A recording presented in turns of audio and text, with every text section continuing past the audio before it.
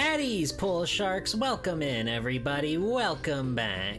Hello! Happy Wednesday, July 22nd, 2026. Hello everybody, it's me, Swelltime Jeeble, superhero extraordinaire with another amazing, super extra special, ultra mega lucky Wednesday, wonderful, wondertastic, beautiful, bodacious, bangerific, number one, dynamite, Dewey Decimal System stream. Hello. Hi. Hi. Let me say hi to everybody who showed up bright and early. You know, I always appreciate when people are hopping in the chat before the streams even started, like when we're on the setup page. It's, it does wonders for the nerves when you see people showing up before you even like said anything. So big ups to that. Big ups to you guys. Hello you, and hello 11A. Hello Navjack. Hello Snacky. Hello Ibiona. Hello Gotetsu. Hello Jam Packed. Soko TV2. Hello Jackulin. Hello Deha. Hello Tay. Hello Teru Megas. Welcome in everybody. Happy Wednesday. It's time, it's eternity, and it's PlayStation 3.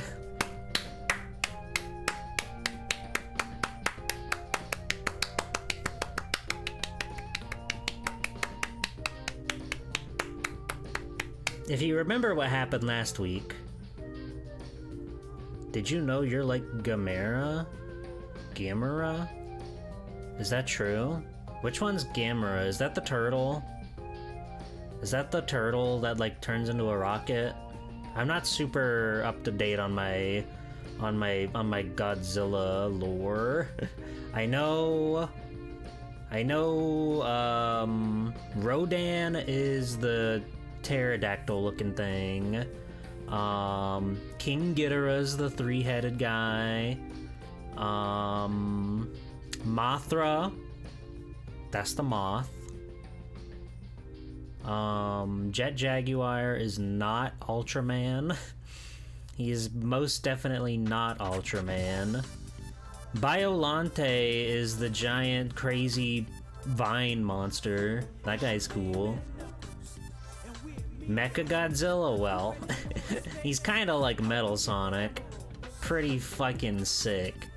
There's seldom things that are as cool as a robot doppelganger.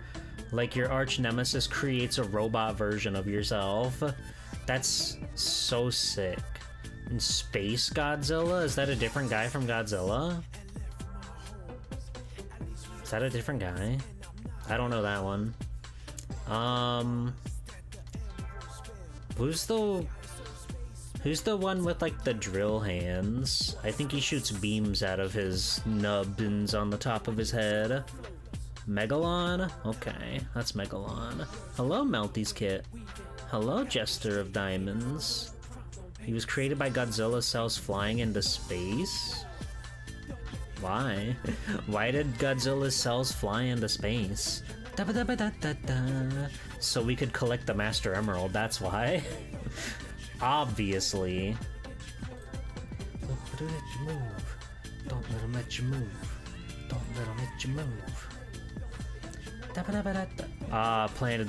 Planet X bullshit. I hate Planet X. I've seen like one Godzilla movie, and it was like the one where the fuckers from Planet X come down to Earth and they're like, we mean you no harm, we simply want to borrow your Godzilla and Mothra for stuff. And they're like, well, I mean, sure.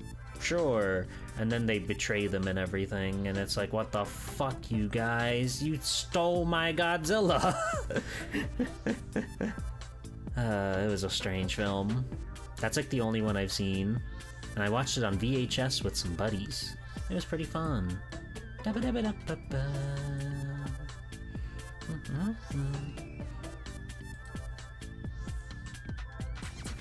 Are those new Godzillas like anything?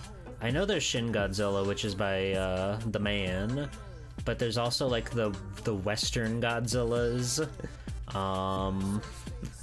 like Godzilla versus Kong, that happened.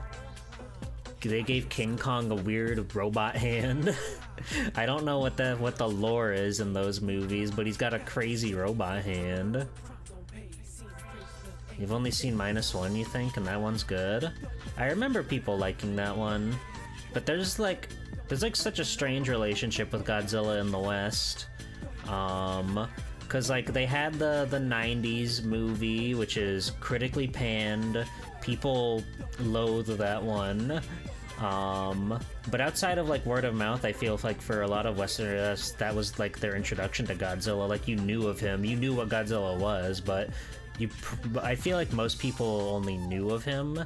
They didn't really watch the old ones because they were, you know, not easy to come across. So there's like that one. They had an animated show with huge air quotes, like tied into that movie. Huge air quotes, massive air quotes. And then I want to say some of those GameCube games and stuff, I want to say some of those were like Western made. I'm not 100% sure on that, but they have this energy that feels like they're made for Western audiences.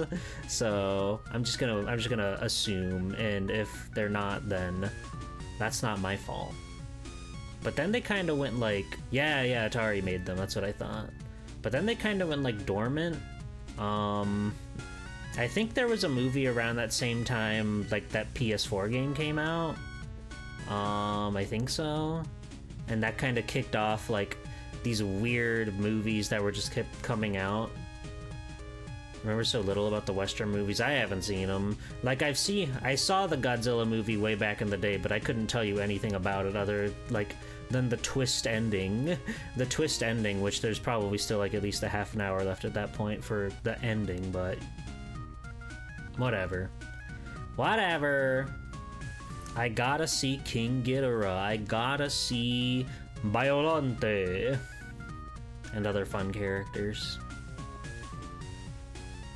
Godzilla vs. Kong is a very funny concept. That was like something that that was another thing that people would talk about, but I don't know if anybody actually like watched it. I think there was an advertisement for that movie in my VHS copy of Three Ninjas Kick Back, because of course, if you like ninjas, obviously you like other Japanese stuff. Of course. Even though Three Ninjas Kick Back is that's a film. That's a film I watched a lot in my youth.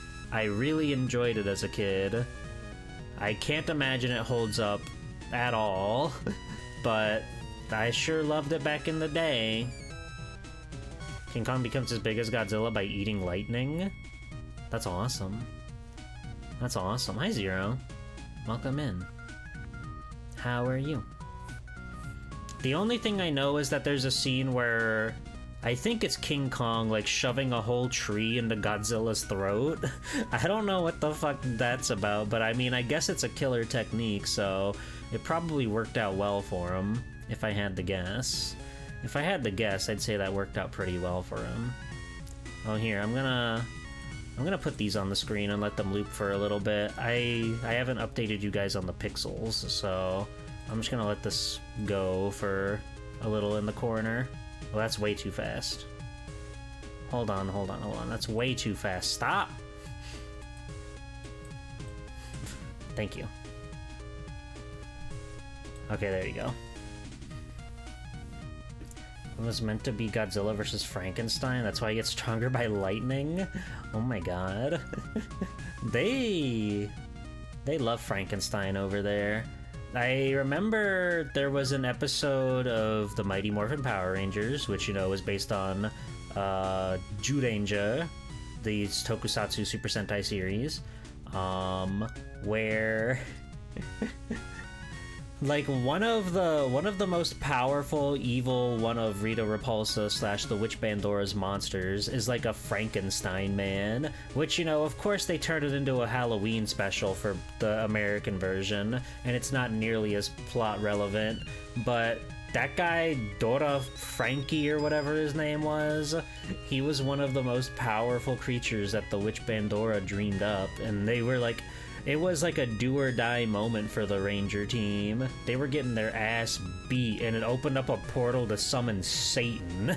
They summoned Satan using Frankenstein. It was crazy.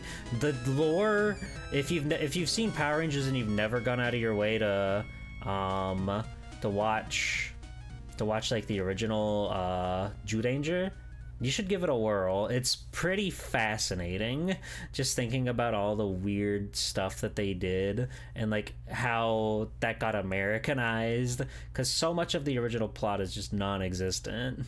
In some of like the earlier episodes it's kind of still there, but obviously they had to like, they couldn't make it so when the Sphinx's plan to put children's souls trapped in trees so their parents can cut them down and kill them forever so they can build a golf course without knowing it. They can't put that in the westernized version of Power Rangers.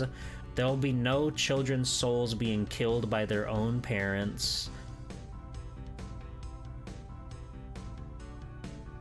Hi, Baxter.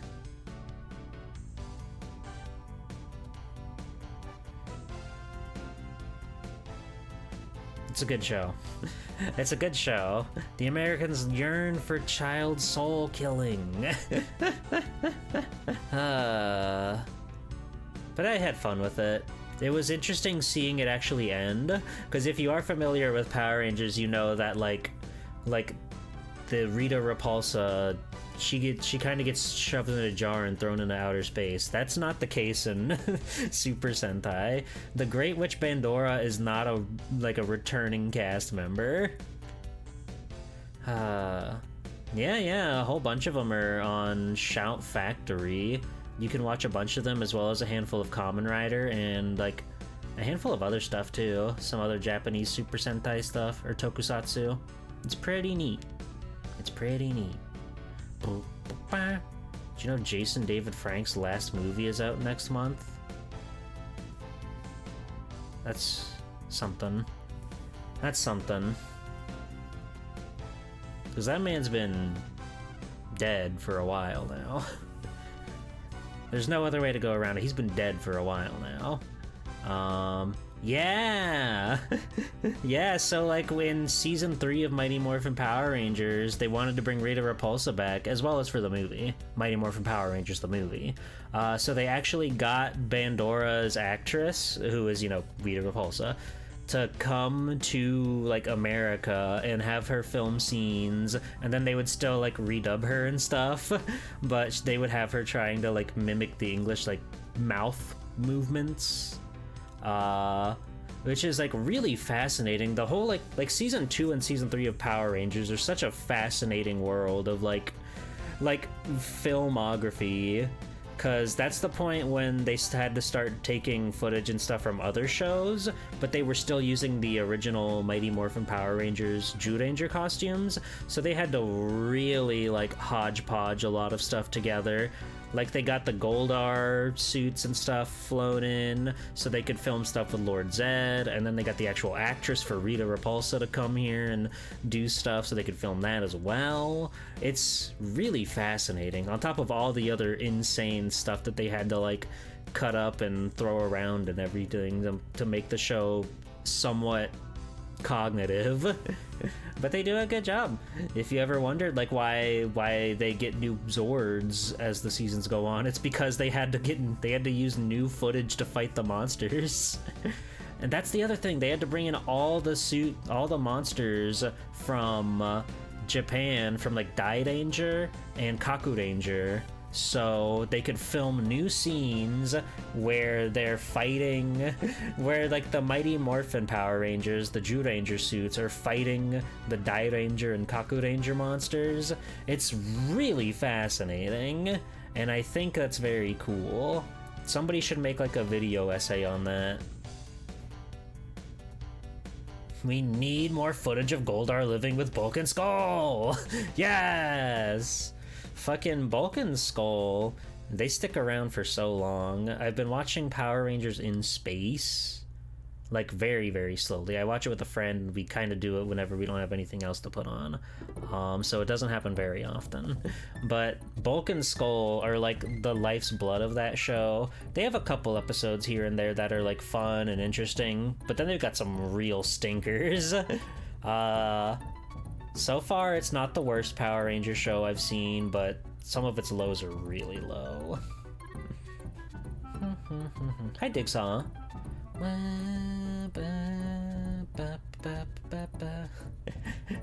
You like the Bulk and Skull theme?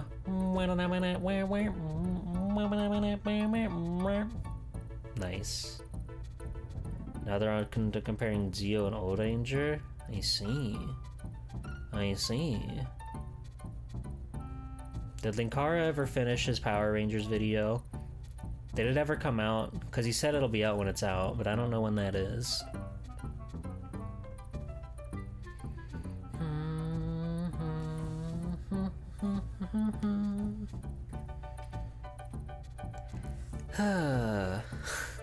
No, I've never really watched Linkara, but I enjoy the world around him. I giggle a lot at like Kick-Assia and stuff like that, but I never watched his videos on their own. I'm sure they're fine. I watched one that he did on Kamen Rider 4s because I was just so baffled that he did a video on that, and he spent so much time riffing on that the theme song has the word hamburger in it. He was very like baffled that they had the word hamburger in the theme song for that show. He couldn't get over it for some reason, and I don't really remember what else he talked about. That's all I remember. He was so stunned and confused. You hear me listen to Linkara a lot and you can hear him through the walls? Yeah. I hope one day he learns to be able to take a joke. I think he'd be much happier. Maybe he already has, I just haven't kept up with him. He used to tell his viewers to stop using ad blockers so he would get more money. He needs money. He's got a whole spaceship to... He's got a whole spaceship to run. What else are you supposed to sing about eating in American high school in Japan? Yeah. But he got everyday matatarina, you meant a large size. Come on, switch on. I like that show. It's very good. The characters are so sick. They're so badass. I don't know if I've got too much else to really talk about at the moment, so we could probably jump in. Like I said, we're continuing the genius bit I've gotten where I am gonna be playing demos off the PS3 eShop while we still have the chance to enjoy that. So we could hop into that. We can boot up the PS3 and see what we're working with. But give me a minute, I like the song. Kuga's really good. If you've never watched a Kamen Rider, I think Kuga's a really great one to like get you into it. I mean, it was like the revival of the franchise, so if not the original Kamen Rider, that's a great one to really like try out. 4's was my first, so I'm very partial to that one. But Kuga's great. 01's great. Revice is great. Geats, it's okay. I like Geats, the characters are good, but it definitely has some moments that just makes me go like, what the fuck? But I do like it. I've heard Ryuki's good. I watched a few episodes of it with a friend, and I liked what I saw, but we didn't get together to watch more, and that's fine. That happens. I watched Agito too. It's pretty good, but it's probably like the lowest. I would still put it at like, I don't know, a 7 or 6 or 7. But I still liked it. But just compared to the other ones, like it felt like there was something off. It's got some great characters though. When they do episodes that are just kind of like silly, which are kind of rare with that show, it takes itself very seriously. They have a lot of fun, and I like Mr. G3 man. He's the most handsome man I've ever seen in my life. It's crazy. Double? I haven't seen Double yet. I've only watched the ones that I've listed. I gotta watch Gaim. I've started that fucking and got like 10 episodes into it a long time ago, and then just was bad and forgot to keep watching. Oops. Revice is really good though. Nobody ever talks about Revice. I like that one a lot. The characters are awesome. The power-ups are frequent. The music's good. I like the gimmicks.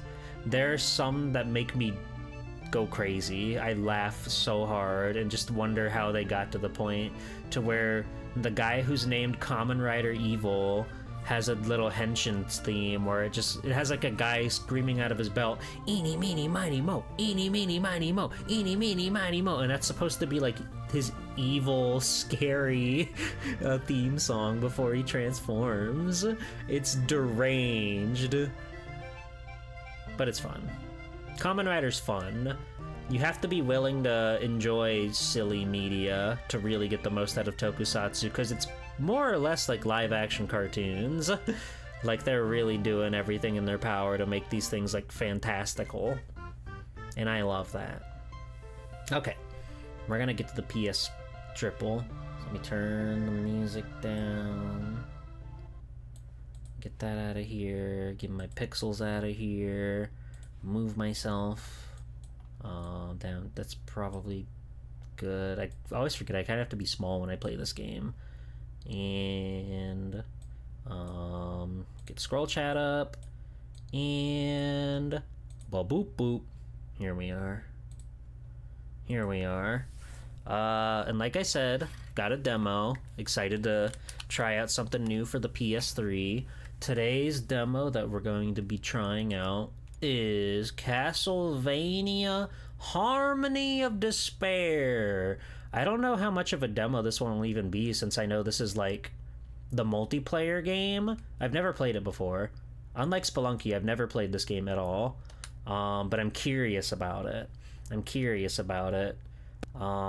we're gonna take a look at it and we're gonna see what's going on. We're gonna see what's happening.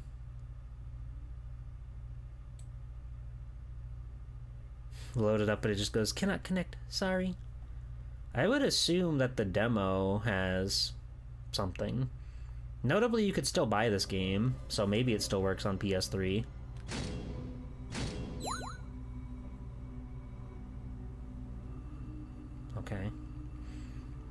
Okay, I'm scaling.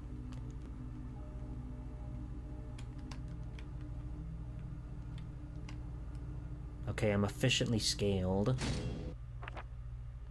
Local play? No. Unlock full game? Okay, so you know, it's got local play. Who needs online play? You got your Oomphies right next to you. I've heard that this game does have, like, a fan server set up, I think through the 360 emulation machine. I think you can play it that way. Okay, we don't get to pick a character. We don't get to select a chapter. We just get to do chapter 1, Caught in the Cradle of Decay. We get to be Alucard Epic. Defeat my champion to unlock full game. I'm interested in this. This is all probably fine. It's the demo. Yeah, all I know about this game is it's like awesome loading screen.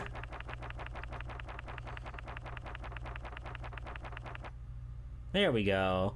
All I know about this game is it's like the multiplayer Castlevania. Oh my god, it's... Is it really this tiny? Is it really this tiny? Is there like a zoom button? How do I zoom? Oh, wait, people are attacking me.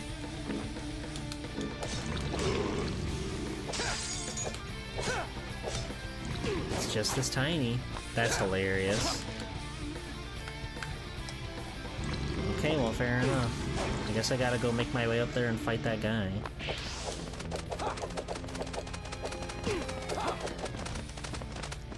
This is really funny. I can mist! Mist will pass! Can I dog? Okay, I can double jump. God, this is really funny.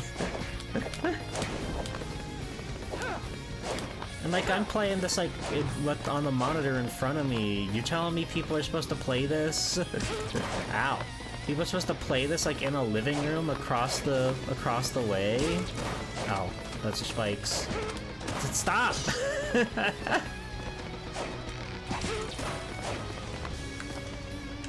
Oh! You click the stick. Thank God. Thank God. I guess that's if you've got a whole bunch of you all in the same room together. It's like, well, let's try to get everybody where they can see you. This fucking Reaper won't leave me alone, dude. Ow! I'm gonna get freaking owned. Stop!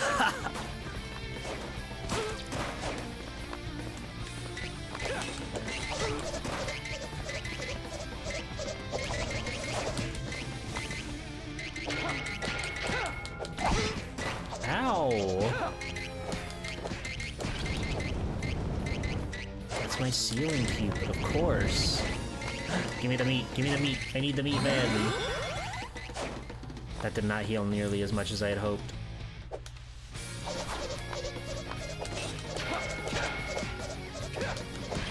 The sound effects are very funny. What?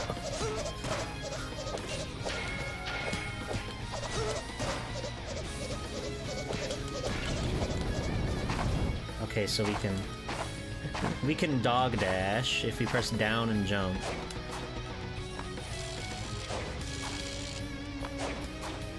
I understand.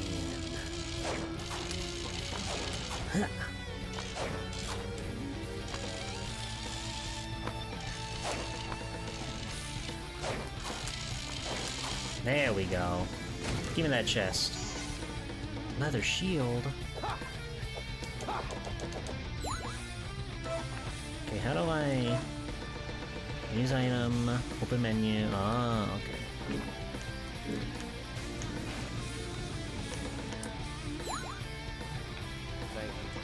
Thanks. Wait, that's awesome. My apologies.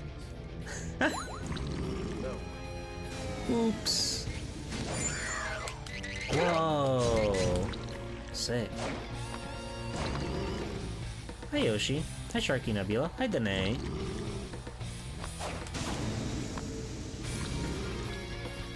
Those guys are scary.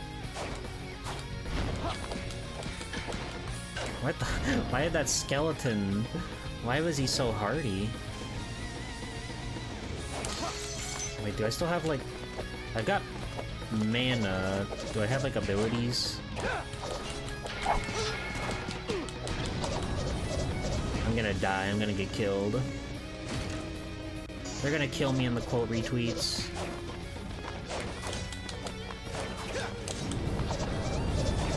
Woo!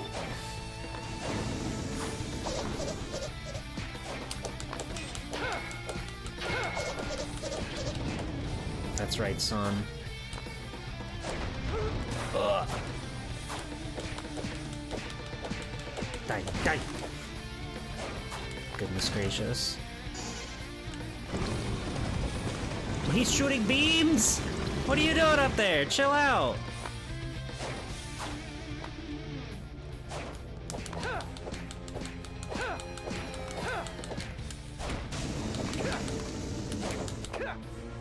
Oh, it's the freaking Minotaur, dude.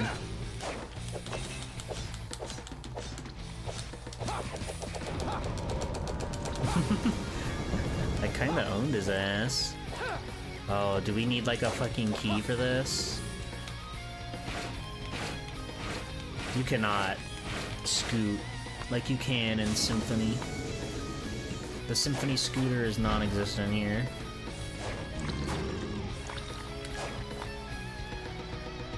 Oh, interesting.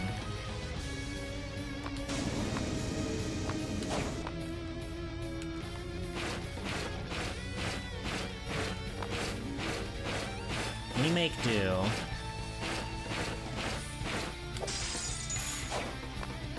Oh, hello.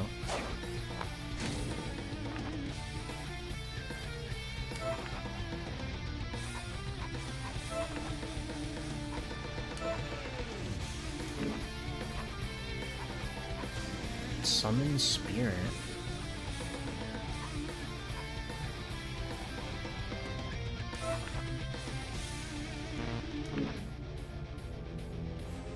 I guess that's circle?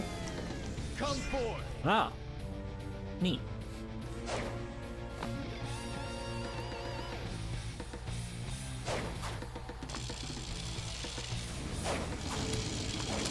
Ugh. There's no way. There's no way to get up there, and I've only got 23 minutes.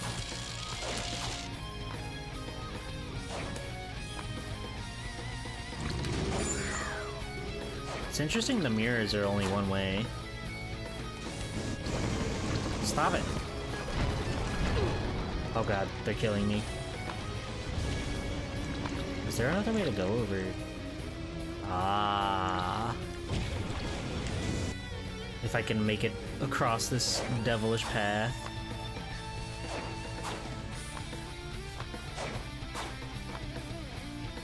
Alright.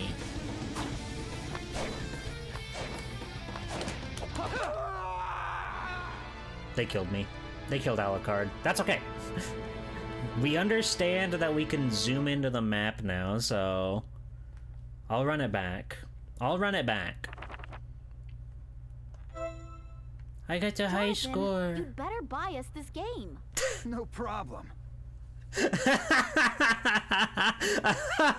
That's awesome. Jonathan, you better buy us this game. Yeah, this is Harmony of Despair. I've decided that on PS3 days, as long as the store's still up, I'm gonna be playing PS3 demos alongside whatever shenanigans I get up to, which today is Time and Eternity. I just think it's a fun little world, and it's gonna be tragic to see it all disappear. Only Alucard is playable in the demo, that's right. Alright. Oh, there was a book right here. What does this do for you? I guess if you have stuff, then you can mess around with it.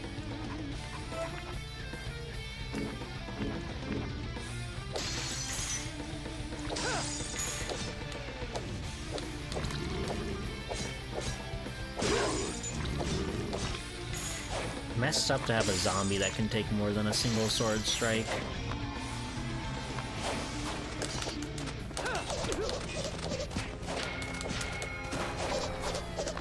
Ow.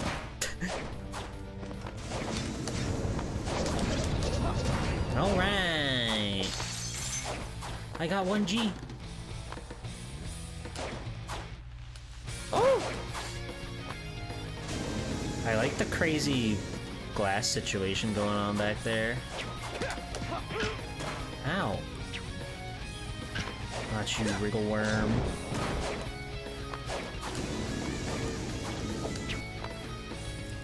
You know, no shame in emulating this game and getting the full version, especially since the Automatic Shield still works through RCPS3.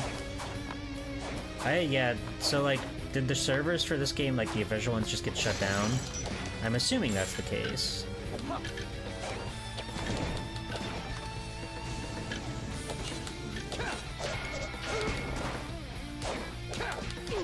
Ow.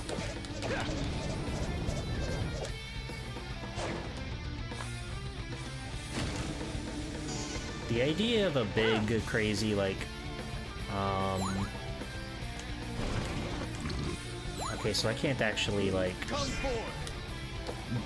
switch my weapons until I go to one of those books. I understand. Hello, big boy. No, I'm just, I've started a bit where whenever we play the PS3, I'm gonna play demos on the PS3 shop, and today's demo is Castlevania. Time and Eternity is gonna happen, don't worry.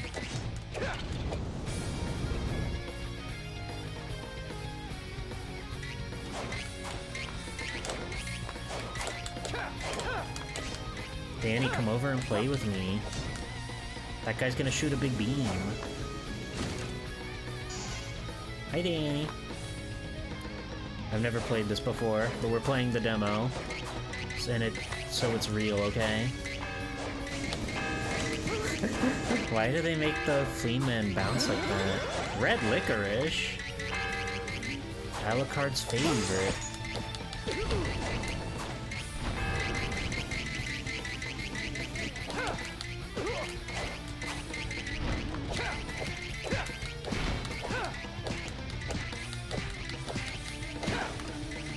Oh god, this is gonna hit me. You've never played it multiplayer? That's tragic. Somebody get Danny a PS3 stat.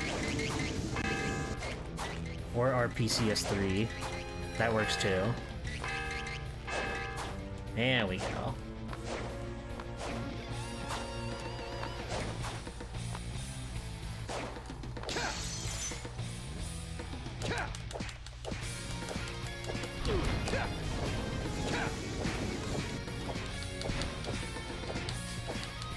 There we go. It took some doing, but we beat that guy down. Pendant.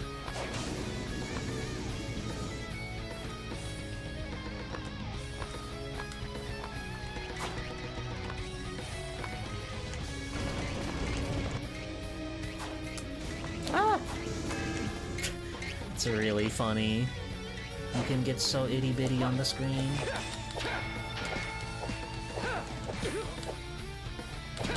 Oh, it does split screen? That's awesome. People were just saying how you can play this game. Hi. You can play this game online through, like, PS3 machines. And I think that's pretty cool.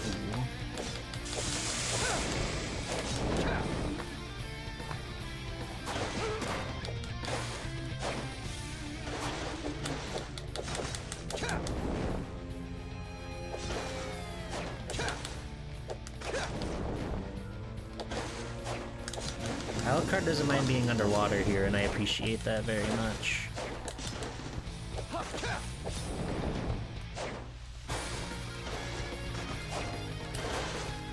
Come on.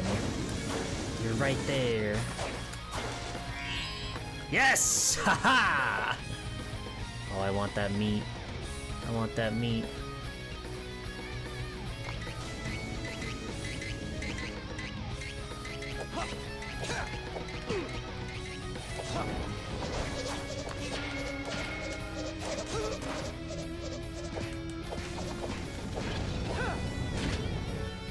Ah, that opened up the door we were at before.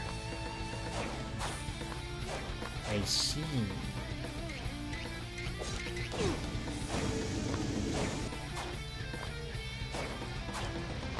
He has the holy symbol just baked into his lifeblood. That's good. Good for him. Oh god. Despite everything I know about Castlevania, I didn't expect that door to, or that gear to be something to jump on.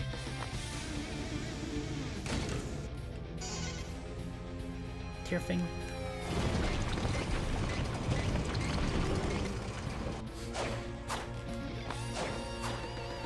We're gonna get the meat, don't worry. I'll tag. We're gonna get the meat, I just had to go and get this while it was on my way. And this. Whoa, big money. Wait, is there something up here?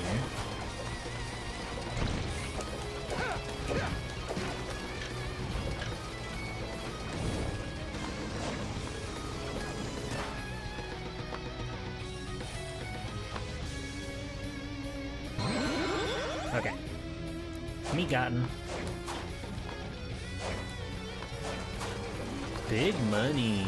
Substantial cash. Hello, Captain Cube. Oh, this is the book station, so we can upgrade our guy.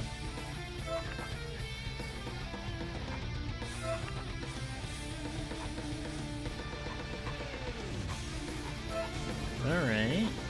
Dark Cursed Sword.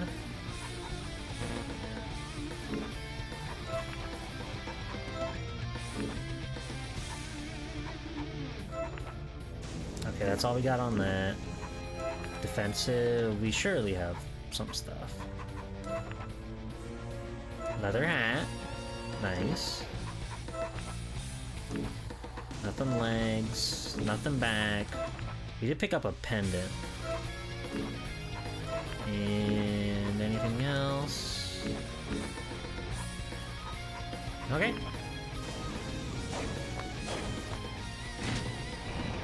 Oh ho ho.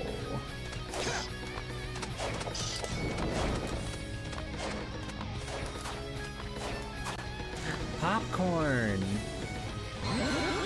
Yummy. Alucard loves to eat popcorn and watch a movie.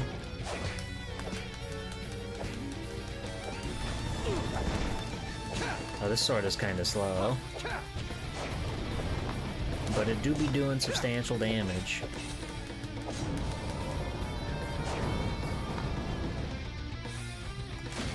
Hi, Hazel. I just got a steel helm. That's gotta be so much better than my leather hat.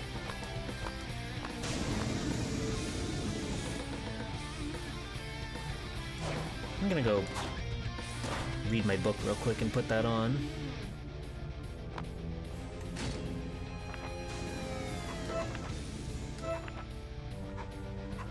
Real? Oh, it brings our HP up, but it takes our defense down. No, the leather hat is just better than the steel helm somehow. Whatever. It's just worse in every way! GG, no, GG, Bo GG. That's a new one. We're reaching new levels of GG. Ow!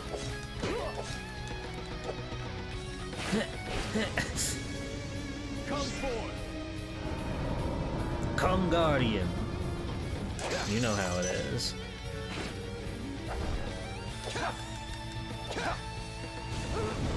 Oh!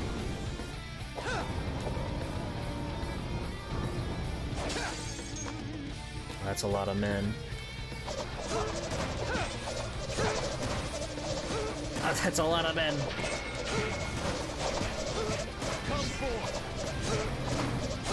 Stop.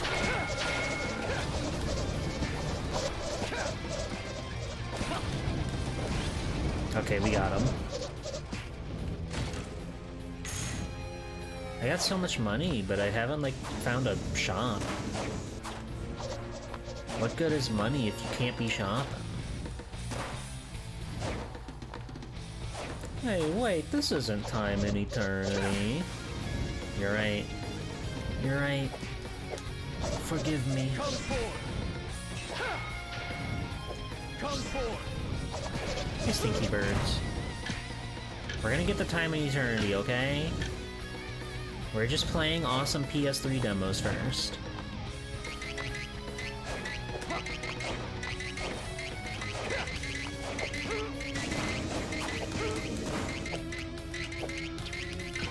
The furtive pygmy, so easily forgotten.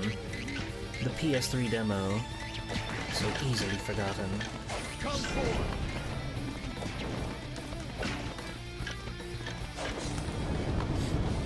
Scary how quickly that guy gets killed. Eh. Come on, Alucard.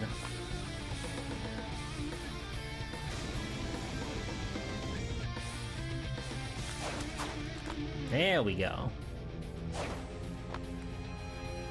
Watch out, Buster.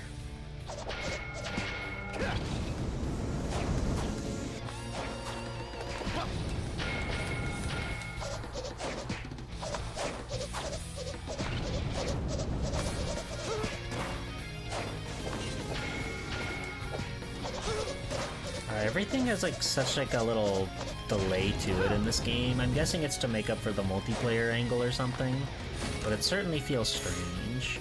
More money. Summon Spirit and Tetra Spirit did dark damage on PS3 and not 360. You will need to make a patch to change it to blunt and make it a not detrimental damage type. You're speaking a lot of words. Oh.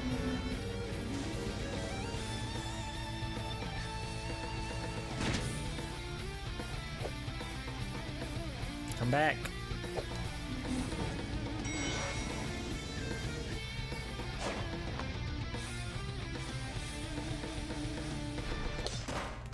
That's him, it's the guy. Ow! Come forward. Whoa, he's got a turnaround sprite. Crazy.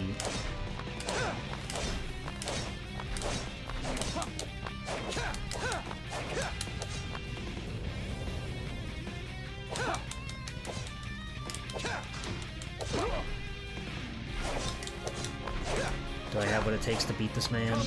Probably not.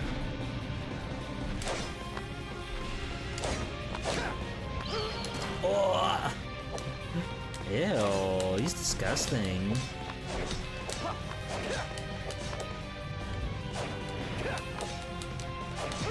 Oh!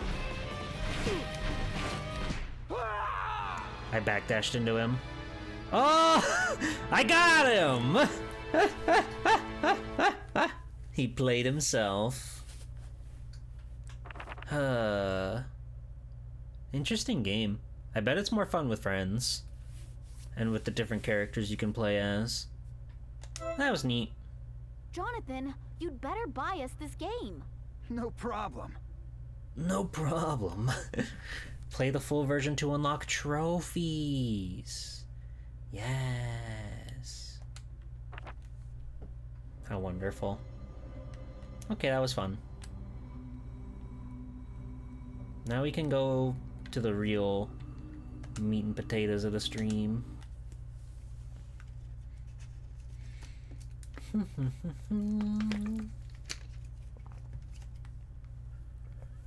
So yes, last we left Time and Eternity, we were absolutely outright walled by the level 50 boss Makimona with her something for going berserk and powering her. I want to say we're level 31, maybe 32. We're really underleveled. It hasn't been that much of an issue, but we're really underleveled. So today we're going to be mashing our head against all sorts of funny little wilderness creatures, and we're gonna have fun, okay? We're gonna have fun with it, okay? Neo Makimono wants you to have secret game knowledge or she will immediately kill you. Yeah, she does that. It's her power. She's kind of awesome though, so it's okay.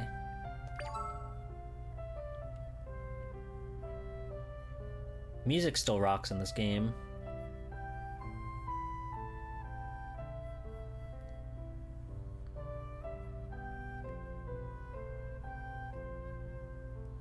There's so much to like about this game. I know. Hard to believe, but... So we're immediately going to leave Dracoise's garden. And we'll come back here once we're good and strong and ready.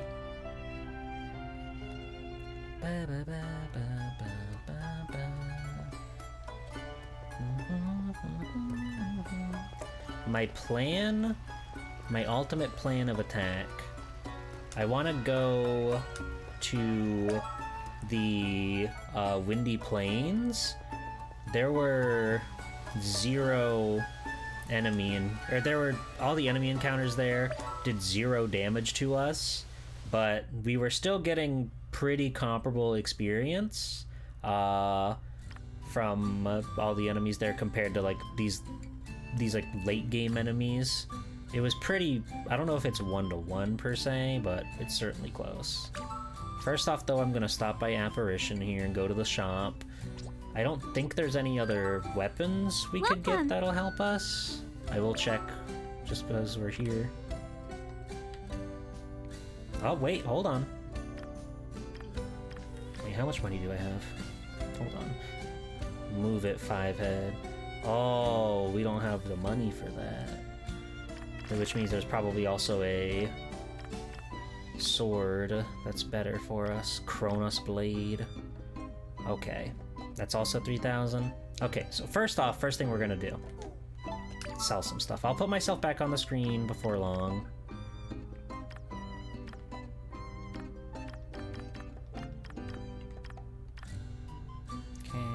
Okay. Thanks for coming. Thanks for coming. Thanks for coming. Yeah, no problem. Thanks for coming. Thanks for coming. Thanks for coming. Thanks for coming. Thanks for coming.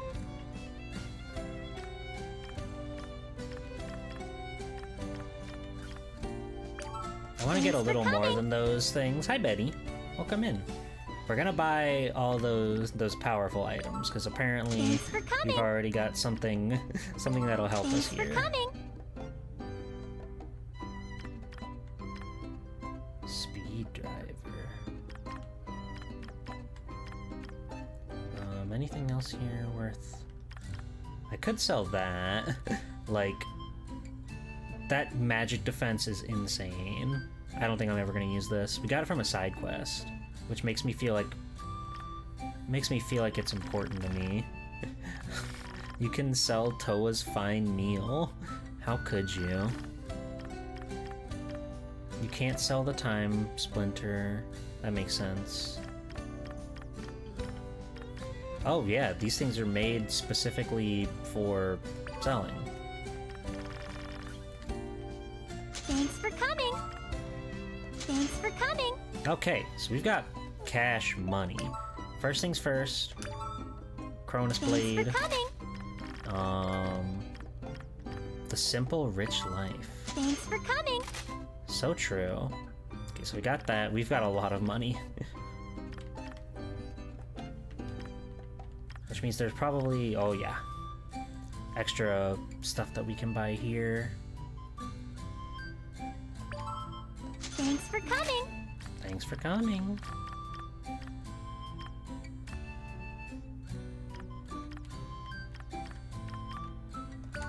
Cronus Thanks for ring. coming. We're getting all this Cronus stuff, which is telling me we're at the end of the video game. I can't say for certain, but it's certainly telling me that. Thanks for coming. This will help a lot. We're still gonna grind, don't worry. I just want to make sure that we can Thanks for coming. actually destroy her. Okay. And we still got a bunch of this money for... Oh yeah, we burned through a bunch of our healing items too.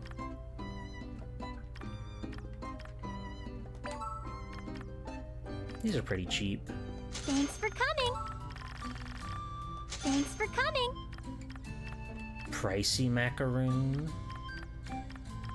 Okay, so let's see. There were things that I wanted to get here.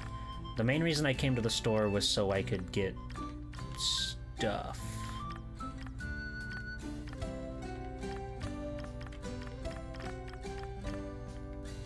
Red Bull.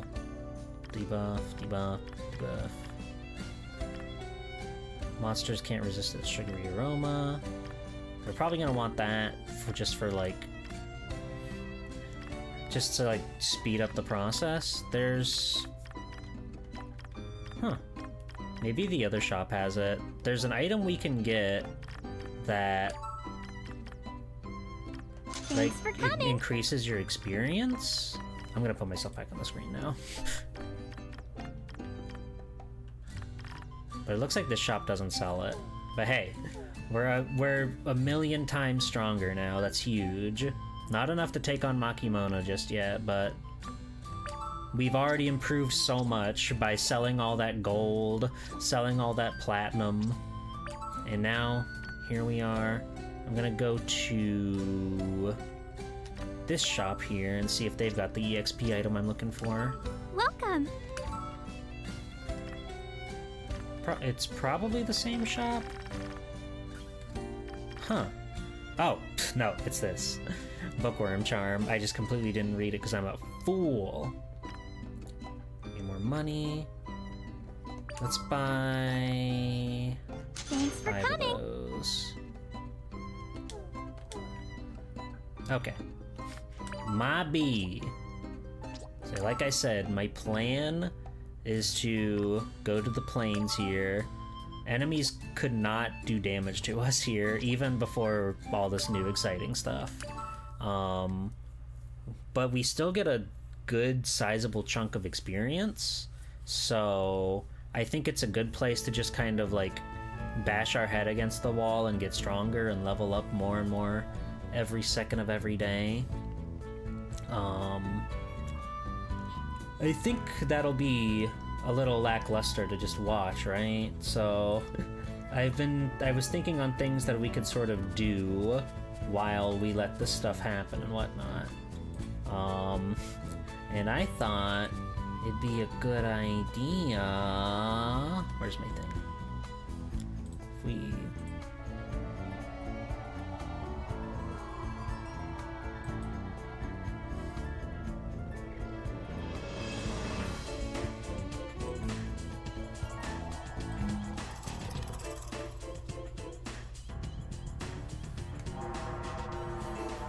I want to read a Goosebump.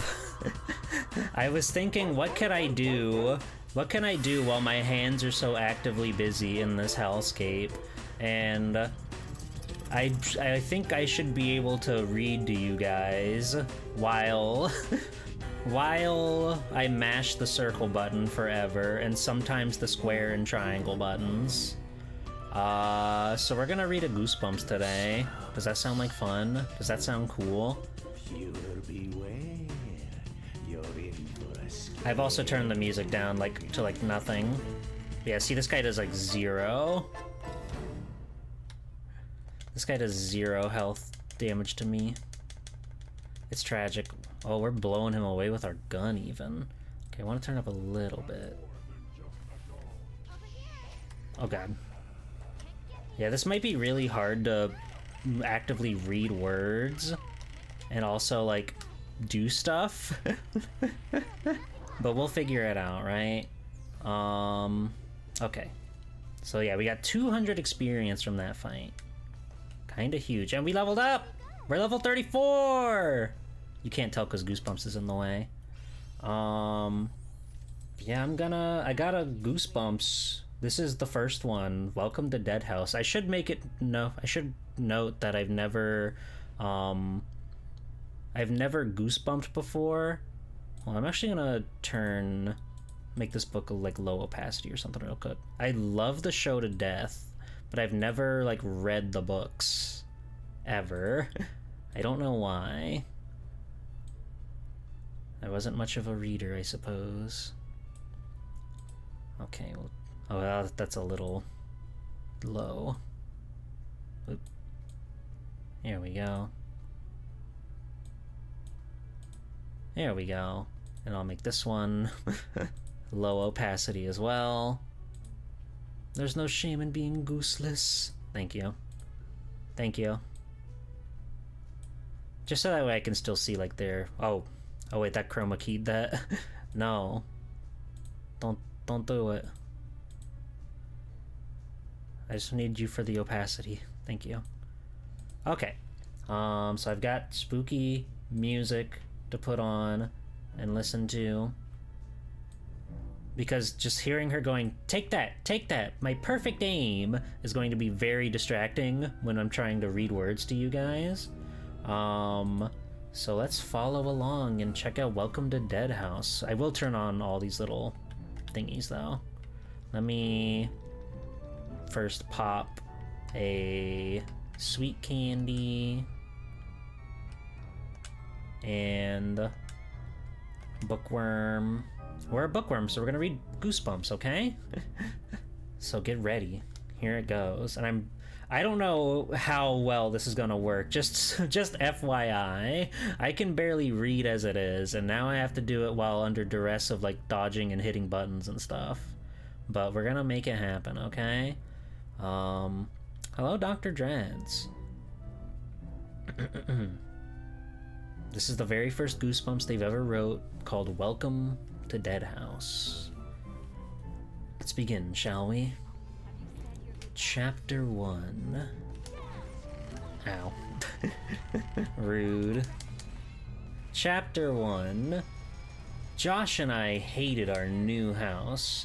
Sure, it was big. It looked like a mansion compared to our old house. It was a tall, red brick house with a slopping black roof and rows of windows framed by black shutters. It's so dark, I thought, studying it from the street. The whole house was covered in darkness, as if it were hiding in the shadows of the gnarled old trees it bent over. I was in the middle of our July. It was the middle of July. Sorry, this is gonna take a lot of, like, practice. It was in the middle of July, but dead brown leaves blanketed the front yard. Our sneakers crunched over them as we trudged up the gravel driveway. Tall weeds poked up everywhere through the dead leaves. Thick clumps of weeds had completely overgrown an old flower bed beside the front porch. This house is creepy, I thought unhappily. Josh must have been thinking the same. Looking up at the old house, we both groaned loudly. Mr. Dawes, D-A-W-E-S, Dawes? Mr. Dawes, the friendly young man from the local real estate office, stopped near the front porch, near the front walk, and turned around. "Everything okay?" he asked, staring first at Josh, then at me, with his crinkly blue eyes. Crinkly? He's crinkly with it. Josh and Amanda aren't happy about moving, Dad explained, tucking his shirt tail in. Dad is a little overweight. Not nice. That's not nice. And his shirt always seems to be coming a little untucked. "It's hard for kids," my mother added, smiling at Mr. Dawes, her hands shoved in her jean pockets as she continued up the front door. "You know, leaving all their friends behind, moving to a strange new place." "Strange is right," Josh said, shaking his head. "This house is gross." Mr. Dawes chuckled. "It's an old house, that's for sure," he said, patting Josh on the shoulder. "It just needs some work, Josh," Dad said, smiling at Mr. Dawes. "No one has lived in it for a while, so it'll take some fixing up." "Look how big it is," Mom added, smoothing her straight black hair and smiling at Josh. "We'll have room for a den and maybe a rec room too." "Well, you'd like that, wouldn't you, Amanda?" I shrugged. A cold breeze made me shiver. It was actually a beautiful hot summer day, but closer we got to the house, the colder I felt. I guess it was because of the tall old trees. I was wearing white tennis shorts and a sleeveless blue t-shirt. It had been hot in the car, but now I was freezing.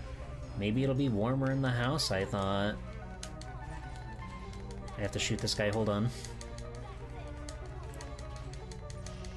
Ow! Are they moving into the creepy house? They're moving into the creepy house.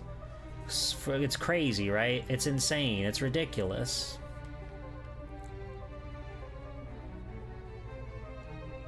I guess it was because of all the tall old trees. I was wearing white tennis shorts and a sleeveless blue t-shirt. It had been hot in the car, but now I was freezing. Maybe it'll be warmer in the house, I thought. "How old are they?" Mr. Dawes asked Mom, stepping onto the front porch. "Amanda is 12, Mom answered, and Josh just turned 11 last month." "They look so much alike," Mr. Dawes said to Mom. I couldn't decide if it was a compliment or not. I guess it's true. Josh and I are both tall and thin and have curly brown hair like Dad's and dark brown eyes. Everyone says we have serious face. Serious in parentheses. "I really want to go home," Josh said, his voice cracking. "I hate this place." It's 3 Vulcans from you, is it? Okay.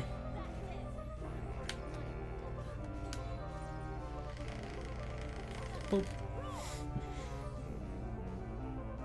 My brother is the most impatient kid in the world. Ah, Yuki! Yuki!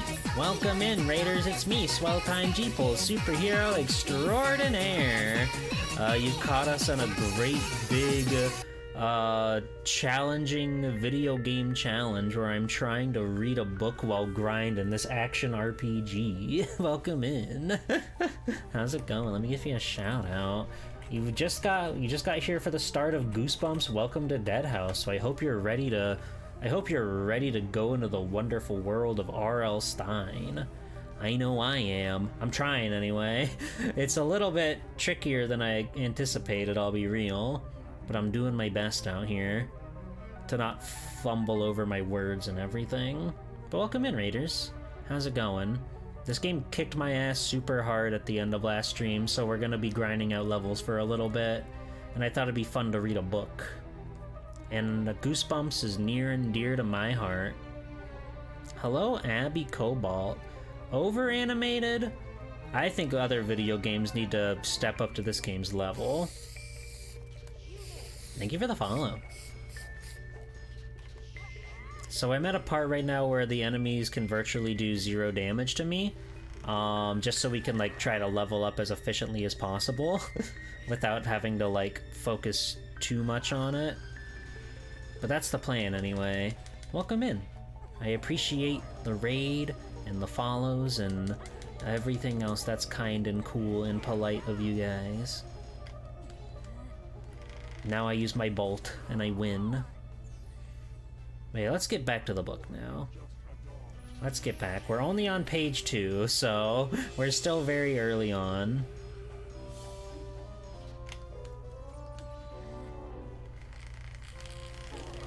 Last stream you had to use a healing item and you paused exactly on the frame of the Dutch where you could see her underwear. Can you prove that? Did you take a screenshot? Did you post that screenshot in the Discord? Anyway. That's why we're listening to scary music, by the way. It's Goosebumps. Where was I? My brother is the most impatient kid in the world, and when he makes up his mind about something, that's it. He's a little spoiled, at least I think so. Whenever he makes a big fuss about something, he usually gets his way. We may look alike, but we're not really that similar. I'm a lot more patient than Josh, a lot more sensible, probably because I'm older and because I'm a girl. True. Girls are so sensible. You don't even gotta point that out. We know. We know. Josh had a hold of Dad's hand and was trying to pull him back to the car. Let's go! Come on, Dad, let's go! I knew this was one time Josh wouldn't get his way. We were moving into this house, no doubt about it. After all, the house was absolutely free. A great uncle of Dad's, a man we didn't even know, had died and left the house to Dad in his will. That's convenient. Wow, that EXP boost already wore off? That's crazy. Well, let's pop another one. Pop the sweet candy and the bookworm charm.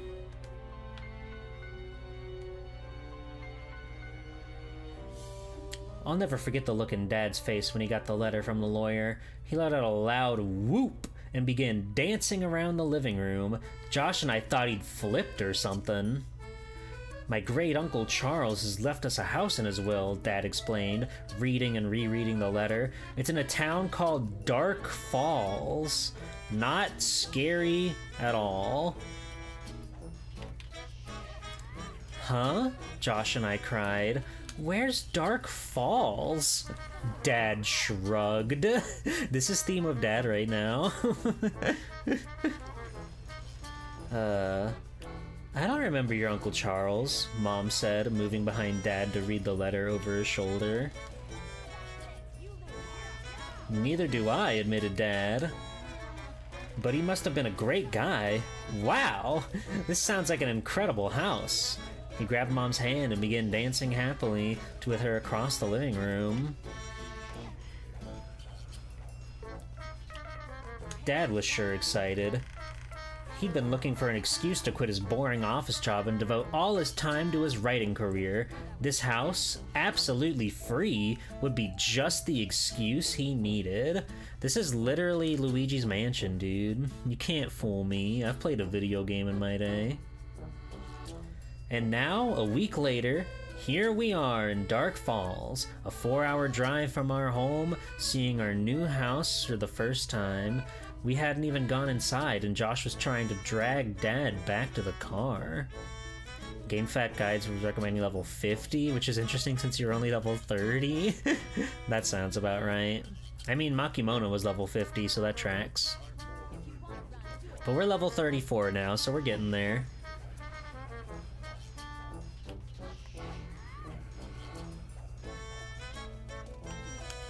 Josh, stop pulling me, Dad snapped impatiently, trying to tug his hand out of Josh's grasp.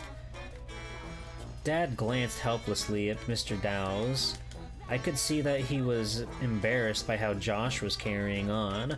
I decided maybe I could help. Let go, Josh, I said quietly, grabbing Josh by the shoulder. We promised we'd give Dark Falls a chance, remember? I already gave it a chance, Josh whined, not letting go of Dad's hand. This house is old and ugly and I hate it. You haven't even gone inside, Dad said angrily. Yes, let's go in, Mr. Dow's urged, staring at Josh. Killing Josh with his mind. 35! Let's go! We're power leveling, baby! Oh, I gotta look at GFs. That's important. We gotta look at our gift pricing. Okay. Let me do that real quick, and then I'll get back to the story. Oh, we've got points. What were we working towards? I think we were just gonna get Sun Goddess, right? Yeah. Alright, sweet. And then I guess we're probably gonna go towards one of these. Maybe this. Ruler of Time also sounds pretty good. The speed up option is pretty awesome, so maybe we'll save up for that instead. Anyway, back to frolicking.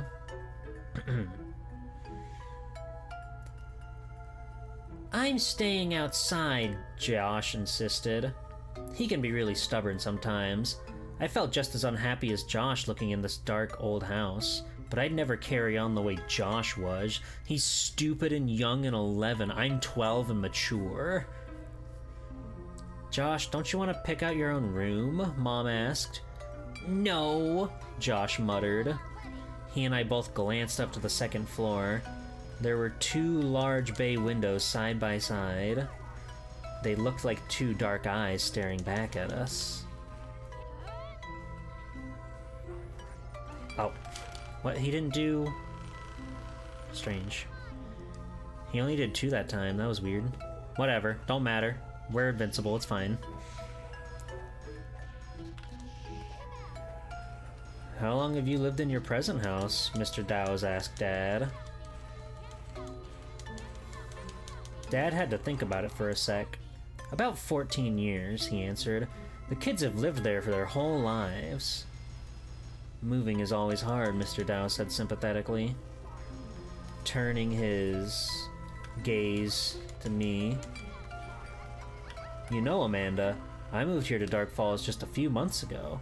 I didn't like it much either at first, but now I wouldn't live anywhere else. He winked at me. He had a cute dimple in his chin when he smiled. Let's go inside. It's really quite nice. You'll be surprised. All of us followed Mr. Dow's, except Josh. Are there other kids on this block? Josh demanded. He made it sound more like a challenge than a question. Josh is kind of a little shit. I hope he gets his shit rocked later. Mr. Dow's nodded. The school's just 2 blocks away, he said, pointing up the street. See? Mom quickly cut in. A short walk to school. No more long bus rides every morning. I liked the bus, insisted Josh. His mind was made up. He wasn't going to give my parents a break. Oh, he's doing Eclipse. Wow. It's a little overkill, but whatever. Even though we'd both promised to be open-minded about this move, I don't know what Josh thought he had to gain by being such a pain. I mean, Dad already had plenty to worry about. For one thing, he hadn't been able to sell our old house yet. I didn't like the idea of moving, but I knew that inheriting this big house was a great opportunity for us. We were so cramped in our little house.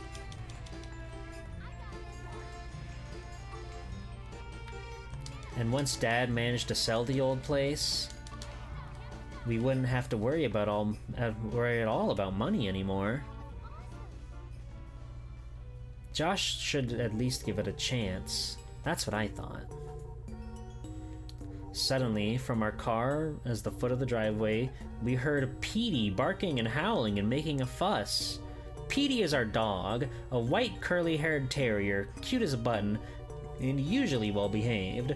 He never minded being left in the car, but now he was yowling and yapping at full volume and scratching at the car window, desperate to get out. "Petey, quiet! Quiet!" I shouted. Petey usually listened to me, but not this time. "I'm going to let him out," Josh declared, and took off down the driveway towards the car.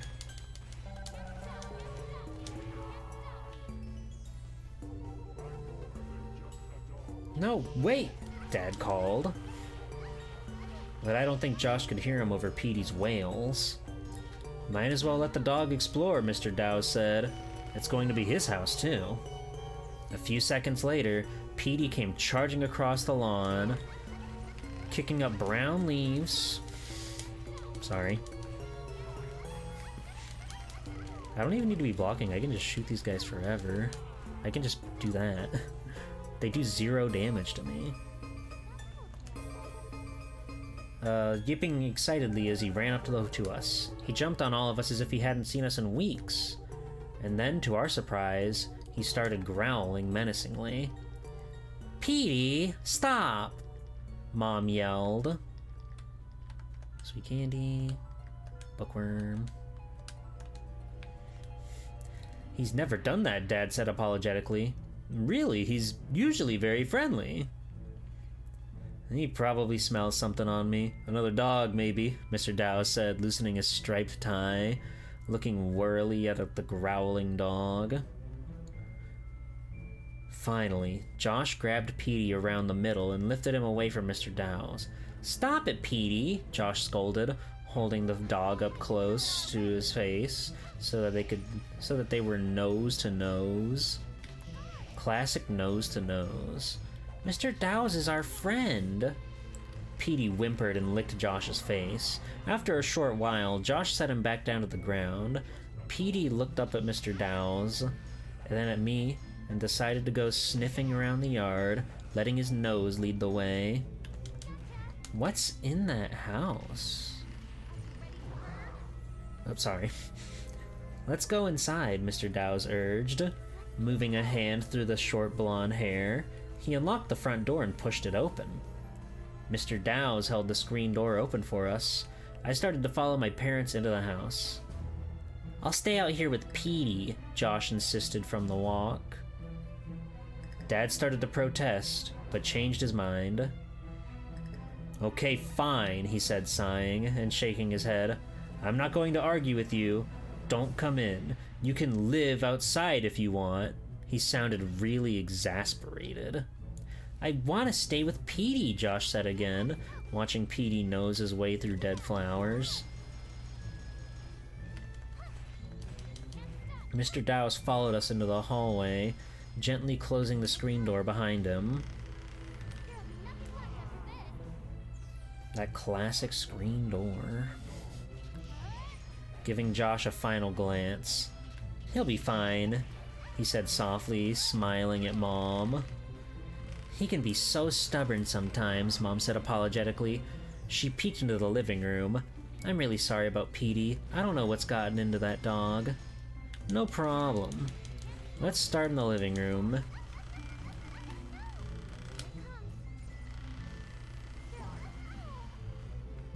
Mr. Dowse said, leading the way.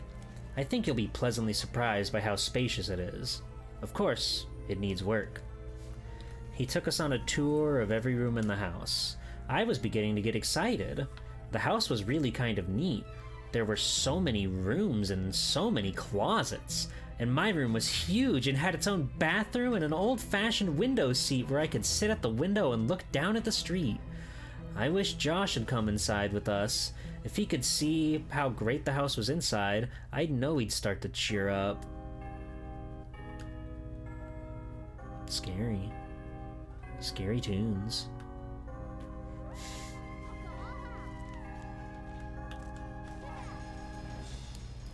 I couldn't believe how many rooms there were. Even a finished attic filled with old furniture, and stacks of old, mysterious cartons we could explore. We must have been inside for at least half an hour. I didn't really keep track of the time. I think all three of us were feeling cheered up.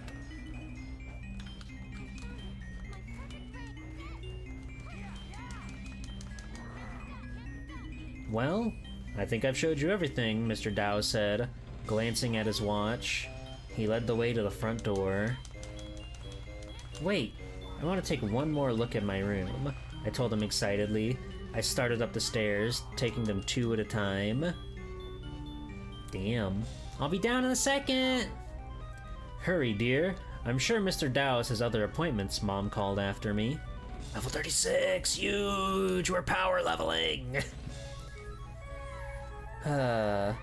I reached the second floor landing and hurried down the narrow hallway into my new room. "Wow!" I said aloud, as the words echoed faintly against the empty walls. Oh, she's got a lot of GF points. We unlocked that. What was I working towards with her? Was I gonna go angel route? Probably, right? Okay, let's just start, like, gassing that. Nice. Okay.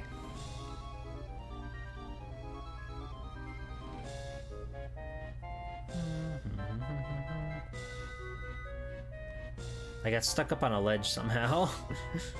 How did this happen? How did this happen? How am I stuck up on this ledge? Okay, we're free. We're free. Let's see. It was so big, and I loved the bay window at the window seat. I walked over to it and peered out. Through the trees, I could see our car and the driveway, and beyond it, a house that looked a lot like ours across the street. I'm going to put my bed against that wall across from the window, I thought happily. And my desk can go over there. I'll have room for a computer now. Oh, baby, a computer. Kids love computers. They can't get enough of that stuff. I took one more look at the closet. A long walk-in closet with a light in the ceiling, and the wide shelves against the back wall. I was heading to the door, thinking about which of my posters I wanted to bring with me, when I saw the boy. He stood in the doorway for just a second, and then he turned and disappeared down the hall. "Josh?" I cried. "Hey, come look!" With a shock, I realized it wasn't Josh. For one thing, the boy had blonde hair. "Hey!" I called and ran to the hallway, stopping just outside my bedroom door, looking both ways. "Who's here?" "Whoa, Amanda," I said aloud. Was I seeing things? Mom and Dad were calling from downstairs. I took one last look down the dark corridor, then hurried to rejoin them. "Hey, Mr. Dowse," I called as I ran down the stairs. "Is this house haunted?" Is this haunted? Is this a haunted house? "Hello, Brody." He chuckled. The question seemed to strike him funny. "No, sorry." Looking at me with those crinkled blue eyes. No ghosts included. A lot of old houses around here are said to be haunted, but I'm afraid this isn't one of them. I thought I saw something. Probably just shadows, Mom said. With all the trees, this house is so dark. Why don't you run outside and tell Josh about the house? Dad suggested, tucking in the front of his shirt. Your mom and I have some things to talk over. Yes, master, I said with a little bow and obediently ran out to tell Josh about what had happened. Hey, Josh, I called, eagerly searching around. Josh? My heart sank. Josh and Petey were gone. That's all chapter 1. Are we having fun? Are we living life? Are you engrossed in the narrative that real life Stein has imposed upon you? I'm enthralled personally. I'm doing my best to read while also press buttons. I hope it makes sense. Stein IRL, that's him. That's the guy. I can only hope that my words are getting across and you're having a good time while we put Time and Eternity on the screen. Alright. Chapter 2. Josh! Josh! I called out. Then I called Petey, but there were no signs of either of them. I ran down to the bottom of the driveway and peered into the car, but they weren't there. Mom and Dad were still inside with Mr. Dowse. I looked around along the street in both directions. There was no sign of them. Just give me 1 second. I need sweet candy. Probably gonna need to buy quite a few more of those. Josh! Hey, Josh! Finally, Mom and Dad came hurrying out the front door, looking alarmed. I guess they heard my shouts. I can't find Josh or Petey, I yelled up to them from the street. Maybe they're around back, Dad shouted down to me. I headed down the driveway, kicking away dead leaves as I ran. In the summer? Okay. Fair enough. It was sunny down on the street. Eclipse.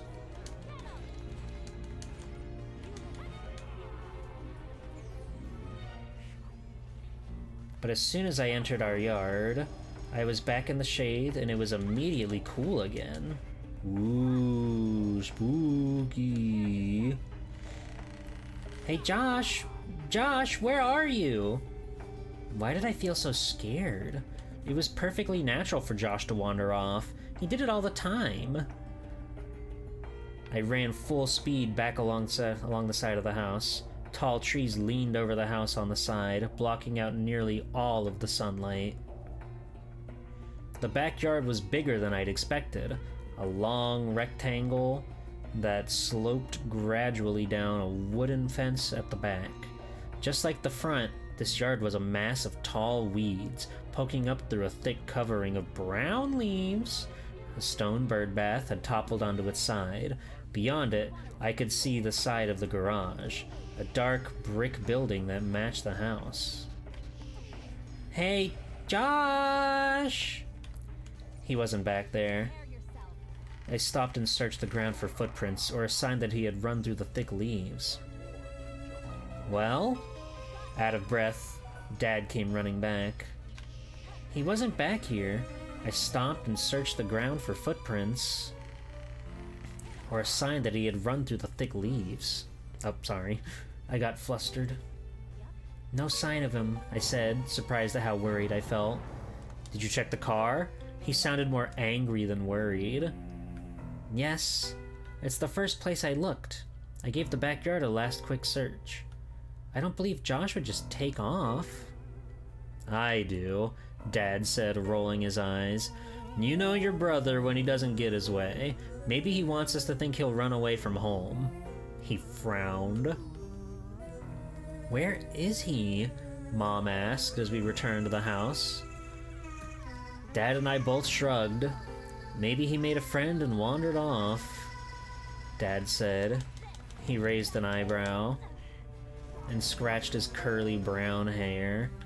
I could tell that he was starting to get worried too. "We've got to find him," Mom said, gazing down the street.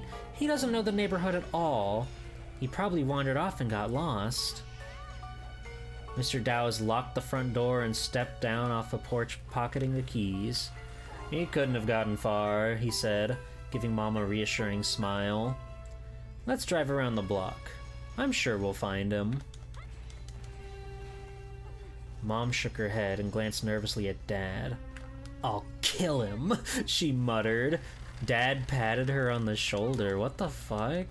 What do you mean you'll kill him? Are you talking about your child?" Jeez.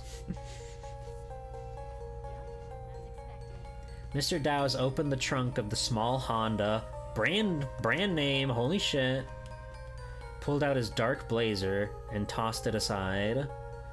Then he took out a wide-brimmed black cowboy hat and put it on his head.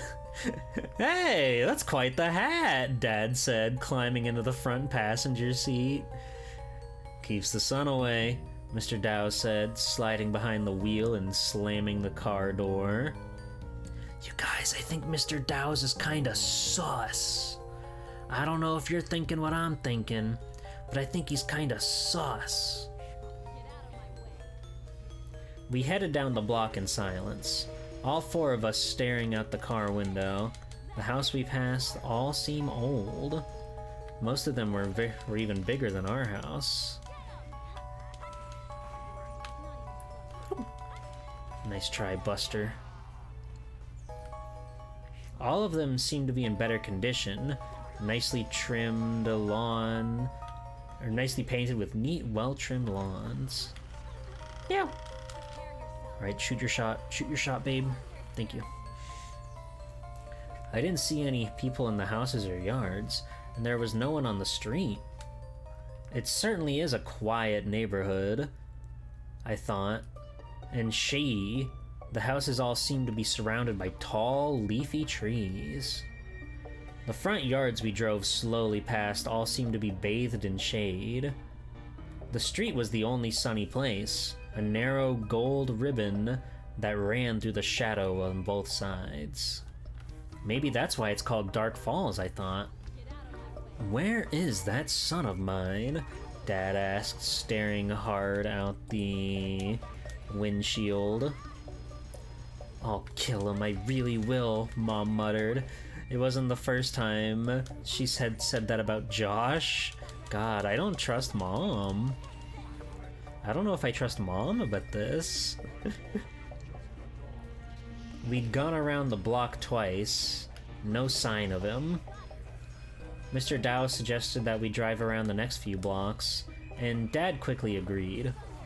"I hope I don't get lost. I'm new here too," Mr. Dowes said, turning a corner. "Hey, there's the school," he announced, pointing at the window of a tall red brick building. It looked very old-fashioned, with white columns on both sides of the double front doors. "Of course, it's closed now," Mr. Dowes added. Need more juice. Need more sweet candy. And need more bookworm. You can have that too.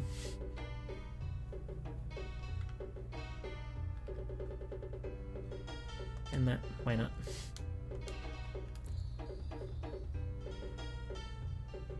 My eyes searched the fenced-in playground behind the school. It was empty. No one there. "Could Josh have walked this far?" Mom asked, her voice tight and higher than usual. "Josh doesn't walk," Dad said, rolling his eyes. "He runs." "We'll find him," Mr. Dowes said confidently, tapping his finger on the wheel as he steered. We turned a corner onto another shady block. A street sign ahead read, "Cemetery Drive." And sure enough, a large cemetery rose up in front of us. Granite gravestones rolled over a low hill, which sloped down and then up again, onto a large flat stretch, also marked with rows of low grave markers and monuments. A few shrubs dotted the cemetery, but there weren't many trees. Yay! 37! Toa learned Dragon of Healing and Dragon of Rebirth and Regenerate. That's wonderful. And Clear! That's wonderful news.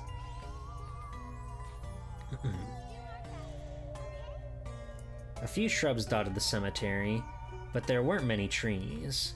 As I drove slowly past, the gravestones passing on in a blur on the left, I realized that this was the sunniest spot I had seen in the whole town.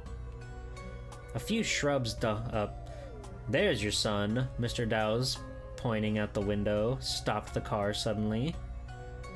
Oh, thank goodness, Mom exclaimed, leaning down to see out the window on my side of the car. Sure enough, there was Josh, running wildly along a crooked row of low white gravestones. What's he doing here? I asked, pushing open my car door. I stepped down from the car and took a few steps onto the grass and called to him. At first, he didn't react to my shouts. It seemed to be ducking and dodging through the tombstones. He would run into one direction, then cut to the side and head in another direction. Why was he doing that? I took another few steps, and then stopped, gripped with fear. I suddenly realized why Josh was darting and ducking like that, running so wildly through the tombstones. He was being chased. Someone, or something, was after him. What a page-turner. Chapter 3 already. Hallelujah. I like... It really, it's been a very long time since I read a book. Mr. R.L. Stine does have a way with words that paints the picture in my mind, and I think that's quite nice. I think that's quite delightful. Let's get into chapter 3, shall we? Then, as I took a few reluctant steps toward Josh, watching him bend low and then change directions, his arms outstretched as he ran, I realized I had it completely backwards. Josh wasn't being chased. Josh was chasing. He was chasing after Petey. Oh, that brat Josh. Okay, so sometimes my imagination runs away with me. Running through an old graveyard like that, even in the bright daylight, it's only natural that a person might have to have weird thoughts. I called to Josh again, and this time he heard me and turned around. He looked worried. Amanda? Come help me, he cried. Josh, what's the matter? I ran as fast as I could to catch up with him. But he kept darting through the gravestones, moving from row to row. Help! Josh, what's wrong? I turned and saw that Mom and Dad were right behind me. It's Petey, Josh explained, out of breath. I can't get him to stop. I caught him once, but he pulled away from me. Petey? Petey! Dad started calling the dog. But Petey was moving from stone to stone, sniffing each one and then running to the next. How did you get all the way over here? Dad asked as he caught up with my brother. I had to follow Petey, Josh explained, still looking very worried. He just took off. One second he was sniffing around that dead flower bed on the front yard. The next second he just started to run. He wouldn't stop even when I called. Wouldn't even look back. He kept running till he got here. I had to follow. I was afraid he'd get lost. Josh stopped and gratefully let Dad take over the chase. I don't know what that dumb dog's problem is, he said to me. He's just weird. He's just weird. Your dog is weird. Did you know that? It took Dad a few tries, but he finally managed to grab Petey and pick him up off the ground. Our little terrier gave a half-hearted yelp of protest, then allowed himself to be carried away. We all trooped back to the car on the side of the road. Mr. Dowes was waiting by the car. "Maybe you'd better get a leash for your dog," he said, looking very concerned. "Petey's never been on a leash," Josh protested, wearily climbing into the back seat. "Well, we might have to try one for a while," Dad said quietly, "especially if he keeps running away." Dad tossed Petey into the back seat. The dog eagerly curled up in Josh's arms. The rest of us piled into the car, and Mr. Dowes drove us back to his office, a tiny white flat-roofed building at the end of a small office. At the end of small offices. Okay, I was right after all. It's awesome. This does 0 damage to me. What a good game. As we rode, I reached over and stroked the back of Petey's head. Why did the dog run away like that? Okay, speaking of running away, I'm gonna go to the shop real quick and buy a couple more items to speed up the process. Give me just a second there.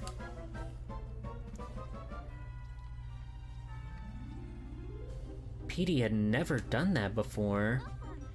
I guess that Petey was also upset. Sorry, menu navigation. Yeah, how much money do I have? Get out of the way, big head. Okay, we got cash money.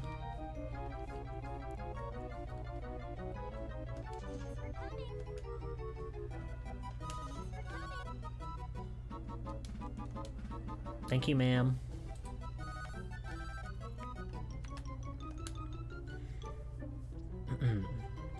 I guess that Petey was also upset about moving.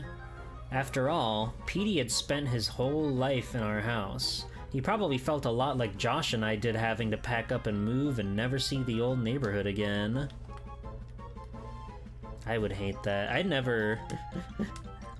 don't know, like, what it would have been like, because I never had to move when I was younger, so I always stayed in the same area. It must be harrowing to just leave all your friends behind. These days you got, like, Facebook or whatever, so it's fine. You can keep in touch with your pals, but back then, they're just gone. They're just gone. That's scary. He probably felt a lot like Josh and I did about having to pack up and move and never see the old neighborhood again. The new house, the new streets, and all the new smells must have freaked the poor dog out, so Josh wanted to run away from the whole idea, and so did Petey.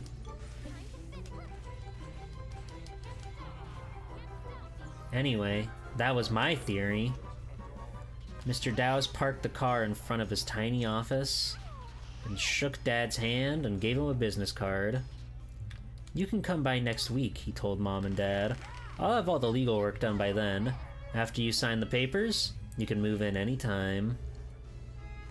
How wonderful. He pushed open the car door and gave us all a final smile. Prepared to climb out. "Compton Dowes," Mom said, reading the white business card over Dad's shoulder. "That's an unusual name. Is Compton an old family name?" Mr. Dowes shook his head. "No," he said. "I'm the only Compton in my family. I have no idea where the name comes from. No idea at all. Maybe my parents didn't know how to spell Charlie."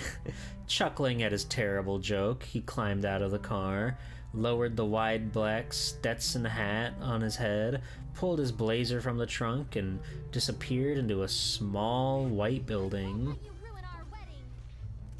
Dad climbed behind the wheel, moving the back seat to make room for his big stomach.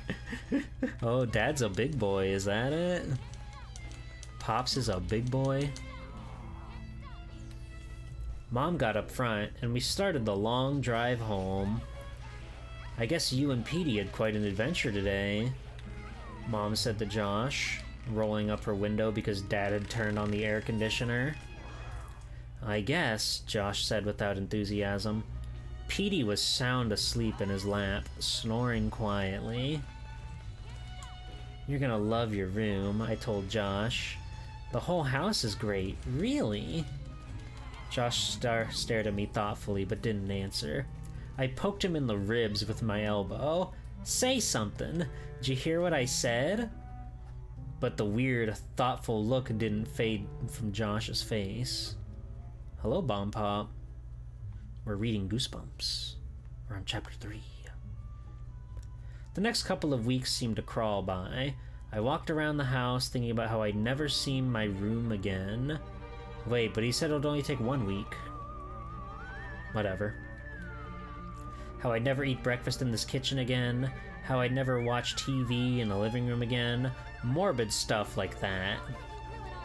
I had the sick feeling where my movers came one afternoon and delivered a tall stack of cartons. Time to pack up. It was really happening. Even though it was the middle of the afternoon, I went up to my room and flopped down onto my bed. I didn't nap or anything. I just stared at the ceiling for an hour, and all these wild, unconnected thoughts ran through my head, like a dream, only I was awake. I wasn't the only one who was nervous about the move. Level 38, let's go! Huge. Mom and Dad were snapping at each other over nothing at all. One morning they had a big fight over whether the bacon was too crispy or not. Damn. Dad's freaking pissed about the bacon, that's how you know this is serious. In a way, it was funny to see them being so childish. Josh was acting really sullen all the time. He hardly spoke a word to anyone. And Petey sulked too. That dumb dog wouldn't even pick himself up and come over to me when I had some table scraps for him. I guess the hardest part about moving was saying goodbye to my friends. Carol and Amy were away at camp, so I had to write to them.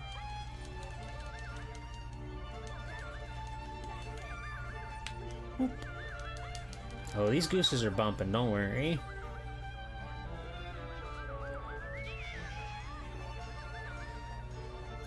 But Kathy was home. She was my oldest and best friend, and hardest to say goodbye to. I think some people were surprised that Kathy and I stayed such good friends. For one thing, we look so different. I'm tall and thin and dark, and she's fair-skinned with long blonde hair and a little chubby. What are you talking about? But we've been friends since preschool, and best friends since 4th grade. When she came over the night before the move, we were both terribly awkward. Kathy, you shouldn't be nervous, I told her. You're not the one who's moving away forever. It's not like you're moving to China or something, she answered, chewing hard on her bubblegum. Dark Falls is only 4 hours away, but... Amanda, we'll see each other a lot. Yeah, I guess, I said, but I didn't believe it. 4 hours away was as bad as being in China as far as I was concerned. I guess we can still talk on the phone, I said glumly. The glum gamer.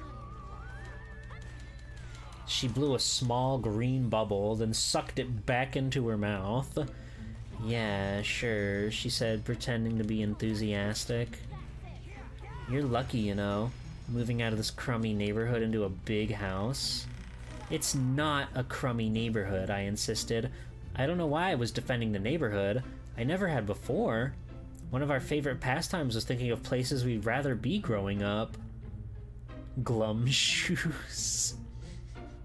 +2. School won't be the same without you, she sighed, curling her legs up under her on the chair. Who's going to slip me the answers in math? I laughed. I always slipped you the wrong answers. But it was the thought that counted, Kathy said, and then she groaned. Ugh. Junior high? Is your new junior high part of the high school or part of the elementary school? I made a disgusted face. Everything's in one building. It's a small town, remember? There's no separate high school. At least, I didn't think there was one. Bummer, she said. Bummer was right.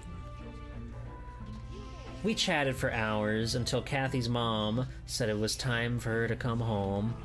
Then we hugged and I made up my mind that I wouldn't cry, but I could feel the big hot tears forming in the corner of my eyes, and then they were running down my cheeks. I'm so miserable, I wailed. I had planned to be really controlled and mature, but Kathy was my best friend after all, and what could I do? We made a promise that we'd always be together on our birthdays, no matter what. We'd force our parents to make sure that we didn't miss each other's birthdays. And then we hugged. Kathy said, "Don't worry. We'll see each other a lot, really." And she had tears in her eyes, too. She turned and ran to the door. The screen door slammed hard behind her. I stood there staring into the darkness until Petey came scampering in. Hi, Luigi. His toenails clinking across the linoleum and started to lick my hand. The next morning, moving day, was a rainy Saturday. Not a downpour, no thunder, no lightning, just enough rain and wind to make the long drive slow and unpleasant. The sky seemed to get darker as we neared the new neighborhood. The heavy trees bent low on the street. "Slow down, Jack," Mom warned shrilly. "The street is really slick." But Dad was in a hurry to get to the house before the moving van did. "They'll just put our stuff anywhere if we're not there to supervise," he explained. Josh, behind me in the back seat, was being a real pain. As usual, he kept complaining that he was thirsty, and when that didn't get results, he started whining that he was starving. But we... Thank you, Luigi. Really good part of the playlist. He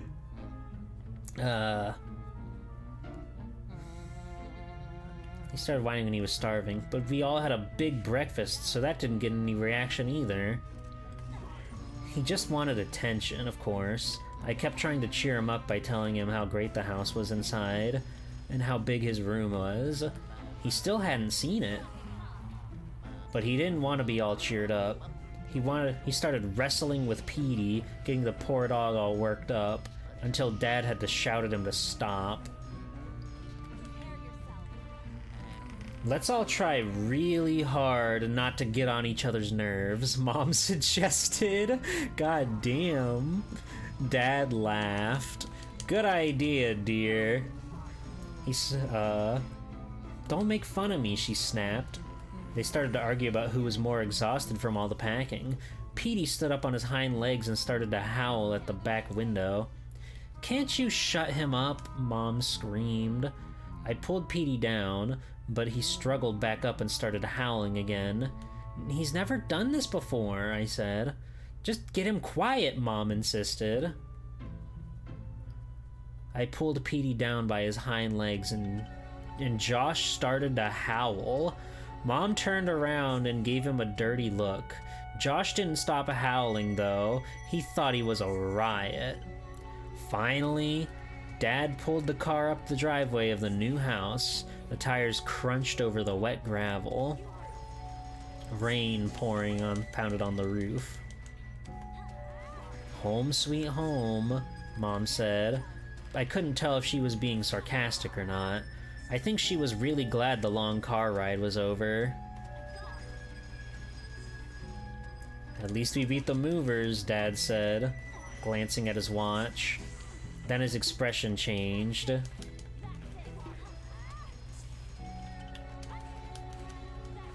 "Hope they're not lost." "It's as dark as night out there," Josh complained. Petey was jumping up and down in my lap, desperate to get out of the car. He was usually a good traveler, but once the car stopped, He wanted out immediately. I opened the car door, and he leaped down the driveway with a splash and started to run in a wild zigzag across the yard. At least someone's glad to be here, Josh said quietly. Dad ran up to the porch and, fumbling with the unfamiliar keys, managed to get the front door open. Then he motioned for us to come into the house. Mom and Josh ran across the walk, eager to get in and out of the rain. I closed the car door behind me and started to jog after them. But something caught my eye. I stopped and looked up to the twin bay windows above the porch. I held my hand out over the eyebrows to shield my eyes and squinted through the rain. Yes, I saw it. A face in the window on the left. The boy. The same boy was up there, staring down at me. Ooh, spooky! Hello, Zafiro! Welcome in. That's right, we're grinding and we're goosing. We're goosing and we're bumping through time and eternity.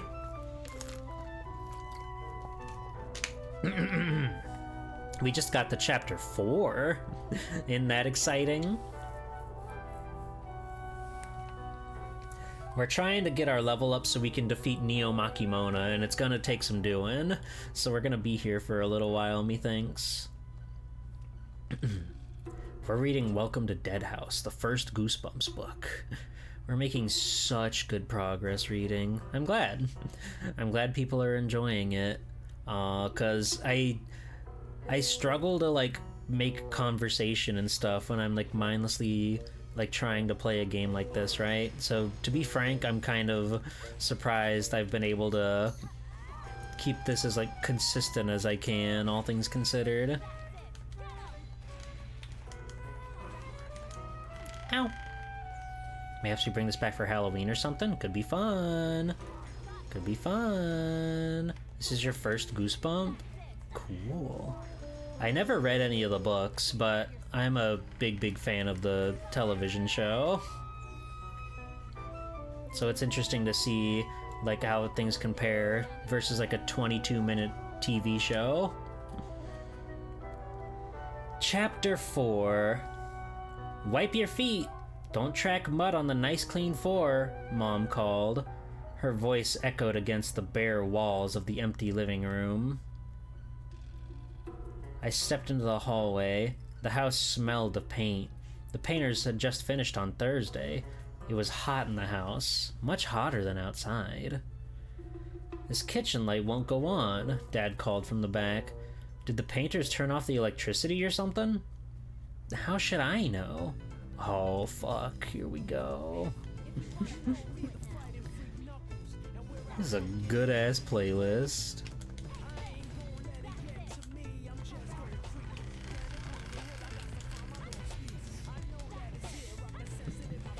Their voices sounded so loud in the big empty house.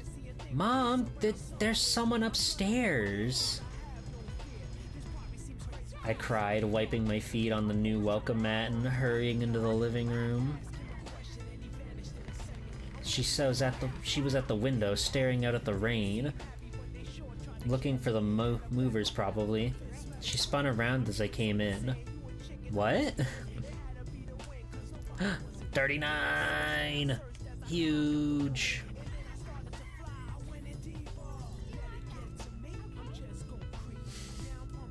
Alright, I need to look at my GFs real quick. Okay, we still got a lot of points that we need to make up before we get to that.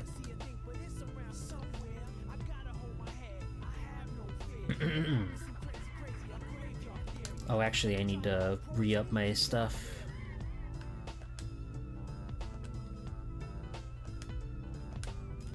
The Haunted Mask episode is legitimately great horror. I watch it every October. It's a ritual. It's a tradition. I love it very much. Haunted Mask is the best Goosebumps. Werewolf of Fever Swamp's pretty cool too. Let's see, where were we? There's a boy upstairs. I saw him in the window, I said, struggling to catch my breath. Josh entered the room from the back hallway. He'd probably been there with Dad.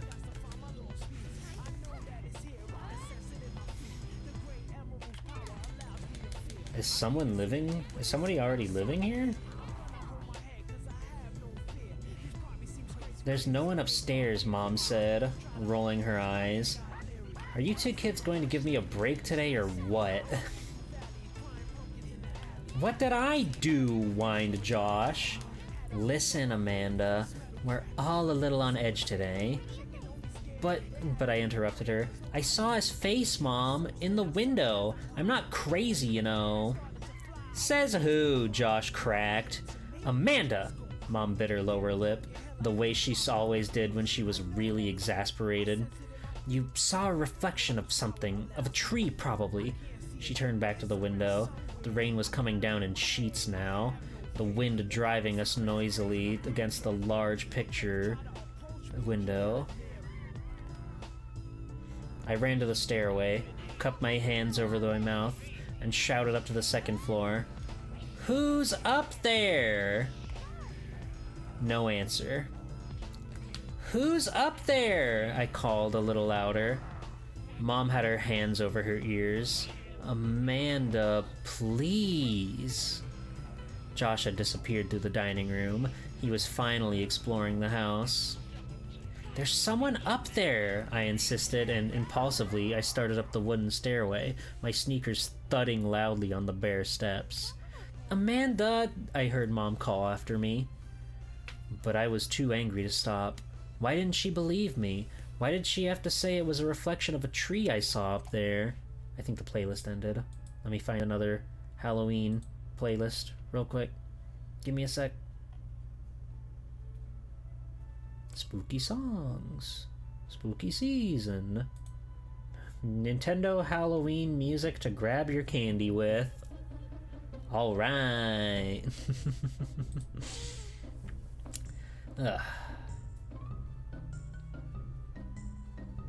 I was curious.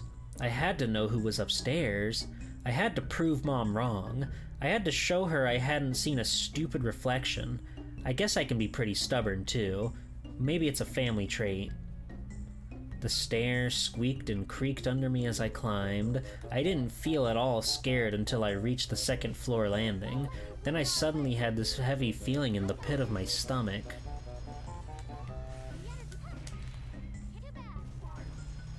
I stopped, breathing hard, leaning on the banister. Who could it be? A burglar? A bored neighborhood kid who had broken into an empty house for a thrill? Maybe I shouldn't be up here alone, I realized.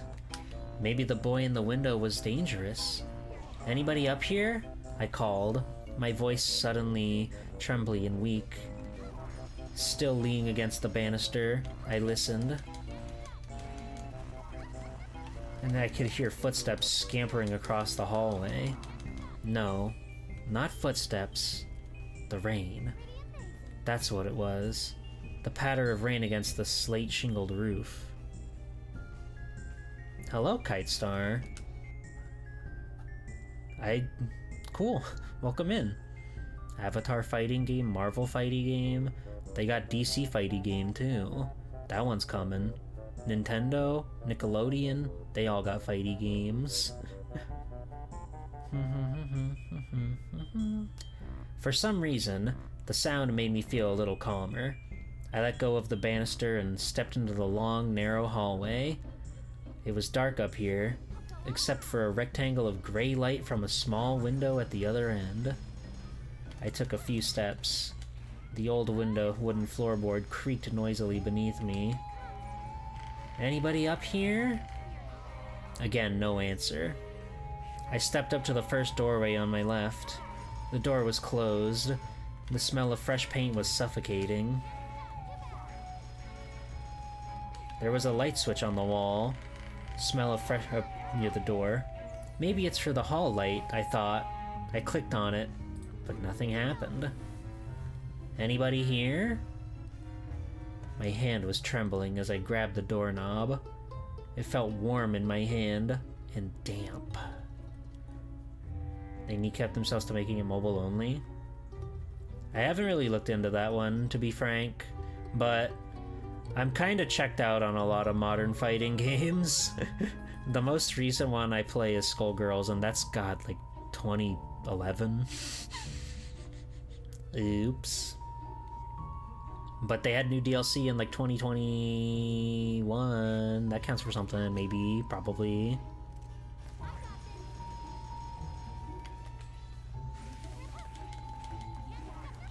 Ow, ow, ow, ow, ow, ow, ow, ow. I turned it and, taking a deep breath, pushed open the door.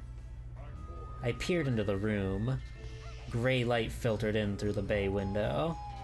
A flash of lightning made me jump back. The thunder was followed by a dull, distant roar. Slowly, carefully, I took a step into the room, then another. No sign of anyone. This was a guest bedroom, or it could be Josh's room if he decided he liked it. Another flash of lightning. The sky seemed to be darkening. It was pitch black out there, even though it was just after lunchtime. I think I'm out of... I've got one more of these. Got our EXP boost. Yeah, I'm having a lot of fun reading the kids' book to you all. Goosebumps is epic. I backed into the hall. The next room down was going to be mine. It also had a bay window that looked down in the front yard. Was the boy I was staring down at me in my room? I crept down the hall, letting my hand run along the wall for some reason, and stopped outside my door, which was also closed. Taking a deep breath, I knocked on the door. "Who's in there?" I called. I listened. Silence. Then a clap of thunder closer than the last. I froze as if I were paralyzed, holding my breath. It was so hot up here, hot and damp, and the smell of paint was making me go crazy. I grabbed the doorknob. Anybody in there? I started to turn the knob when the boy crept up from behind and grabbed my shoulder. Whoa, jump scare! They gotcha. They gotcha, chat room. Admit it, you're scared. You're shaking in your boots. Chapter 5. I couldn't breathe. I couldn't cry out. My heart seemed to stop. My chest felt as if it were about to explode. With a desperate, terrified effort, I spun around. "Josh!" I shrieked. "You scared me to death! I thought..." He let go of me and took a step back. "Gotcha!"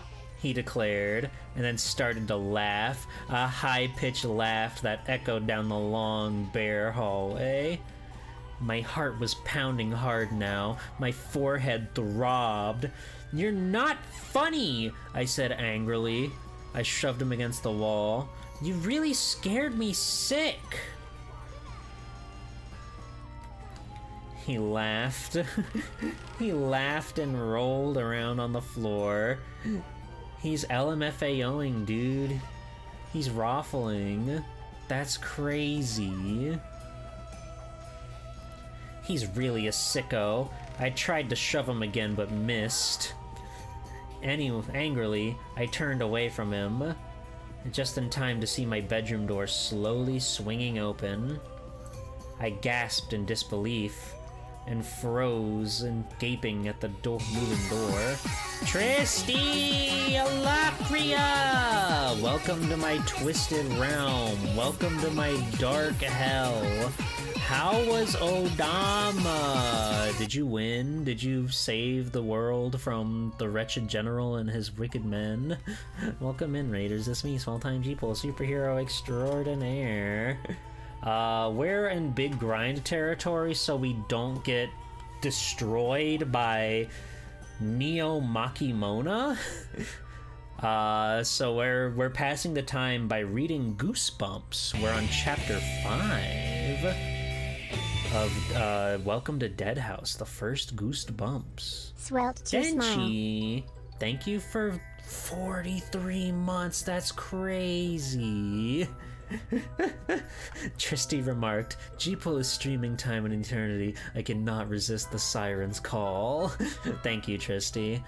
I think we're at the end of the game, question mark, but we got super walled at the end of last stream, so I've been spending time grinding today.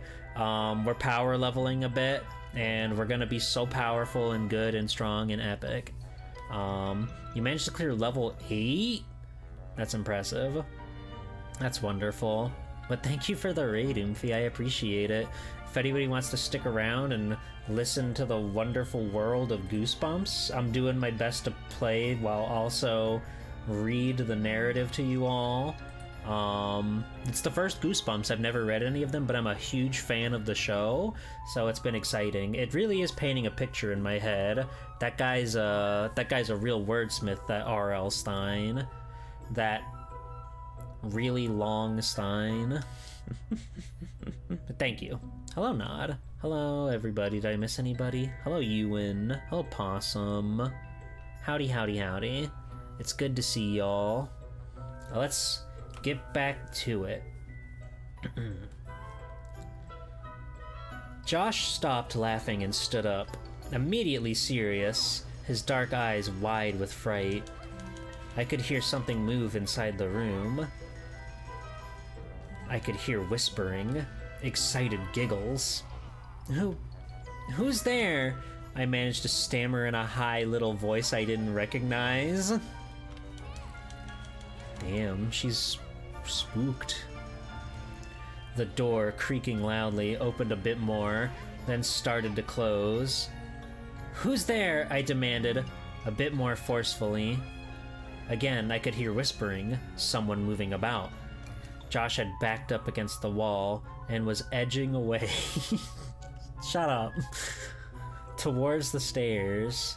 He had an expression on his face I'd never seen before. Sheer terror.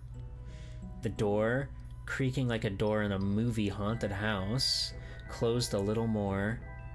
Josh was nearly to the staircase. He was staring at me, violently motioning with his hand for me to follow. But instead, I stepped forward, grabbed the doorknob, and pushed the door open. It didn't resist. I let go of the doorknob and stood blocking the doorway. Who's there? The room was empty. Thunder crashed. It took a few seconds to realize what was making the door move.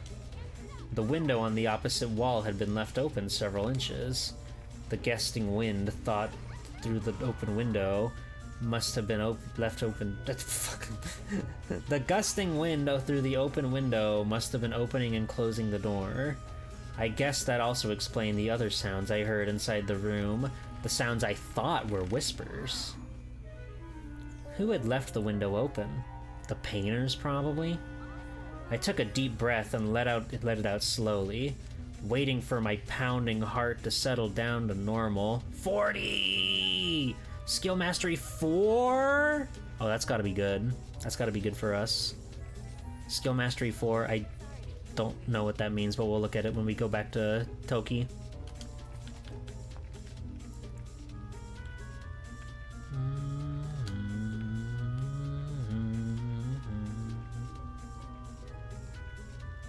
Feeling a little foolish, I walked quickly to the window and pushed it shut.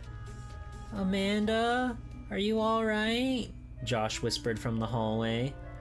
I started to answer him, but then I had a better idea.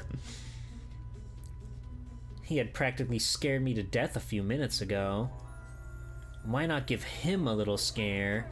He deserved it. So I didn't answer him. I could hear him take the few timid steps closer to my room. Amanda? Amanda? You okay?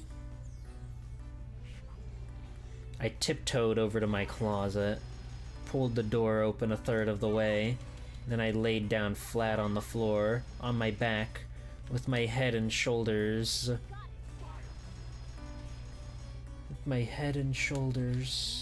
hidden behind inside the closet and wrested me out of the room. Amanda? Josh sounded very scared. Oh. I knew when he saw me sprawled on the floor like this, he'd totally freak out. Amanda, what's happening? He was in the doorway now. He'd see me any second, lying in the dark room, my head hidden from view, as lightning flashing impressively, and the thunder crackling outside the old window. I took a deep breath and held it to keep from giggling. Amanda, he whispered. And then he must have seen me, because he uttered a loud, huh? And I heard him gasp. And then he screamed at the top of his lungs. I heard him running down the hall to the stairway, shrieking, Mom! Dad! And I heard his sneakers thudding down the wooden stairs, with him screaming and calling all the way down. I snickered to myself. Then, before I could pull myself up, I felt a rough, warm tongue licking my face. Petey! He was licking my cheeks, licking my eyelids, licking me frantically, as if he were trying to revive me, or as if to let me know everything was okay. He's a good dog, that Petey. Oh, Petey, Petey, I cried, laughing and throwing my arms around the sweet dog. Stop, you're getting me all sticky. But he wouldn't stop. He kept on licking fiercely. The poor dog is nervous too, I thought. Come on, Petey, shape up. I told him, holding his panting face away with both my hands. There's nothing to be nervous about. This new place is going to be fun. You'll see. How much money do I have? I hate that my model blocks my cash. Only 1,000? Damn. I thought we were making significantly more cash out of this. That's not enough to buy those fancy items. I guess I should just crack that. Bookworm. And we'll run around and frolic and try to get extra money. That was chapter 5, by the way. It's awesome that they can have a chapter be like 2.5 pages. It's really sick.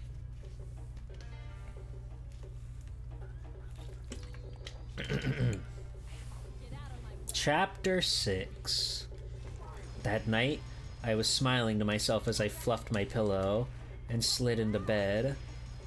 I was thinking about how terrified Josh had been that afternoon, how frightened he looked even after I came prancing down the stairs, perfectly okay. How angry he was that I'd fooled him. Of course, Mom and Dad didn't think it was very funny. They were both nervous and upset because the moving van had just arrived, an hour later. They forced Josh and me to call a truce. No more scaring each other. It's hard not to get scared in this creepy old place, Josh muttered, but we reluctantly agreed not to play any more jokes on each other if we could possibly help it. The men, complaining about the rain, started carrying in all of our furniture. Josh and I helped show them where we wanted stuff in our rooms. They dropped my dresser on the stairs, but it only got a small scratch. Well, that's good. That's good. The furniture looked strange and small in this big house. Josh and I tried to stay out of the way while Mom and Dad worked all day. Arranging things, emptying cartons, putting clothes away. Mom even managed to get the curtains hung in my room. What a day! Now, a little after 10 o'clock, trying to get to sleep for the first time in my new room, I turned onto my side, then onto my back. Even though this was my old bed, I couldn't get comfortable. Everything seemed so different, so wrong. The bed didn't face the same direction as in my old bedroom. The walls were bare. I hadn't had time to hang any of my posters. The room seemed so large and empty. The shadows seemed so much darker. My back started to itch, and then I suddenly felt itchy all over. But of course, wait, hold on. The bed is filled with bugs, I thought. But of course, that was ridiculous. It was my same old bed with clean sheets. I forced myself to settle back down and close my eyes. Sometimes when I can't get to sleep, I count silently by twos, picturing each number in my mind as I think it. It usually helps to clear my mind so that I can drift off to sleep. I tried it now, burying my face in my pillow, picturing the numbers rolling past. 4, 6, 8. I yawned loudly, still wide awake at 22. I was going to be awake forever, I thought. I'm never going to be able to sleep in this new room. But then I must have drifted off without realizing it. I don't know how long I slept. An hour or two at the most. It was a light, uncomfortable sleep. Then something woke me up. I sat straight up, startled. Despite the heat of the room, I felt cold all over. Looking down to the end of the bed, I saw that I had kicked off the sheet and light blanket. With a groan, I reached down for them, but then froze. I heard whispers. Someone was whispering across the room. "Who's there?" My voice was a whisper too, tiny and frightened. I grabbed my covers and pulled them up to my chin. I heard more whispers. The room came into focus as my eyes adjusted to the dim light. The curtains, the long, sheer curtains from my old room that my mother had hung that afternoon, were fluttering by the window. So, that explains the whispers. The billowing curtains cast moving shadows onto the foot of my bed. Yawning, I stretched and climbed out of bed. I felt chilled all over as I crept across the wooden floor to close the window. As I came near, the curtains stopped billowing and floated back into place. I pushed them aside and reached out to close the window. Oh! I uttered a soft cry when I realized that the window was closed. But how could the curtains flutter like that with the window closed? I stood for a while, staring out the grays of the night. There wasn't much of a draft. The window seemed pretty airtight. Had I imagined the curtains billowing? Were my eyes playing tricks on me? Yawning, I hurried back to the strange shadows, to my bed, and pulled up the covers as high as they would go. "Amanda, stop scaring yourself," I scolded. When I fell back to sleep a few minutes later, I had the ugliest, most terrifying dream. I dreamed they were all dead. Mom, Dad, Josh, and me. At first, I saw us sitting around the dinner table in the new dining room. The room was very bright. So bright, I couldn't see our faces very well. They were just a bright white blur. But then, slowly, everything came into focus, and I could see that beneath our hair, we had no faces. Our skin was gone, and only our gray-green skulls were left. Bits of flesh clung to my bony cheeks. There were only deep black sockets where my eyes had been. The four of us, all dead, sat eating in silence. Our dinner plates, I saw, were filled with small bones. A big platter in the center of the table was piled high with gray-green bones, human-looking bones. And then, in this dream, our disgusting meal was interrupted by a loud knocking at the door, an insistent pounding that grew louder and louder. It was Kathy, my friend from back home. I could see her at our front door, pounding on it with both fists.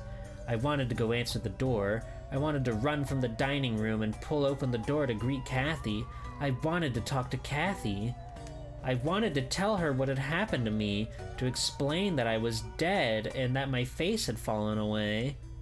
I wanted to see Kathy so badly. but I couldn't get up from the table. I tried and I tried, but couldn't get up. The pounding on the door grew louder and louder until it was deafening, but I just sat there with my gruesome family, picking up bones from my dinner plate and eating them. I woke up with a start, the horror of the dream still with me. I could still hear the pounding in my ears. I shook my head, trying to chase the dream away. It was morning. I could tell from the blue of the sky outside the window. Oh no. The curtains, they were billowing again, flapping noisily as they blew into the room. I sat up and stared. The window was still closed. Wow, wow, wow. I didn't know they would get so freaky, scary, gory with it. I didn't know he was allowed to talk about death and flesh and bones and gray-green bones and eating smaller bones with your bigger bones. What a scary world this Mr. R.L. Stine has put together.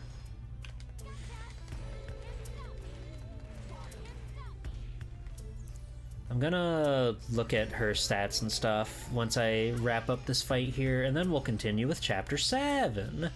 Because she did unlock some crazy, wacky shit.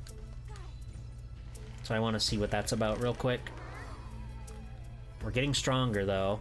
Our flares are doing more and more damage. I think I'm gonna go into the fight as Toa, but we'll see. Okay, so yeah, she got like, oh, when did we get slot expansion 5? We need a Hecaton Shear gift. Gotcha.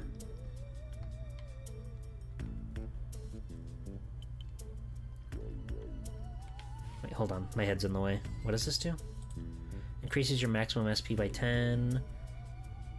Interesting.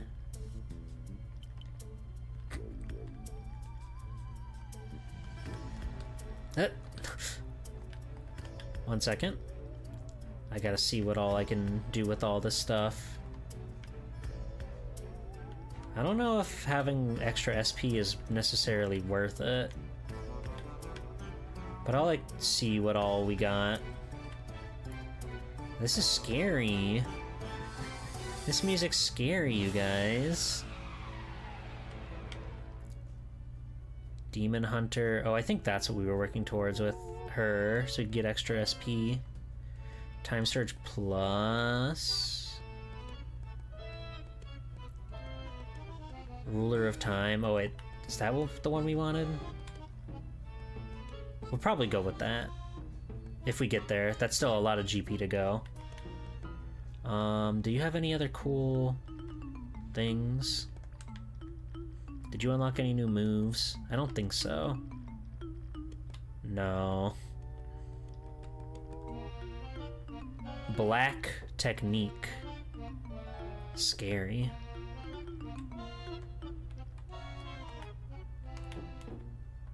Okay. Okay. Well, we looked that over.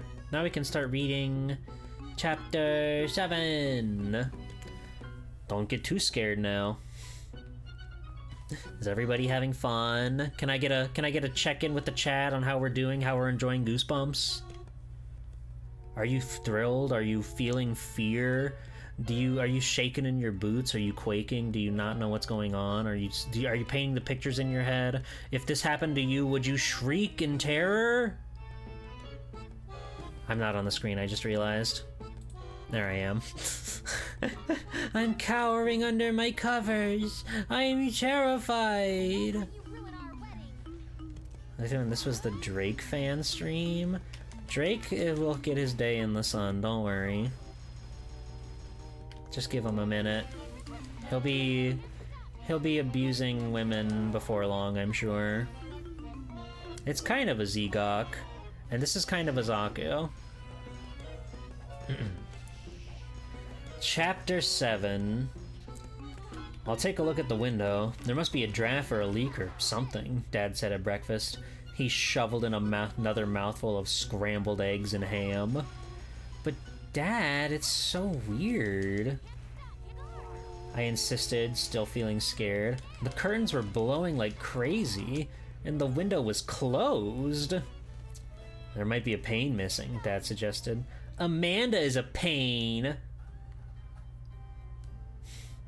Josh cracked, his idea of a really witty joke. Hold on, how much money do I have? Ooh.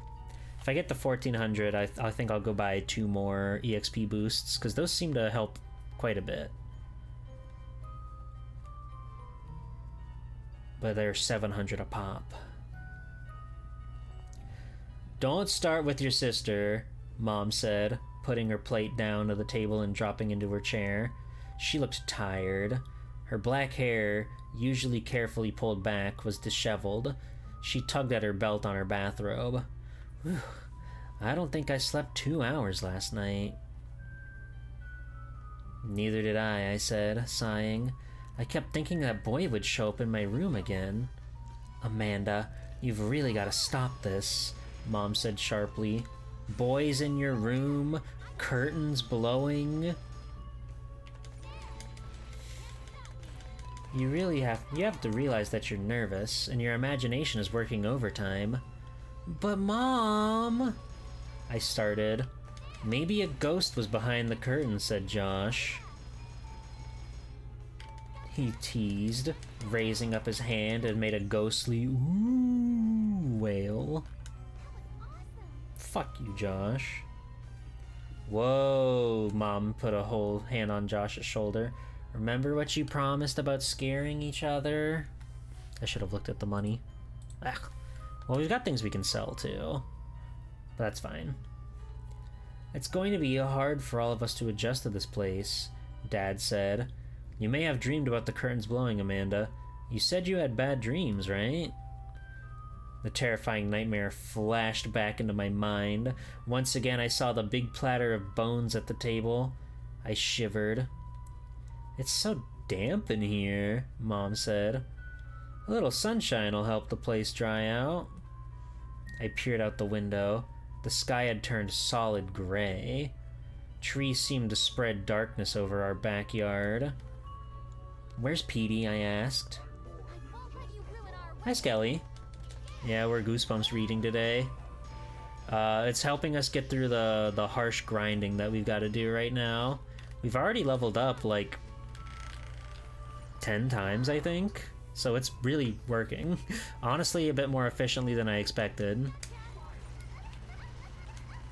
These guys do 0 damage to me, which is why we're here for this. I don't even need to be getting like funny with it. I can just like do this. I just don't like to see her in pain is all. Let's see. Out back, Mom replied, swallowing a mouthful of eggs. He got up early too. Couldn't sleep, I guess. So I let him out. What are we doing today? Josh asked. He always needed to know the plan for the day. Every detail, mainly so we could argue about it. I'm gonna go buy more items real quick. Sell some of that armor that is now outdated.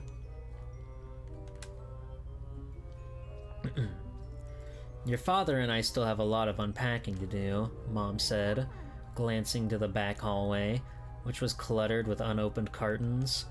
You two can explore the neighborhood, see what you can find out, see if there are any other kids your age. Okay, yeah, we don't need that anymore.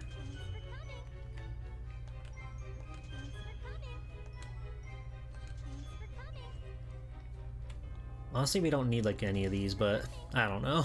I feel weird. Okay, so let's see. That's worth quite a bit. It's very nice they don't let you actually sell the stuff you're wearing, because that would be really harrowing for my pockets. I'm selling the Solomon ring. Okay, so how much money is that? 9,000. Okay.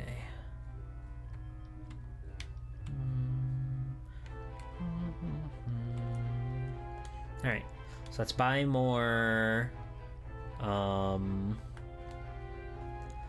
Let's buy more of these EXP boosters. goodness.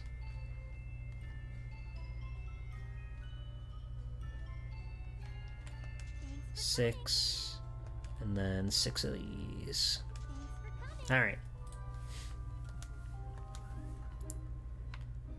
And surely by the time we burn through all of those, we'll be ready to challenge Makimona again. Hopefully. Hopefully.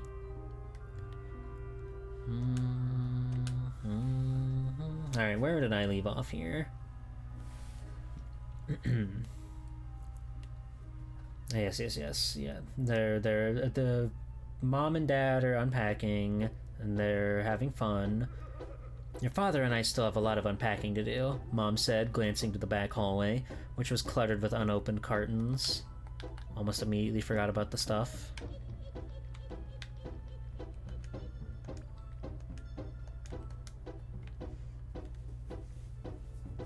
You two can explore the neighborhood, see what you can find out.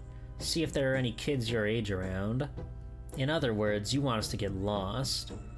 Mom and Dad both laughed. You're very smart, Amanda. Get the fuck out. But I wanted to help unpack and stuff, Josh whined. I knew he'd argue with the plan, just like always. Go get dressed and take a long walk, Dad said. Take Petey with you, okay? And take a leash for him. I left one out by the front stairs. What about our bikes? Why can't we ride our bikes? Josh asked. They're buried in with the back of the garage, Dad told him. You'll never be able to get back there. Besides, you have a flat tire. If I can't ride my bike, I'm not going out, Josh insisted, crossing his arms in front of his chest. Mom and Dad had to argue with him, then threaten him. Finally, he agreed to go out for a short walk. I finished my breakfast, thinking about Kathy and my other friends. Back home, I wondered what the kids were like in Dark Falls. I wondered if I'd be able to find a new friends, real friends. I volunteered to do the breakfast dishes since Mom and Dad had so much work to do. The warm water felt soothing on my hands as I sponged the dishes clean. I guess maybe I'm weird. I like doing dishes. This girl's so quirky. Behind me, from somewhere in the front of the house, I could hear Josh arguing with Dad. I could just barely make out the words over the trickle of the tap water. Your basketball is packed in one of these cartons, Dad was saying. Then Josh said something. Then Dad said, How should I know which one? Then Josh said something. Then Dad said, No, I don't have time to look now. Believe it or not, your basketball isn't at the top of my list. Get owned, Josh. I stacked the last dish onto the counter to drain, and looked for a dish towel to dry my hands. There was none in sight. I guess they hadn't unpacked yet. Wiping off my hands on the front of my robe, I headed for the stairs. I'll be dressed in 5 minutes, I called to Josh, who was still arguing with Dad in the living room. Then we can go out. I started at the front stairs, and then stopped. Above me on the landing stood a strange girl, about my age, with short black hair. She was smiling down at me. Not a warm smile, not a friendly smile, but the coldest, most frightening smile I had ever seen. Chapter 8. Ow, ow, ow, ow, ow, ow, ow, ow, ow.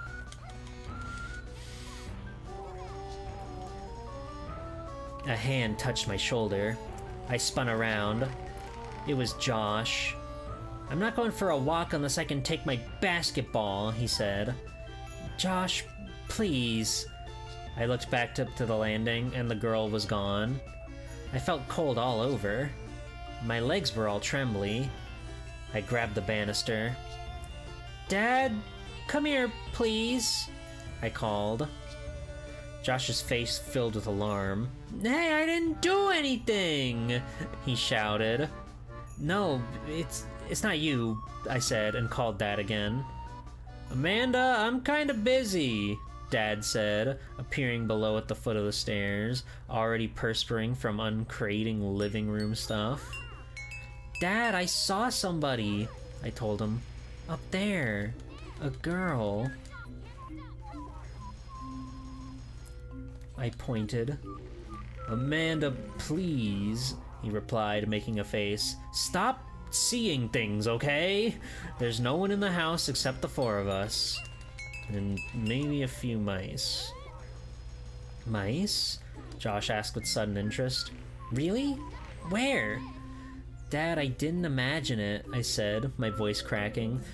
I was really hurt that he didn't believe me. Amanda, look up there, Dad said, gazing up at the landing. What do you see? I followed his gaze. There was a pile of my clothes on the landing. Mom must have just packed those. It's just clothes, Dad said impatiently. It's not a girl, it's clothes. He rolled his eyes. Sorry, I said quietly. I repeated it up the stair as I started up the stairs. Sorry. But I didn't feel sorry.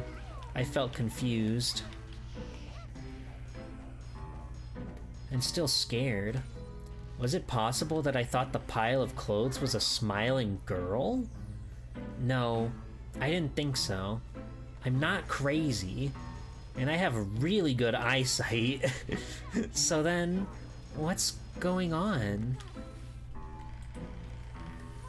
I opened the door to my room, turned on the ceiling light, and saw the curtains billowing in front of the bay window. Not again, I thought. I hurried over to them. This time the window was open. Who opened it? Mom, I guessed. Warm, wet air blew into the room. The sky was heavy and gray. It smelled like rain. Turning to my bed, I had another shock. Someone had laid out an outfit for me. A pair of faded jeans and a pale blue sleeveless t-shirt. Isn't that a tank top? Aren't the sleeves what make it a t-shirt? Whatever. They were spread out side by side at the foot of the bed. Who had put them there? Mom? I stood at the doorway and called her.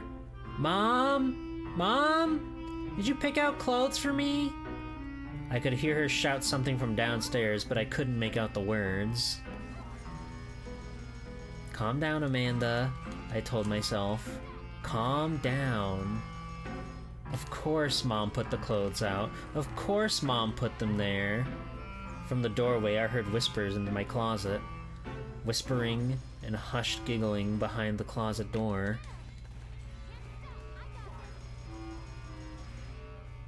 This was the last straw. What the heck is going on here? I yelled at the top of my lungs. I stormed over to the closet and pulled open the door. Frantically, I pushed clothes out of the way. No one was in there. Mice? I thought. Give me 1 second. I got a menu. Okay. Had I heard the mice that Dad was talking about? I've got to get out of here, I said aloud. The room, I realized, was driving me crazy. No, I was driving myself crazy. Imagining all these weird things. There was a logical explanation for everything. Everything. As I pulled up my jeans and fastened them, I said the word logical over and over in my mind. I said it so many times that it didn't sound like a real word anymore. Calm down, Amanda. Calm down. I took a deep breath and held it to 10. Boo! Josh, cut it out. You didn't scare me, I told him, sounding more cross than I had meant. Oi, oi, oi, oi, oi. Okay, you're just getting shot. I'm just shooting you. Let's get out of here, he said, staring at me from the doorway. This place gives me the creeps. Huh? You too? I exclaimed. What's your problem? He started to say something, then stopped. He suddenly looked embarrassed. Forget it, he muttered. No, tell me, I insisted. What were you going to say? I'm level 42, That's huge. He kicked at the floor molding. I had a really creepy dream last night, he finally admitted, looking past me to the fluttering curtains on the windows. Damn. We get such low little GP when we're not doing story missions. When you're not doing the story missions, they don't just hand out the GP. Messed up. A dream? I remembered my horrible dreams. Yeah, there were these two boys in my room, and they were mean. What did they do? I asked. I don't remember, Josh said, avoiding my eyes. I just remember they were scary. And what happened? I said, turning to the mirror to brush my hair. I woke up, he said, and then added impatiently, Come on, let's go! Did the boys say anything to you? I asked. No, I don't think so, he answered thoughtfully. They just laughed. Laughed? Well, giggled, sort of, Josh said. I don't want to talk about it anymore, he snapped. Are we going for this dumb walk or not? Okay, I'm ready, I said, putting down my brush, taking one last look in the mirror. Let's go on this dumb walk. I followed him down the hall. As we passed the stack of clothes on the landing, I thought about the girl I had seen standing there. And I thought about the boy in the window when we first arrived, and the two boys Josh had seen in his dream. I decided it proved that Josh and I were both really nervous about moving to this new place. Maybe Mom and Dad were right. We were letting our imaginations run away with us. It had to be our imaginations. I mean, what else could it be? Chapter 9. Hello, Ed. Welcome in. Happy Goosebumps Day to you and yours. A few seconds later, we stepped into the backyard to get Petey. He was glad to see us as ever, leaping on us with muddy paws, yapping excitedly, running in frantic circles through the leaves. It cheered me up just to see him. It was hot and muggy, even though the sky was gray. There was no wind at all. The heavy, old trees stood as still as statues. We headed down the gravel driveway toward the streets, our sneakers kicking at the dead brown leaves, Petey running in zigzags at our sides, first in front of us, then behind. At least Dad hadn't asked us to rake all these old leaves, Josh said. He will, I warned. I don't think he's unpacked the rake yet. Josh made a face. We stood at the curb, looking up at our house, the two second floor bay windows staring back at us like eyes. The house next door, I noticed for the first time, was about the same size as ours, except it was shingle instead of brick. The curtains in the living room were drawn shut. Some of the upstairs windows were shuttered. Tall trees cast the neighbor's house in darkness too. Which way? Josh asked, tossing a stick for Petey to chase. I pointed up the street. The school is that way, I said. Let's check it out. The road sloped uphill. Josh picked up a small tree branch from the side of the road and used it as a walking stick. Petey kept trying to chew on it while Josh walked. We didn't see anyone on the street or in any of the front yards we passed. No cars went by. I was beginning to think the whole town was deserted until the boy stepped out from below the low ledge. He popped out so suddenly, both Josh and I stopped in our tracks. Hi, he said shyly, giving us a little wave. Hi, Josh and I answered at the same time. Then, before we could pull him back, Petey ran up to the boy, sniffed his sneakers, and began snarling and barking. The boy stepped back and raised his hands as if he were protecting himself. He looked really frightened. Petey, stop! I cried. Josh grabbed the dog and picked him up, but he kept growling. He doesn't bite, I told the boy. He usually doesn't bark either. I'm sorry. That's okay, the boy said, staring at Petey, who was squirming to get out of Josh's arms. He probably smells something on me. Petey, stop, I shouted. The dog wouldn't stop squirming. You don't want the leash, do you, boy? No, please, not the leash. I'll be good, I promise. The boy had short, wavy blonde hair and very pale blue eyes. He had a funny, turned-up nose that seemed out of place on his serious-looking face. He was wearing a maroon, long-sleeved sweatshirt, despite the mugginess of the day, and black, straight-legged jeans. He had a blue baseball cap stuffed into the back pocket of his jeans. I'm Amanda Benson, I said, and this is my brother, Josh. Josh hesitantly put Petey back on the ground. The dog yiped once, stared at the boy, whimpered softly, then sat down on the street and began to scratch himself. I'm Ray Thurston, the boy said. Thirsting for some lemonade. You guys want to make some money? Sorry, that was nothing.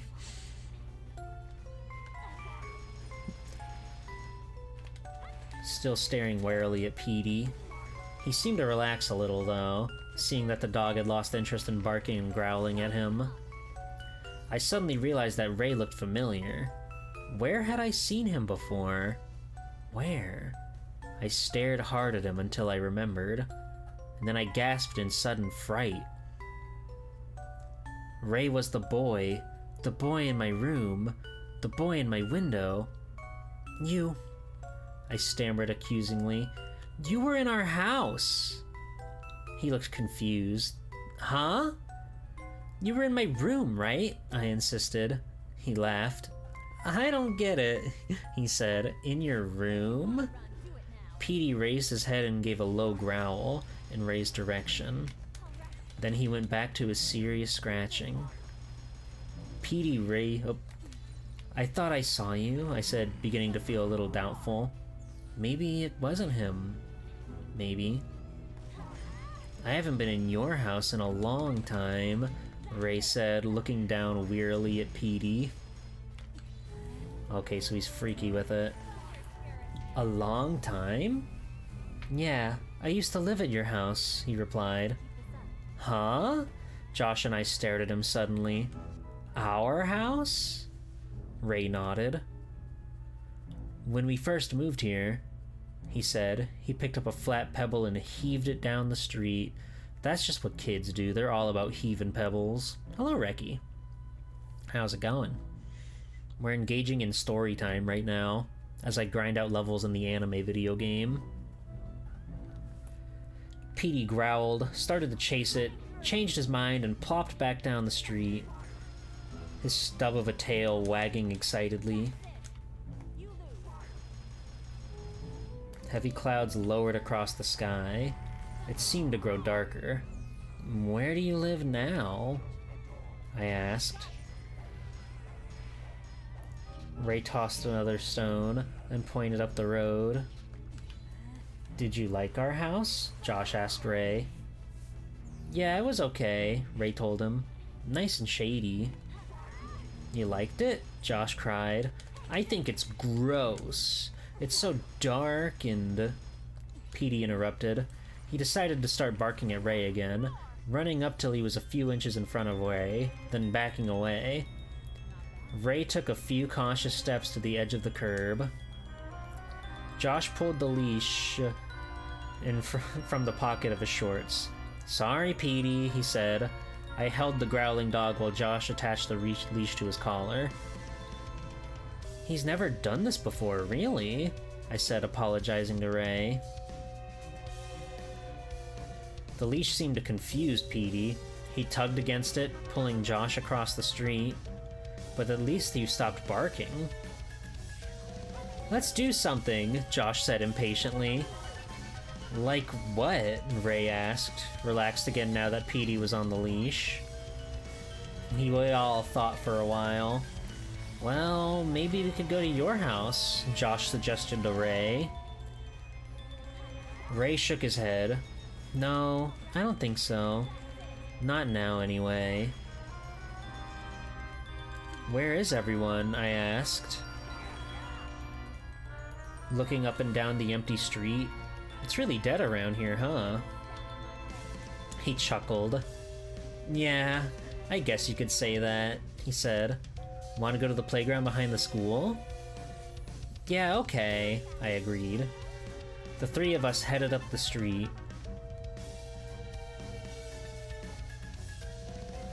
Ray leading the way, me walking a few feet behind him.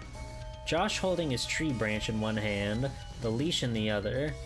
Petey running this way, then that, giving Josh a really hard time. We didn't see the gang of kids till we turned the corner. There were 10 or 12 of them, mostly boys, but a few girls too. They were laughing and shouting, shoving each other playfully as they came up towards us down the center of the street. Sorry, buddy, I gotta blow you up. Some of them I saw were about my age. The rest were teenagers. They were wearing jeans and dark t-shirts. One of the girls stood out because she had long, straight, black, blonde hair and was wearing green spandex tights. Hey, look! A tall boy with slicked back black hair cried, pointing at us.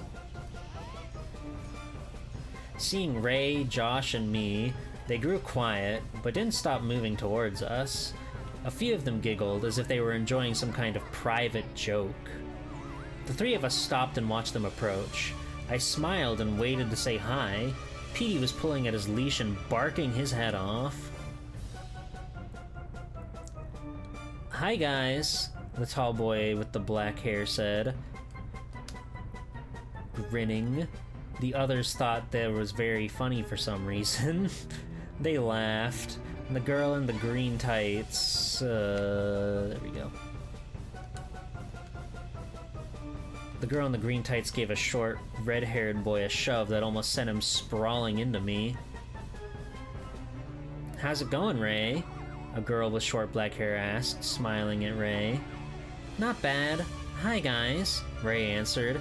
He turned to Josh and me. These are some of my friends. They're all from the neighborhood. Hi, I said, feeling awkward. I wished Petey would stop barking and pulling at his leash like that.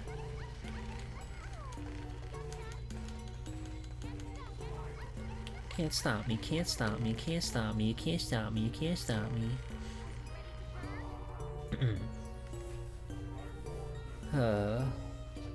Poor Josh was having a terrible time holding him onto him. This is George Carpenter, Ray said, pointing to the short red-haired boy, who nodded. And Jerry Franklin, Karen Somerset, Bill Gregory. He went around the circle, naming each kid. I tried to remember all the names. Of course it was impossible. How do you like Dark Falls? One of the girls asked me. I don't really know, I told her. It's my first day here, really. It seems nice. Some of the kids laughed at my answer for some reason. What kind of dog is that? George Carpenter asked Josh. Josh, holding tight to the leash handle, told him. George stared hard at Petey, studying him as if he had never seen a dog like Petey before. Karen Somerset, a tall, pretty girl with short blonde hair, came up to me while some of the other kids were admiring Petey. You know, I used to live in your house, she said softly. What? I wasn't sure I heard her correctly. Let's go to the playground, Ray said, interrupting. No one responded to Ray's suggestion. They grew quiet. Even Petey stopped barking. Had Karen really said that she used to live in our house? I wanted to ask her, but she had stepped back into the circle of kids. The circle. My mouth dropped open as I realized they had formed a circle around Josh and me. I felt a stab of fear. Was I imagining it? Ah, fuck you. Fuck you, man. get blown away. Was something going on? They all suddenly looked different to me. They were smiling, but their faces were tense, watchful as they expected trouble. 2 of them, I noticed, were carrying baseball bats. Oh shit. The girl with the green tights stared at me, looking me up and down, checking me out. No one said a word. The street was silent except for Petey, who was now whimpering softly. I suddenly felt very afraid. Why were they staring at us like that?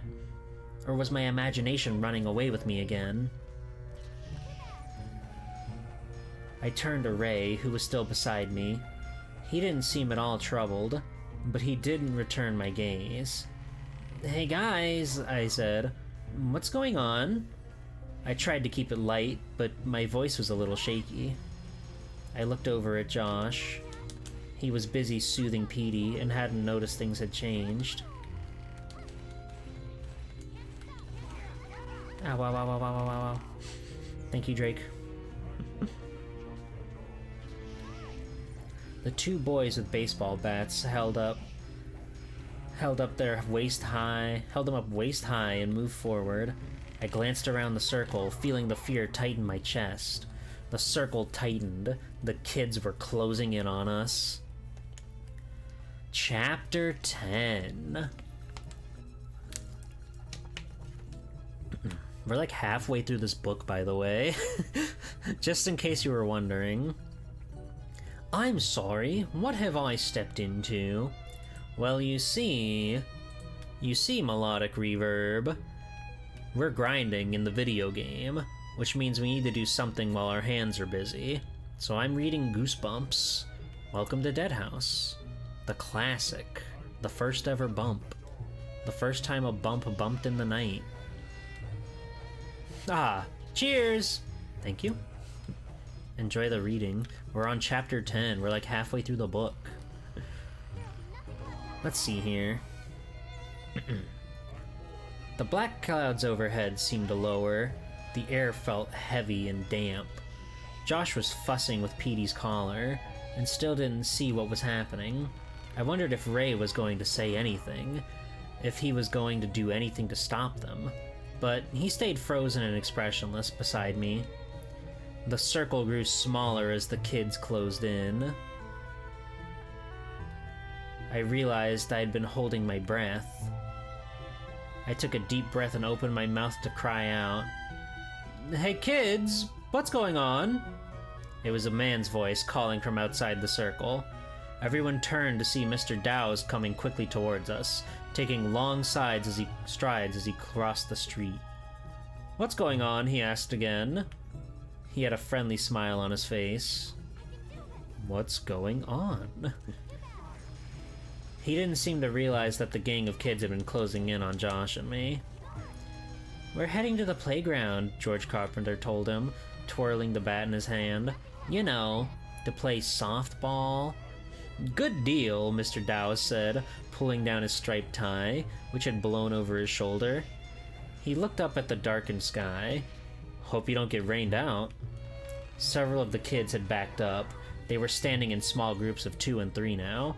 The circle had completely broken up. "Is that bat for softball or hardball?" Mr. Dow's asked George. "George doesn't know," another kid replied quickly. "He's never hit anything with it." The kids all laughed. George playfully menaced the kid, pretending to come at him with the bat. Oh, we're full of macaroons, that's tragic. The kids all laughed. Oh, Mr. Dow's gave a little wave and started to leave, but then he stopped, and his eyes opened wide for a minute. "Hey," he said, flashing a friendly smile. "Josh, Amanda, I didn't see you there." "Good morning," I muttered. I was feeling very confused. A moment ago, I felt terribly scared. Now everyone was laughing and kidding around. Had I imagined that the kids were moving in on us? Ray and Josh hadn't seemed to notice anything in particular. Was it just me and my overactive imagination? What would have happened if Mr. Dow's hadn't come along? How are you two getting along in the new house? Mr. Dow's asked, smoothing back his wavy blonde hair. Okay, Josh and I answered together. Looking up at Mr. Dow's, Petey began to bark and pull at the leash. Mr. Dow's put an exaggerated, hurt expression on his face. I'm crushed. Your dog still doesn't like me. He bent over Petey. Hey, dog, lighten up. Petey barked back angrily. He doesn't seem to like anybody today, I told Mr. Dow's apologetically. Mr. Dow's stood back up and shrugged. Can't win 'em all. He started back to his car, packed a few yards down the street. I'm heading over to your house, he told Josh and me. Just want to see if there's anything I can do to help your parents. Have fun, kids. I watched him climb into his car and drive away. He's a nice guy, Ray said. Yeah, I agreed. I was still feeling uncomfortable, wondering what the kids would do now that Mr. Dow's was gone. Would they form that frightening circle again? No. Everyone started walking, heading down the block to the playground behind the school. They were kidding each other and talking normally, and pretty much ignored Josh and me. I was starting to feel a little silly. It was obvious that they hadn't been trying to scare Josh and me. I must have made the whole thing up in my mind. I must have. At least, I told myself. I hadn't screamed or made a scene. At least I hadn't made a total fool of myself. The playground was completely empty. I guessed that most kids had stayed inside because of the threatening sky. The playground was a large, flat, grassy field, surrounded on all four sides by a tall metal fence. There were two swings and slides at the end nearing the school building. There were two baseball diamonds on the other end. Beyond the fence, I could see a row of tennis courts, also deserted. Josh tied Petey to the fence, then came running over to join the rest of us. The boy named Jerry Franklin made up the teams. Ray and I were on the same team.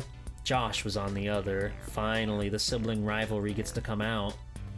As our team took the field, I felt excited and a little nervous. I'm not the best softball player in the world. I can hit the ball pretty well, but in the field, I'm a complete klutz. Luckily, Jerry sent me to the right field where not many balls are hit. The clouds began to part a little and the sky got lighter. We played 2 full innings. The other team was winning 8-2. I was having fun. I had only messed up on one play, and I hit a double my first time at bat. It was fun, being with a whole new group of kids. They seemed really nice. Especially the girl named Karen Somerset, who talked with me while we waited for our turn at bat. Karen had a great smile, even though she wore braces on all her teeth.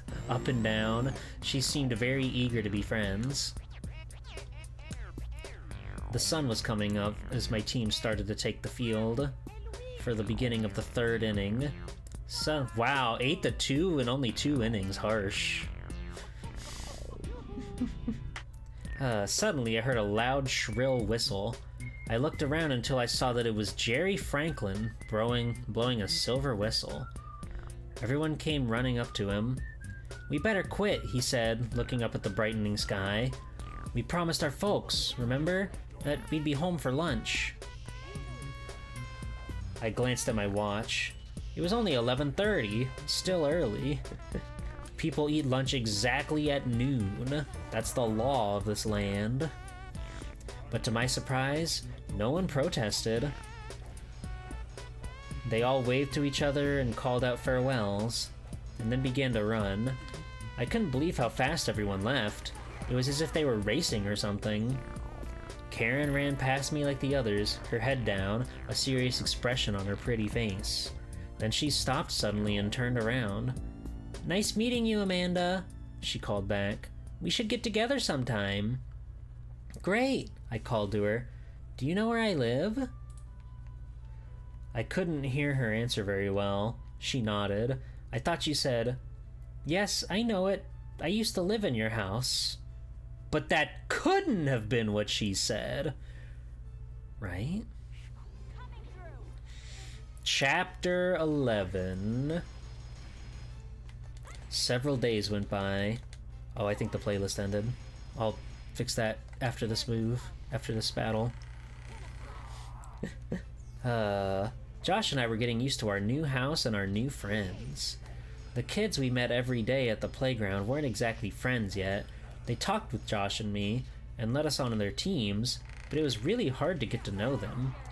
In my room, I kept hearing whispers late at night and soft giggling, but I forced myself to ignore it.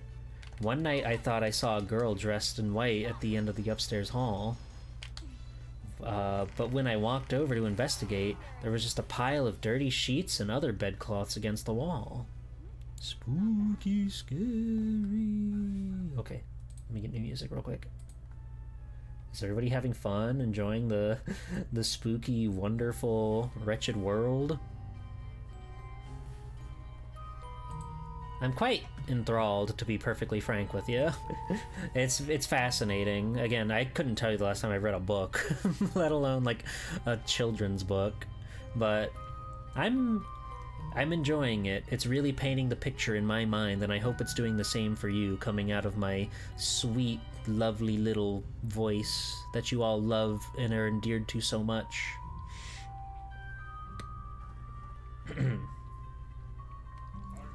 Josh and I were adjusting, but Petey was still acting really strange. We took him with us to the playground every day, but we had to leash him to the fence. Otherwise, he'd bark and snap at all the kids. He's still nervous being in a new place, I told Josh. He'll calm down. But Petey didn't calm down. About 2 weeks later, we were finishing up a softball game with Ray and Karen Somerset and Jerry Franklin and George Carpenter and a bunch of other kids when I looked over the fence to see that Petey was gone. I love that they have to fully name all of the kids. Really gotta make the most out of your word count. Somehow he had broken out of his leash and run away. We looked for hours, calling Petey, wandering from block to block, searching front yards and backyards, empty lots and woods. Then, after circling the neighborhood twice, Josh and I suddenly realized we had no idea where we were. Oh, this is the last of our items. And we're only on level 44.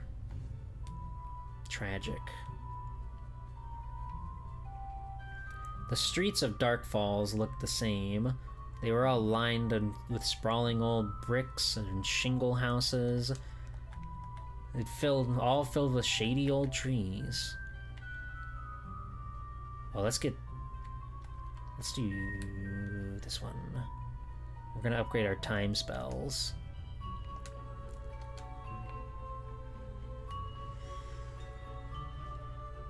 I don't believe it. We're lost, Josh said, leaning against the tree trunk, trying to catch his breath. That stupid dog, I muttered, my eyes searching up the street. Why did he do this? He's never run away before. I don't know how he got loose, Josh said, shaking his head, then wiping a sweaty forehead with the sleeve of his t-shirt. I tied him up really well. Hey, maybe he ran home, I said. The idea immediately cheered me up. Yeah. Josh stepped away from the tree and headed back over to me. I bet you're right, Amanda. He's probably been home for hours. Wow, we've been stupid. We should have checked home first. Let's go. Well, I said, looking around at the empty yards, we just have to figure out which way is home. I looked up and down the street, trying to figure out which way we'd turned when we left the school playground. I couldn't remember, so we just started walking. Luckily, as we reached the next corner, the school came into sight. We made a full circle. It was easy to find our way home from there.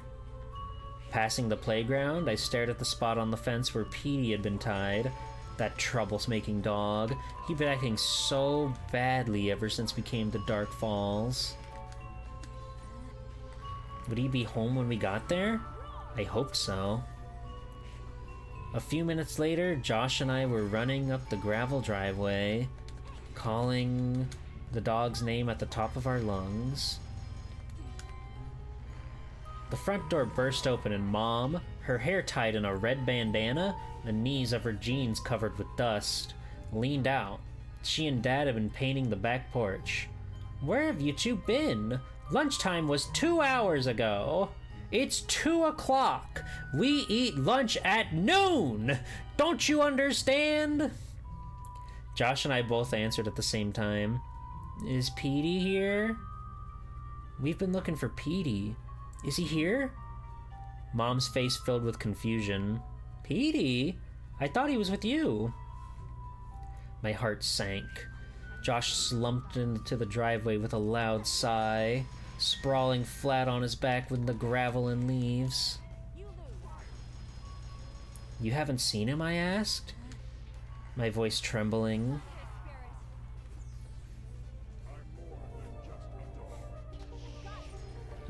My trembling voice showing my disappointment. "He was with us, but he ran away." "Oh, I'm sorry," Mom said, motioning for Josh to get up from the driveway. "He ran away? I thought you had been keeping him on a leash." "You've got to help us find him," Josh pleaded, not budging from the ground. "Get the car, we've got to find him right now." "I'm sure he hasn't gotten far," Mom said. "You must be starving. Come in and we'll have some lunch and we'll—" "No! Right now!" Josh screamed. "What's going on?" Dad, his face and hair covered with tiny flecks of white paint, joined Mom on the front porch. "Josh, what's all the yelling?" We explained to Dad what had happened. He said he was too busy to drive around looking for Petey. Mom said she'd do it, but only after we had some lunch. I pulled Josh up by both arms and dragged him into the house. We washed up and gulped down some peanut butter and jelly sandwiches. Then Mom took the car out of the garage, and we drove around the neighborhood searching for our lost pet. With no luck. No sign of him. Josh and I were miserable, heartbroken. Mom and Dad called the local police. Dad kept saying that Petey had a good sense of direction, that he'd show up any minute. But we didn't really believe it. Where was he? The four of us ate dinner in silence. It was the longest, most horrible evening of my life. "I tied him up real good," Josh repeated, close to tears, his dinner plate still full. "Dogs are great escape artists," Dad said. "Don't worry, he'll show up." "Some night for a party," Mom said glumly. Level 45, huge. Magica, what the fuck is that? Is that a summon? Timely plus, time wisdom, Magica Artemis. Awesome. Cool. I'd completely forgotten that they were going out. Some neighbors on the next block had invited them to a big potluck dinner party. "I sure don't feel like partying either," Dad said with a sigh. "I'm beat from painting all day, but I guess we have to be neighborly. Sure you kids will be okay here?" "Yeah, I guess," I said, thinking about Petey. I kept listening for his bark, listening for scratches at the door. But no, the hours dragged by. Petey still hadn't showed up by bedtime. Josh and I both slinked upstairs. I felt really tired, weary from all the worrying and the running around and searching for Petey, I guess. But I never knew I'd be able to get any sleep. I knew I'd never be able to get any sleep. I can read, I promise. In the hall outside my bedroom door, I heard whispering from inside my room and quiet footsteps. The usual sounds my room made. I wasn't at all scared of them or surprised by them anymore. Without hesitation, I stepped into my room and clicked on the light. The room was empty, as I knew it would be. The mysterious sounds disappeared. I glanced at the curtains, which lay straight and still. Then I saw the clothes strewn all over my bed. Several pairs of jeans, several t-shirts, a couple of sweatshirts, my only dress-up skirt. That's strange, I thought. Mom was such a neat freak. If she had washed these things, she surely would have hung them up or put them into the dresser drawer. Sighing wearily, I started to gather up the clothes and put them away. I figured Mom had simply had too much to do to be bothered. She had probably washed the stuff and left it here for me to put away. Or she had put it all down, planning to come back to it later, and put it away, and then got busy with other chores. Half an hour later, I was tucked into bed, wide awake, staring at the shadows on the ceiling. Sometime after that, I lost track of the time. I was still wide awake. Staring at the shadows on the ceiling. Oh, still thinking about Petey, thinking about the new kids I'd met, thinking about the new neighborhood, when I heard the bedroom door creak and swing open. Footsteps on the creaking floorboards. I sat up in the darkness as someone crept into my room. Amanda, shh, it's me. Alarmed, it took me a few seconds to recognize the hushed whispers. Josh, what do you want? What are you doing in here? I gasped as a blinding light forced me to cover my eyes. Oops, sorry, Josh said. My flashlight. I didn't mean to... Ow, that's bright, I said, blinking. He aimed the powerful beam of white light up at the ceiling. Yeah, it's a halogen flashlight. What the fuck does that mean? What is a halogen flashlight? Is that I don't think it's a brand because it's not capitalized.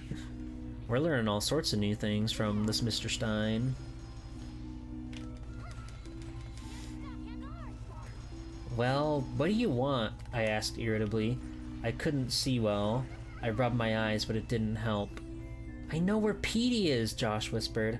I'm going to get him. Come with me? Huh? I looked at the little clock at my bed table. It's after midnight, Josh. So? It won't take long. Really? Oh, we're so close to ruler of time. Ooh.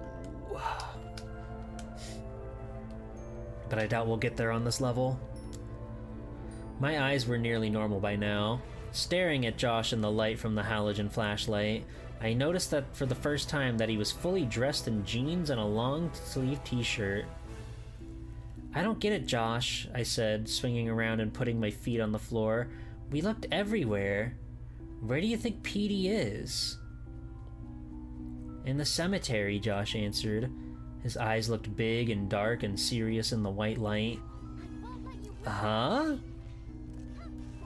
Is this the first time Josh has been fully dressed? I guess. I guess so. What a scary life for him. That's where he ran the first time, remember? When we first came to Dark Falls, he ran to that cemetery just past the school. Now wait a minute, I started. We drove past it this afternoon, but we didn't look inside. He's there, Amanda. I know he is. And I'm going to get him whether you come with me or not. Okay. Josh, calm down, I said, putting my hands on his narrow shoulders. I was surprised to discover that he was trembling. There's no reason for Petey to be in that cemetery. That's where he went the first time, Josh insisted. He was looking for something on that day, I could tell. I know he's there again, Amanda. He pulled away from me. Are you coming or not? My brother has to be the stubbornest, most headstrong person in the world. Josh, you're really going to walk into a strange cemetery so late at night? I asked. I'm not afraid, he said, shining the bright light around my room. For a brief second, I thought the light caught someone lurking behind the curtains. I opened my mouth to cry out, but there was no one there. "You coming or not?" he said repeatedly. I was going to say no, but then, glancing at the curtains, I thought, it's probably no more spooky out there than in that cemetery than it is here in my own bedroom. "Yeah, okay," I said grudgingly. "Get out of here and let me get dressed." "Okay," he whispered, turning off the flashlight, plunging us into blackness. "Meet me down at the end of the driveway." "Josh, one quick look at the cemetery, then we hurry home. Got it?" I told him. "Yeah, right. We'll be home before Mom and Dad get back from that party." "Wait, you said you got tucked in." "But Mom and Dad aren't home yet? It's after midnight and Mom and Dad aren't home yet?" That's crazy.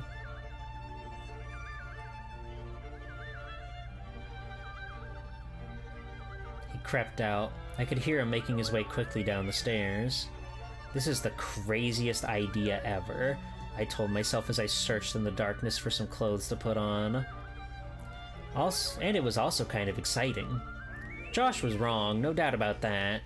Petey wouldn't be hanging around in that cemetery now. Why on earth should he? But at least it wasn't a long walk. And it was an adventure. Something to write about to Kathy back home. And if Josh happened to be right, and we did manage to find poor, lost Petey, well, that'd be great too. That'd be great too. Petey's visiting our graves. Happy Halloween! Ooh. A few minutes later, dressed in jeans and a sweatshirt, I crept out of the house and joined Josh at the bottom of the driveway. The night was still warm. A heavy blanket of clouds covered the moon. I realized for the first time that there were no streetlights on our block. Josh had the halogen flashlight on, aimed down at our feet. "You ready?" he asked. Dumb question. Would I be standing there if I weren't ready? We crunched over dead leaves as we headed up the block toward the school. From there, it was just 2 blocks to the cemetery. "I'm sure," he said, his eyes following the circle of light from the flashlight as it bumped over the ground. "I really think Petey's there." We walked into the street, keeping close to the curb. We had gone nearly 2 blocks. The school was just coming into sight when the next block when we heard the scraping steps behind us on the pavement. Josh and I both stopped. He lowered the light. We both heard the sounds. I wasn't imagining them. Someone was following us. Chapter 12. Ooh. Josh was so startled. The flashlight tumbled from his hand and clattered onto the street. The light flickered but didn't go out. By the time Josh managed to pick it up, our pursuer had caught up to us. I spun around to face him, my heart pounding in my chest. "Ray? What are you doing here?" Josh aimed the light at Ray's face, but Ray shot his arms up in to shield his face and ducked back into the darkness. "What are you two doing here?" he cried, sounding almost as startled as us. You scared us," Josh said angrily, aiming his flashlight back down at our feet. "Sorry," Ray said. "I would have called out, but I wasn't sure it was you." GF check. Josh had this crazy idea about where Petey might be. I told him, still struggling to catch my breath. "That's why we're out here."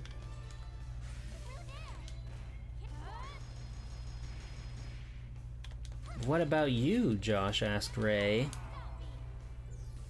"Well, sometimes I have trouble sleeping," Ray said softly. "Don't your parents mind you being out so late?" I asked. In the glow of the flashlight, I could see a wicked smile cross his face. "They don't know." "Are we going to the cemetery or not?" Josh asked impatiently. Without waiting for an answer, he started jogging up the road, the light bobbing on the pavement in front of him. I turned and followed, wanting to stay close to the light. "Where are you going?" Ray called, hurrying to catch up. "The cemetery," I called back. "No," Ray said. "You're not." His voice was so low, so threatening, that I stopped. "What?" "You're not going there," Ray repeated. I couldn't see his face. It was hidden in darkness, but his words sounded menacing. "Hurry!" Josh called back to us. He hadn't slowed down. He didn't even seem to notice the threat in Ray's words. "Stop, Josh!" Ray called. It sounded more like an order than a request. "You can't go there!" "Why not?" I demanded, suddenly afraid. Was Ray threatening Josh and me? Did he know something we didn't? Or was I making a big deal out of nothing once again? I stared into the darkness, trying to see his face. "You'd be nuts to go there at night," he declared. I began to think I had misjudged him. He was afraid to go there. That's why he was stopping us. "Are you coming or not?" Josh demanded, getting farther and farther ahead of us. "I don't think we should," Ray warned. Yes, he's afraid, I decided. I only imagined that he was threatening us. "You don't have to, but we do," Josh insisted, picking up his speed. "No, really," Ray said. "This is a bad idea." But now he and I were running side by side to catch up with Josh. "Petey's there," Josh said. "I know he is." We passed the dark, silent school. It seemed much bigger at night. Josh's light flashed through the low tree branches as we turned the corner onto Cemetery Drive. "Wait, please," Ray pleaded. But Josh didn't slow down. Neither did I. I was eager to get there and get it over with. I wiped my forehead with my sleeve. The air was hot and still. I wished I hadn't worn long sleeves. I felt my hair. It was dripping wet. The clouds still covered the moon as we reached the cemetery. We stepped through a gate in the low walls. In the darkness, I could see the crooked rows of gravestones. Josh's light traveled from stone to stone, jumping up and down as he walked. "Petey! Petey!" he suddenly called, interrupting the silence. "Is disturbing the sleep of the dead," I thought, feeling a sudden chill of fear. "Don't be silly, Amanda." "Petey!" I called out too, forcing away my morbid thoughts. Her morbid thoughts.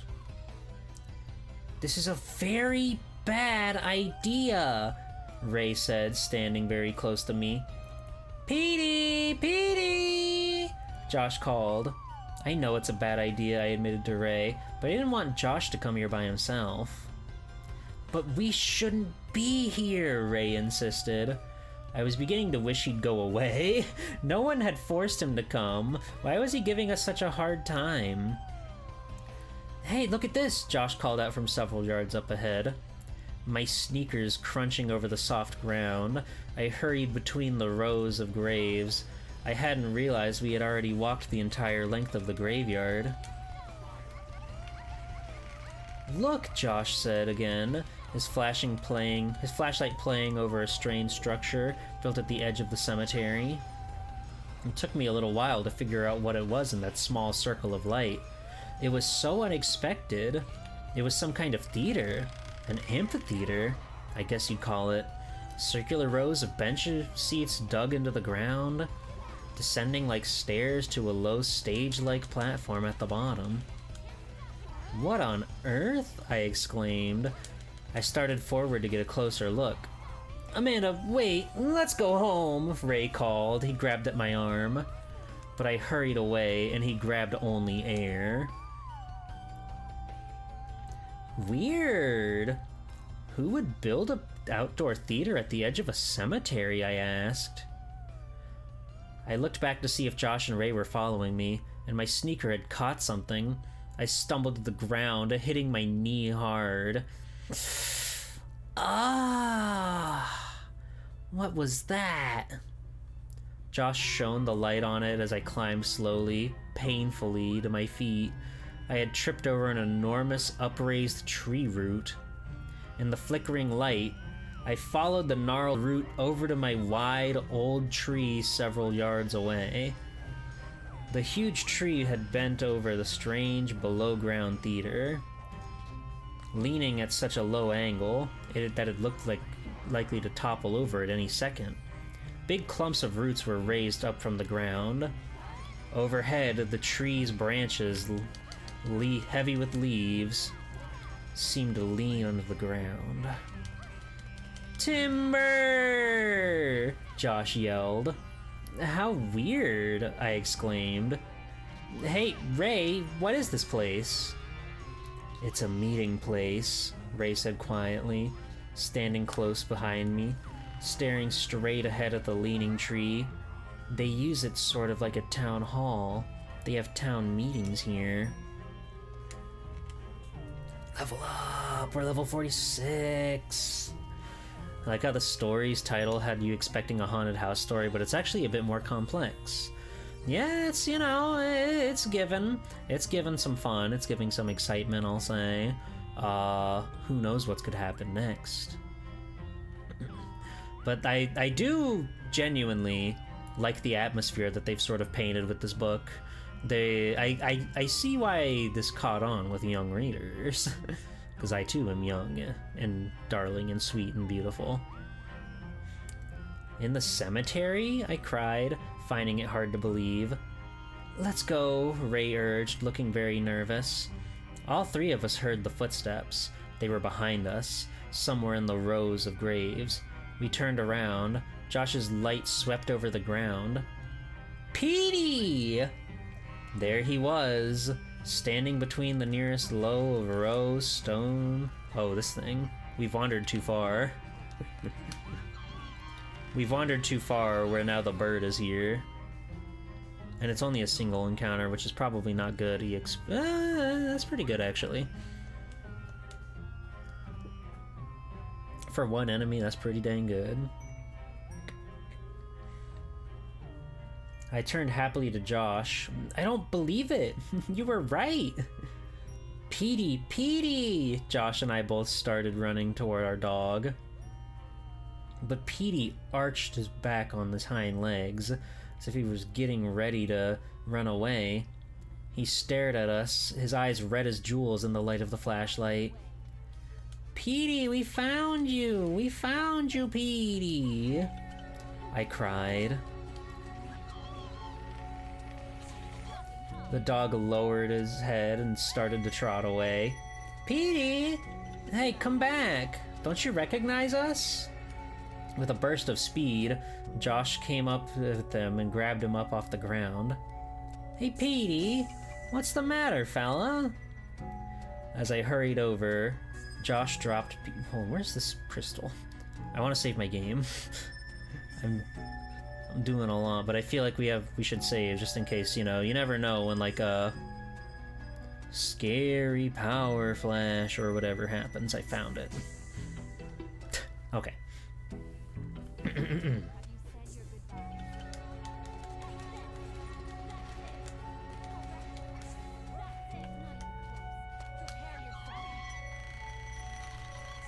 Where were we?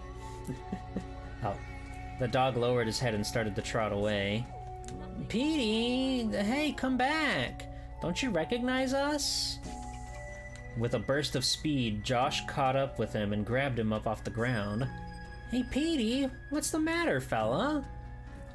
As I hurried over, Josh dropped Petey back to the ground and stepped back. "Ugh, he stinks!" "What?" I cried. "Petey, he stinks! He smells like a dead rat!" Josh held his nose. Petey started to walk slowly away. "Josh, he isn't glad to see us," I wailed. "He doesn't even seem to recognize us. Look at him!" It was true. Petey walked to the next row of gravestones, then turned and glared at us. I suddenly felt sick.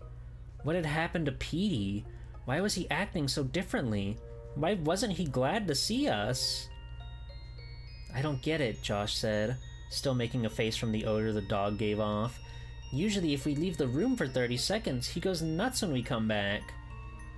We better go, Ray called. He was still at the edge of the cemetery, near the leaning tree. Petey, what's wrong with you?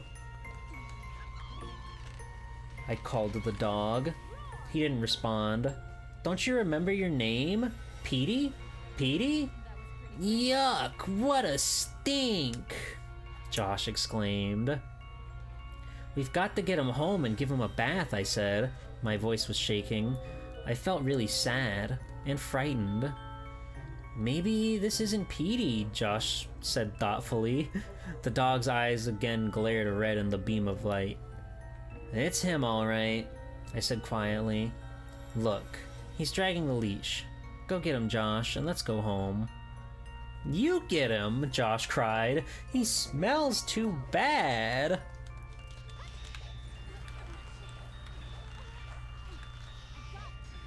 This is a new guy. This is a level 14 baby. We do not need to be fucking with this level 14 baby. Unless there are 4 of them. Maybe it's big XP. Just grab the leash. You don't have to pick him up, I said. No, you! Josh was being stubborn again. I could see that I had no choice. Okay. I'll get him. But I need the light. I grabbed the flashlight from Josh's hand and started to run towards Petey. Sit, Petey, I ordered. It was the only command Petey ever obeyed. But he didn't obey it this time. Instead, he turned and trotted away, holding his head down low. Petey, stop! Petey, come on! I yelled, exasperated. Don't make me chase you! Don't let him get away, Josh yelled, running up behind me. I moved the flashlight from side to side along the ground. Where is he?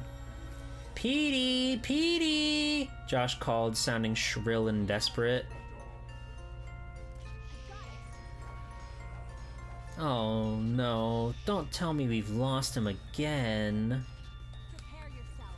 I said. We both started to call him. What's wrong with that mutt? I cried. Hey, not cool. You don't need to use words like that. That's Petey we're talking about. I moved the beam of light down on one long row of gravestones, then moving quickly down to the next. No sign of him.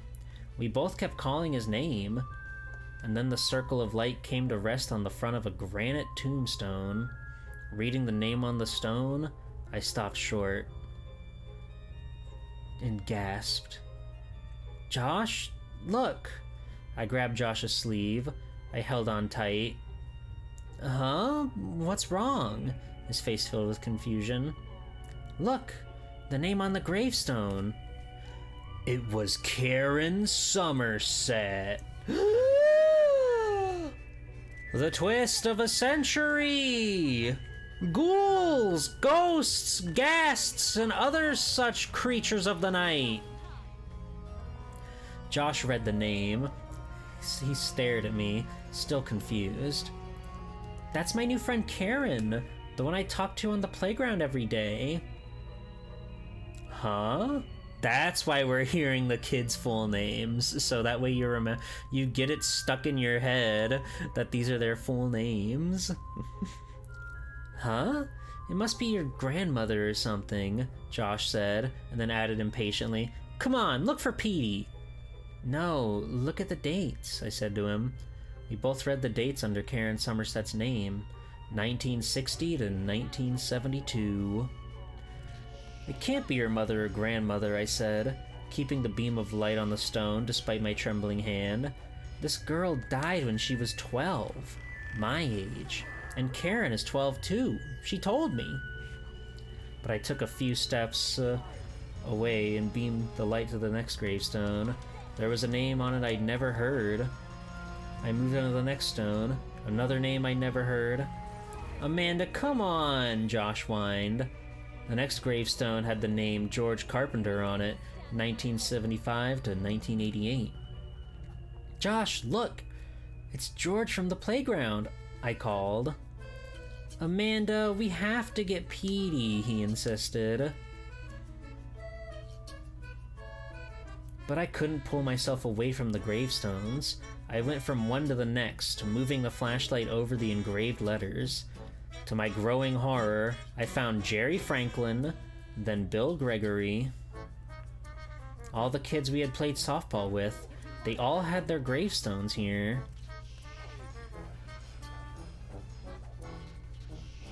My heart thudding. I moved down to the crooked row, my sneakers sinking into the soft grass. I felt numb with fear. I struggled to hold the light steady as I beamed it onto the last stone in the row. Ray Thurston, 1977 to 1988. Huh? I could hear Josh calling me, but I couldn't make out what he was saying. The rest of the world seemed to fall apart. I read the deeply etched inscription again. Ray Thurston, 1977 to 1988.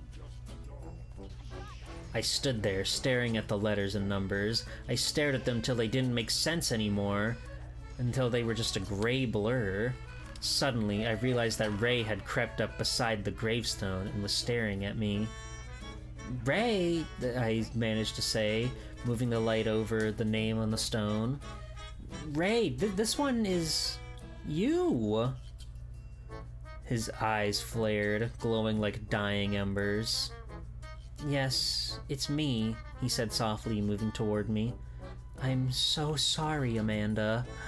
Oh, the gripping narrative. It's so scary, you guys. You better hold on to your socks, because they're gonna go flying off in all directions if you're not careful.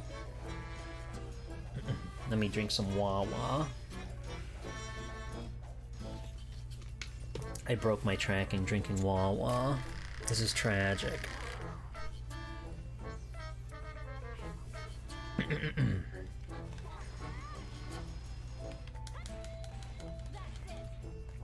Can you believe it? Chapter 13, at long last. My socks were shredded by my talons. Hi, Greedra. Welcome in. You got here for story time. It's good to see ya. I took a step back, my sneakers sinking into the soft ground. The air was heavy and still. No one made a sound. Nothing moved. Dead. I'm surrounded by death, I thought. Then, frozen to the spot, unable to breathe, the darkness swirling around me, the gravestones spinning in their own black shadows, I thought, what is he going to do with me? Ray, I managed to call out. My voice sounded faint and far away. Ray, are you really dead? I'm sorry. You weren't supposed to find out yet. He said, his voice floating low and heavy on the stifling night air. But how? I mean, I don't understand. I looked past him to the darting white light of the flashlight. Josh was several rows away, almost to the street, still searching for Petey. Petey! I whispered, dread choking my throat, my stomach tightened in horror. Dogs always know. Dogs always recognize the living dead. That's why they have to go first. They always know. You mean Petey's dead? I choked out the words. Ray nodded. They kill the dogs first. What the fuck? What the fuck? They killed Petey? What the hell? You can't put dead dog in Goosebumps #1? That's crazy. No, I screamed and took another step back. nearly losing my balance as I bumped into the low marble gravestone. I jumped away from it. "You weren't supposed to see this," Ray said, his narrow eyes expressionless except for his dark eyes, or his narrow face expressionless except for his dark eyes, which reveals real sadness. "You weren't supposed to know. Not for another few weeks, anyway. I'm the Watcher. I was supposed to watch, to make sure you didn't see it until it was time." He took a step toward me, his eyes lighting up red, burning into mine. "Were you watching me from the window?" I cried. "Was that you in my room?" Again, he nodded yes. "I used to live in your house," he said, taking another step closer, forcing me back against the cold marble stone. "I'm the Watcher." I forced myself to look away, to stop staring into his glowing eyes. I wanted to scream to Josh to run up and get help, but he was too far away, and I was frozen there, frozen with fear. "We need fresh blood," Ray said. "What?" I cried. "What are you saying?" "The town, it can't survive without fresh blood. None of us can. You'll understand soon, Amanda. You'll understand why we had to invite you into the house. Welcome to the Dead House." Ba ba ba ba ba ba ba. In the darting, zigzagging beam of light, I could see Josh moving closer, heading our way. "Run, Josh," I thought. "Run away, fast. Get someone, get anyone." I could think the words. Why couldn't I scream them? Ray's eyes glowed brighter. He was standing right in front of me now, his features set, hard and cold.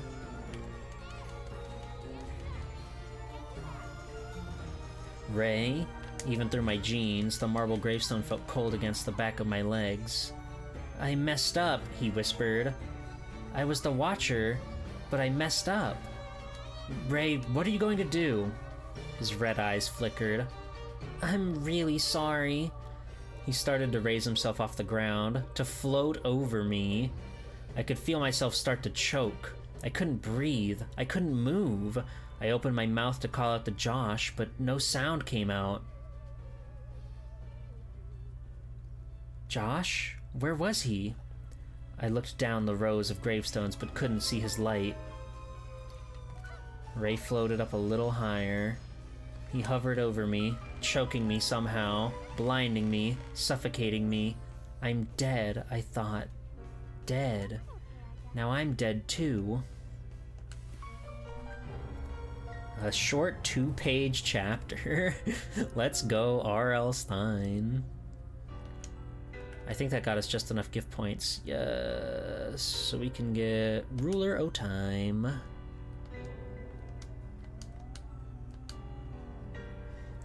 Chapter 14. And then, suddenly, light broke through the darkness. The light shone in Ray's face, the bright white halogen light. "What's going on?" Josh asked in a high-pitched, nervous voice. "Amanda, what's happening?" Ray cried out and dropped back to the ground.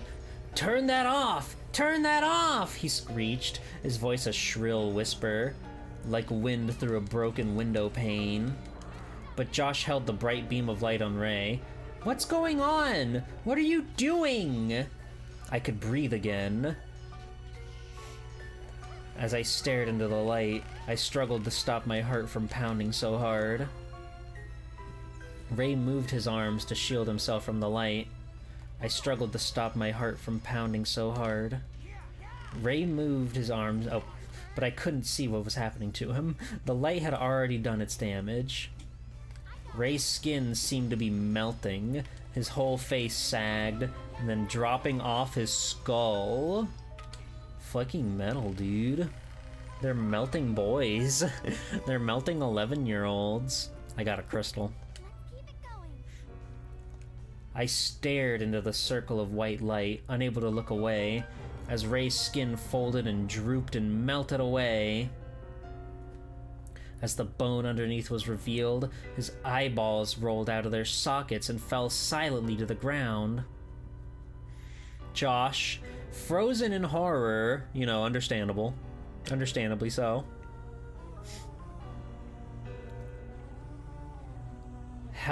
somehow held the bright light steady, and we both stared at the grinning skull, its dark craters staring back at us. "Oh!" I shrieked as Ray took a step toward me. "Like zoinks, dude! Scooby-Doo, we gotta get out of here, they're melting their faces off!" Hello, Demo. They sure did cut that out of the TV episode. They sure did. Hi, Demo. Yeah, this is a lot grimmer than I expected based on what I know about the show. But it's pretty cool. It's pretty awesome. But then I realized that Ray wasn't walking. He was falling. I jumped aside as he crumpled to the ground and gasped as his skull hit the top of the marble gravestone and cracked open with a sickening splat. "Come on," Josh shouted. "Amanda, come on!" He grabbed my hand and tried to pull away. But I couldn't stop staring down at Ray, now a pile of bones inside a puddle of crumpled cloth. "Amanda, come on!" And before I even realized it, I was running beside Josh as fast as I could down the long row of graves toward the street. The light flashed against the blur of gravestones as we ran, slipping on the soft, dew-covered grass, gasping in the still, hot air. "We've got to tell Mom and Dad! Got to get away from here!" I cried. They won't believe us," Josh said as we reached the street. We kept running, our sneakers thudding hard against the pavement. "I'm not sure I believe it." "They've got to believe us," I told him. "If they don't, we'll drag them out of that house." The white beam of light pointed the way as we ran through the dark, silent streets. There were no streetlights, no lights on the windows of the houses we passed, no car headlights. Such a dark world we had entered. And now it was time to get out. We ran the rest of the way home. I kept looking back to see if we were still being followed, but I didn't see anyone. The neighborhood was still and empty. I had a sharp pain in my side as we reached home, but I forced myself to keep running up the gravel driveway with its thick blanket of dead leaves and onto the front porch. I pushed open the door and both Josh and I started to scream. "Mom! Dad! Where are you?" Silence. We ran into the living room. The lights were all off. "Mom? Dad? Are you here?" Please be here, I thought, my heart racing, the pain in my side still sharp. Please be here. We searched the house. They weren't home. The potluck party, Josh suddenly remembered. Can they still be at that party? We were standing in the living room, both of us breathing hard. The pain in my side had let up just a bit. I had turned on all the lights, but the room still felt gloomy and menacing. I stared at the clock on the mantel, nearly 2 a.m. They should be home by now, I said, voice shaky and weak. Where did they go? Did they leave a number? Josh was already on his way to the kitchen. I followed him, turning the lights as we went. We went right to the memo pad on the counter where Mom and Dad always leave us notes. Nothing. The pad was blank. We've got to find them, Josh cried. He sounded very frightened. His wide eyes reflected his fear. We have to get away from here. What if something had happened to them? That's what I started to say, but I caught myself just in time. I didn't want to scare Josh any more than he already was. Besides, he'd probably thought of that too. Should we call the police? He asked, as we walked back to the living room and peered out the front window into the darkness. I don't know, I said, pressing my hot forehead against the cool glass. I just don't know what to do. I want them to be home. I want them here so we can all leave. What's your hurry? A girl's voice said from behind me.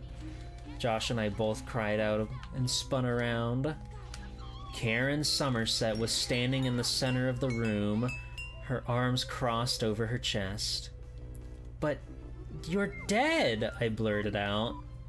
She smiled, a sad smile, a bitter smile. And then 2 more kids stepped in from the hallway. One of them clicked off the lights.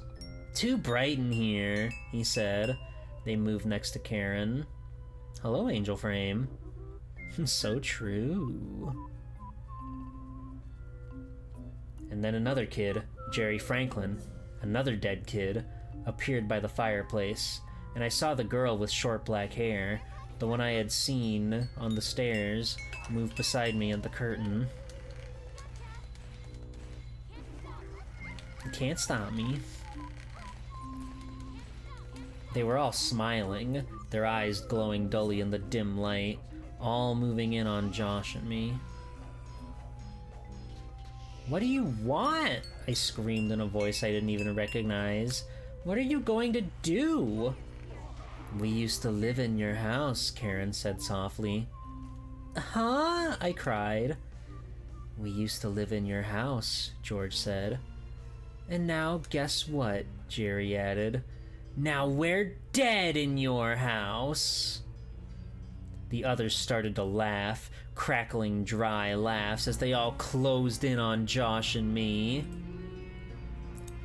Chapter 15. Melt them! Melt the children! Melt the children! Use your buster! Destroy them!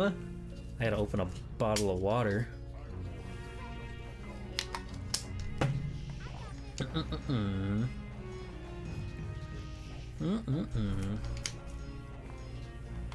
Okay, blast him. I started blasting. There we go.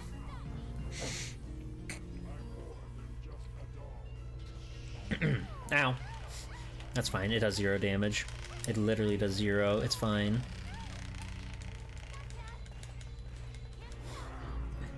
They're going to kill us! Josh cried. I watched them move forward in silence. Josh and I had backed up to the window. I looked around the dark room for an escape route,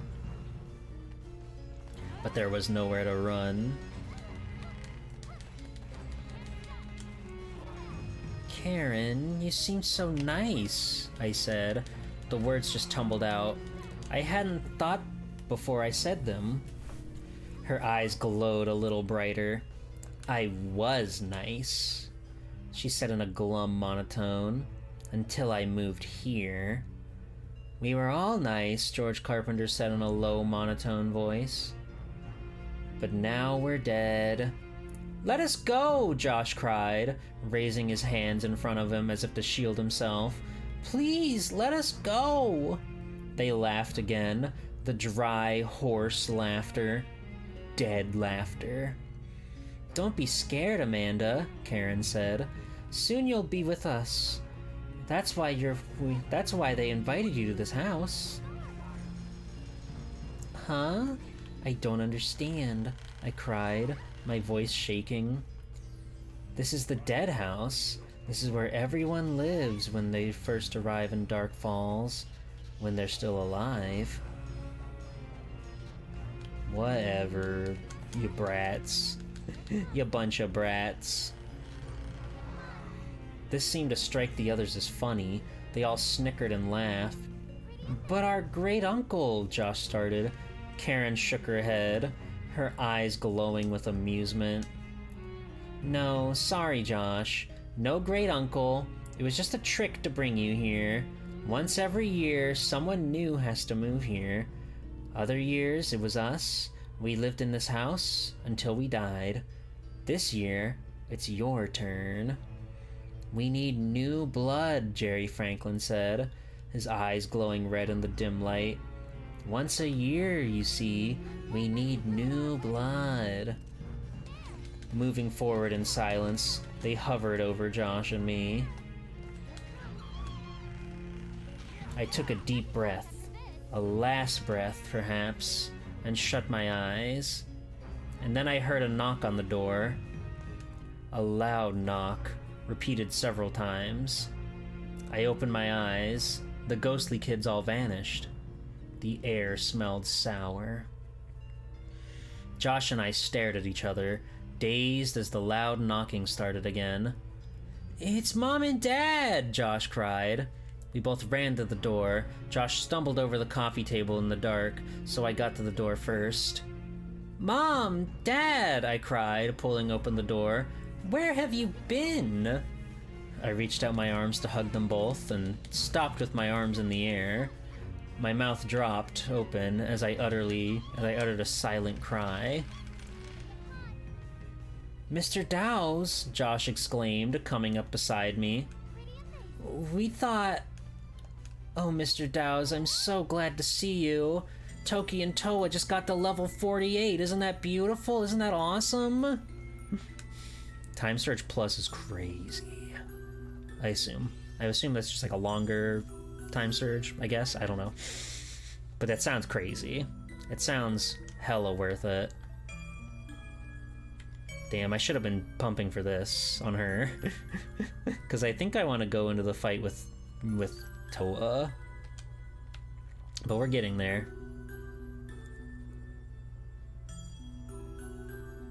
"Kids, you're okay?" he asked, eyeing us both, his handsome face tight with worry. "Oh, thank God!" he cried. God capitalized, by the way. "I got here in time." "Mr. Dowse," I started, feeling so relieved. I had tears in my eyes. He grabbed my arm. "There's no time to talk," he said, looking behind him to the street. I could see his car in the driveway. The engine was running. Only the parking lights were on. "I've got to get you kids out of here while there's still time." Josh and I started to follow him, then hesitated. What if Mr. Dowse was one of them? "Hurry," Mr. Dowse urged, holding onto a screen door, gazing nervously out into the darkness. "I think we're in terrible danger." "But..." I started, staring into his frightened eyes, trying to decide if we could trust him. "I was at the party with your parents," Mr. Dowse said. "All of a sudden, they formed a circle. Everyone, around your parents and me. They started to close in on us." Just like when the kids started to close in on Josh and me, I thought. "We broke through them and ran," Mr. Dowse said, glancing to the driveway behind him. "Somehow the three of us got away. Hurry! We've all got to get away from here, now!" "Josh, let's go," I urged. Then I turned to Mr. Dowse. "Where are Mom and Dad?" "Come on, I'll show you." "They're safe for now, but I don't know for how long." We followed him out into the house and down a driveway to his car. The clouds had parted. A sliver of moon shone low in a pale, early morning sky.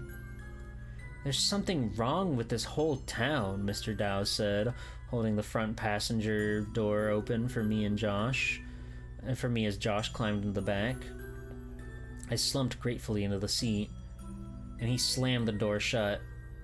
"I know," I said as he slid behind the wheel. "Josh and I, we've got to get away, as far away as we can before they catch up with us," Mr. Dowse said, backing down the drive quickly, the tires sliding and squealing as he pulled onto the street. "Yes," I agreed. "Thank goodness you came. My house, it's filled with kids. Dead kids, and..." "So you've seen them," Mr. Dowse said softly, his eyes wide with fear. He pushed down harder on the gas pedal. As I looked out in the purple darkness, a low orange sun began to show over the green treetops. "Where are our parents?" I asked anxiously. "There's a kind of outdoor theater next to the cemetery," Mr. Dowse said, staring straight ahead through the windshield, his eyes narrow with his expression tense. "It's built right into the ground, and it's hidden by a big tree. I left them there. I told them not to move. I think they'll be safe. I don't think anyone will think to look there." We've seen it, Josh said. A bright light suddenly flashed on in the back seat. What's that? Mr. Dowse asked, looking into the rearview mirror. My flashlight, Josh answered, clicking it off. I brought it just in case, but the sun will be up soon. I probably won't need it. Mr. Dowse hit the brake and pulled the car out of the side of the road. We were at the edge of the cemetery. I climbed quickly out of my car, eager to see my parents. The sky was still dark, streaked with violet now. The sun was a dark orange balloon just barely poking over the trees. Across the street, beyond the jagged rows of gravestones, I could see the dark outline of the leaning tree that hid the mysterious amphitheater. Hurry, Mr. Dowse urged, closing the car door quickly.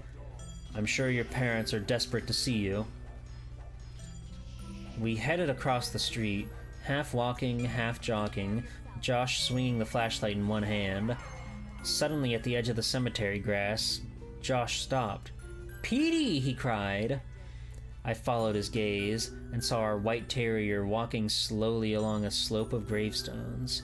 Petey! Josh yelled again and began running to the dog. My heart sank. I hadn't had a chance to tell Josh what Ray had revealed to me about Petey. No, Josh! I called. Mr. Dowse looked very alarmed. We don't have time. We have to hurry, he said to me. Then he began shouting for Josh to come back. I'll go get him, I said, and took off, running as fast as I could along the rows of graves, calling to my brother, Josh, wait up! Don't go after him! Josh, Petey is dead! Josh had been gaining on the dog, which was ambling along, sniffing the ground, not looking up, not paying attention to Josh. Then suddenly Josh tripped over a low grave marker. He cried out as he fell, and the flashlight flew out of his hands and clattered against a gravestone. Well, that's convenient. I quickly caught up with him. Josh, are you okay? I grabbed him by the shoulders and tried to pull him up, but he kept staring straight ahead, his mouth open, his eyes wide. Josh? Look, he said finally. I breathed a sigh of relief, knowing that Josh wasn't knocked out or something. Look, he repeated and pointed to the gravestone he had tripped over. I turned and squinted at the grave. I read the inscription, silently mouthing the words as I read. Compton Dowse, R.I.P., 1950 to 1980. My head began to spin. I felt dizzy. I steadied myself, holding on to Josh. Compton Dowse.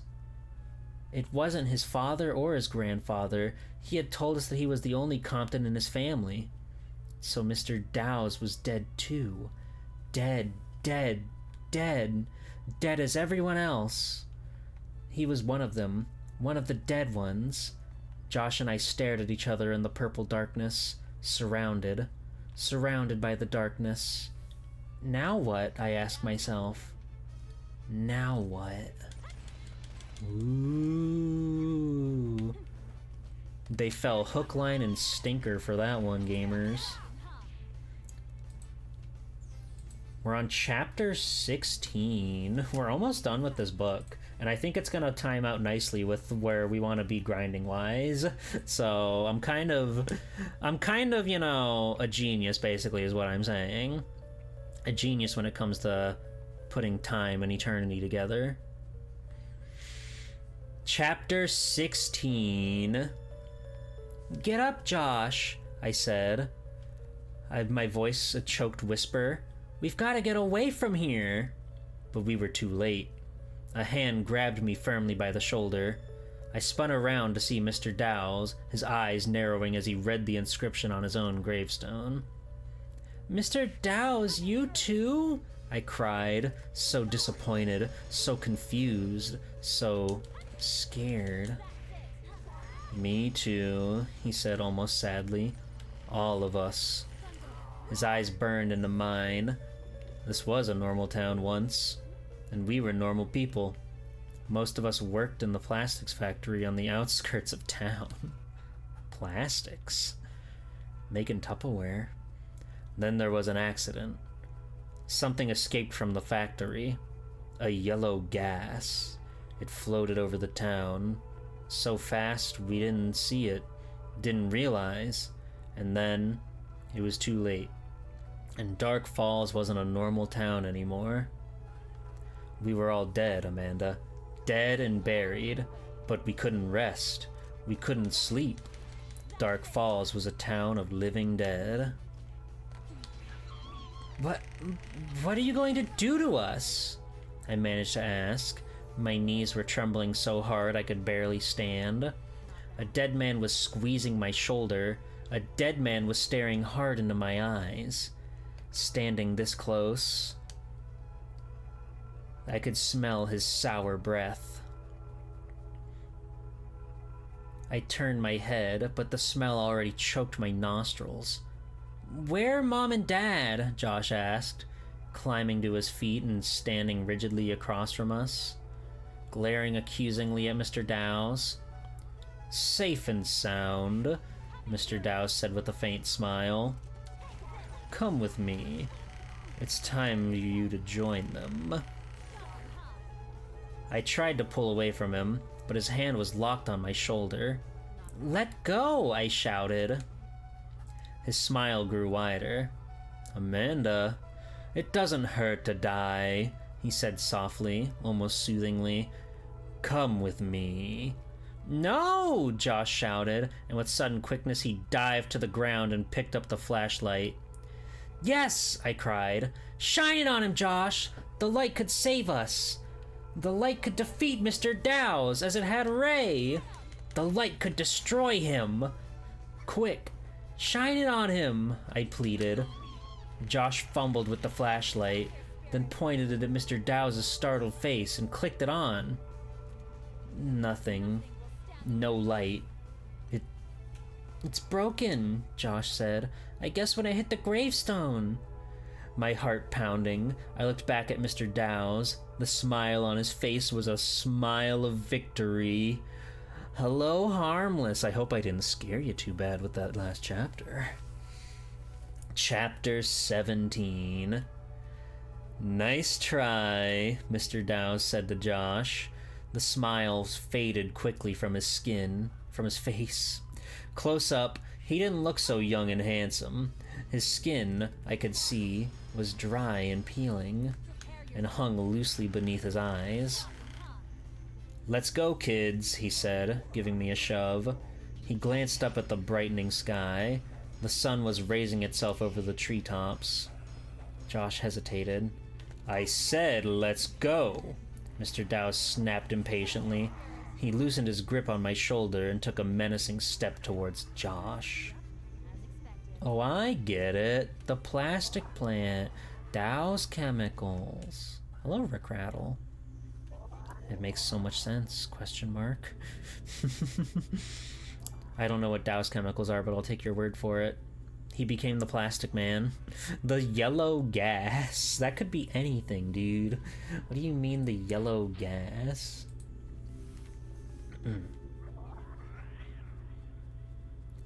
Josh glanced down at the worthless flashlight. Then he pulled his arm back and heaved the flashlight at Mr. Dow's head. The flashlight hit its target with a sickening crack. It hit Mr. Dow's in the center of his forehead, splitting a large hole in his skin. Mr. Dow's uttered a low cry. His eyes widened in surprise.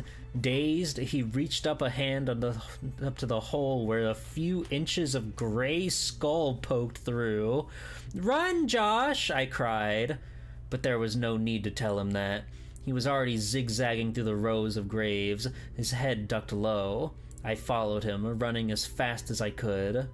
He beamed that motherfucker with the flashlight. Who would have guessed that would work? Glancing back, I saw Mr. Dowse stagger after us, still holding his ripped forehead. He took several steps, then abruptly stopped, staring up into the sky. It's too bright for him, I realized. He has to stay in the shade. Josh had ducked down behind the tall marble monument, old and slightly tilted, cracked down the middle. I slid down beside him, gasping for breath. Leaning on the cool marble, we both peered around the sides of the monument. Mr. Dow's, a scowl on his face, was heading back toward the amphitheater, keeping in the shadows of the trees. He's not chasing us, Josh whispered, his chest heaving as he struggled to catch his breath and stifle his fear. He's going back. The sun is too bright for him, I said, holding on to the side of the monument. He must be going to get Mom and Dad. That stupid flashlight, Josh cried. Never mind that, I said, watching Mr. Dow's until he disappeared behind the big leaning tree. What are we going to do now? I don't know. Shh, look. Josh poked me hard on the shoulder and pointed. Who's that? Dow Chemical, it's a big chemical company. They're currently the owners of Union Carbide, which caused one of the worst chemical disasters in history because of a gas leak. Whoa. Scary. I guess that makes sense. This R.L. Stein fellow's a genius, and he does his research. Question mark. I'll assume it's not a coincidence for the fun of the game. I followed his stare and saw several dark figures hurrying through the rows of tombstones. They seemed to have appeared from out of nowhere. Did they rise out of the graves? Walking quickly, seeming to float all over the green, sloping ground, they headed into the shadows. 49! That's huge! That's so huge! Did they rise out of the graves? Walking quickly, seeming to float over the green, sloping ground, they headed into the shadows. All were walking in silence, their eyes straight ahead. They didn't stop to greet one another. They strode purposefully toward the hidden amphitheater, as if they were being drawn there, as if they were puppets being pulled by hidden strings. Whoa! Look at them all, Josh whispered, ducking his head back behind the marble monument. The dark, moving forms made all the shadows ripple. It looked as if the trees, the gravestones, the entire cemetery had come to life, had started towards the hidden seats of the amphitheater. There goes Karen, I whispered, and pointing, and George, and all the rest of them. The kids from our house were moving quickly in twos and threes, following the other's shadow, as silent and businesslike as everyone else. Everyone was here except Ray, I thought. Because we killed Ray. Because Ray got fucked. We killed someone who was already dead. Do you think Mom and Dad are really down in that weird theater? Josh asked, interrupting my morbid thoughts, his eyes on the moving shadows. Come on, I said, taking Josh's hand and pulling him away from the monument. We've got to find out. We watched the last of the dark figures, float past the enormous leaning trees. The shadows stopped moving. The cemetery was still and silent. A solitary crow floated high above in the clear blue, cloudless sky. Slowly, Josh and I edged our way toward the amphitheater, ducking behind gravestones, keeping low to the ground. It was a struggle to move. I felt as if I weighed 500 pounds. The weight of my fear, I guess. I was desperate to see if Mom and Dad were there, but at the same time, I didn't want to see. I didn't want them to be held prisoner by Mr. Dow's and the others. I didn't want to see them killed. The thought made me stop. I reached out an arm and halted Josh. We were standing behind the leading tree, hidden by its enormous clump of upraised roots. Beyond the tree, down in the theater below, I could hear the low murmur of voices. Are Mom and Dad there? Josh whispered. He started to poke his head around the side of the bent tree trunk. but I cautiously pulled him back. "Be careful," I whispered. "Don't let them see you. They're practically right beneath us." "But I've got to know if Mom and Dad are really here," he whispered, his eyes frightened, pleading. "Me too," I agreed. We both leaned over the massive trunk. The bark felt smooth under my hands as I gazed into the shadows, the deep shadows cast by the tree. And then I saw them. Mom and Dad, they were tied up, back to back, standing in the center of the floor at the bottom of the amphitheater in front of everyone. They looked so uncomfortable, so terrified. Their arms were tied tightly down at their sides. Dad's face was bright red. Mom's hair was all messed up, hanging wildly down over her forehead, her head bowed. Squinting into the darkness cast by the tree, I saw Mr. Dowse standing beside them along with another, older man, and I saw that the rows of long benches built into the ground were filled with people, not a single empty space. Everyone in town must be here, I realized. Everyone except Josh and me. "They're going to kill Mom and Dad," Josh whispered, grabbing my arm, squeezing it in fear. "They're going to make Mom and Dad just like them." "Then they'll come after us," I said, thinking out loud, staring through the shadows at my poor parents. Both of them had their heads bowed now as they stood before the silent crowd, both of them awaiting their fates. "What are we going to do?" Josh whispered. "Huh?" I was staring so hard at Mom and Dad, I guess I momentarily blanked out. "What are we going to do?" Josh repeated urgently, still holding desperately to my arm. "We can't just stand here and—" I suddenly knew what we were going to do. It just came to me. I didn't even have to think hard. That's wonderful. I'm so happy for you. "Maybe we can save them," I whispered, backing away from the tree. "Maybe we can do something." Josh let go of my arm. He stared at me eagerly. "We're going to push this tree over," I whispered with so much confidence that I surprised myself. That is a lot of confidence. You need to have a lot of confidence to push a tree over, honey.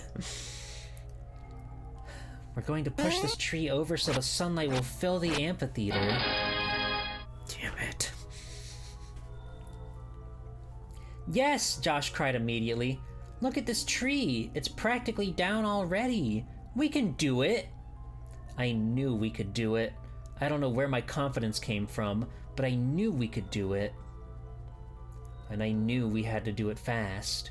Peering over the top of the trunk again, struggling to see through the shadows, I could see that everyone in the theater had stood up.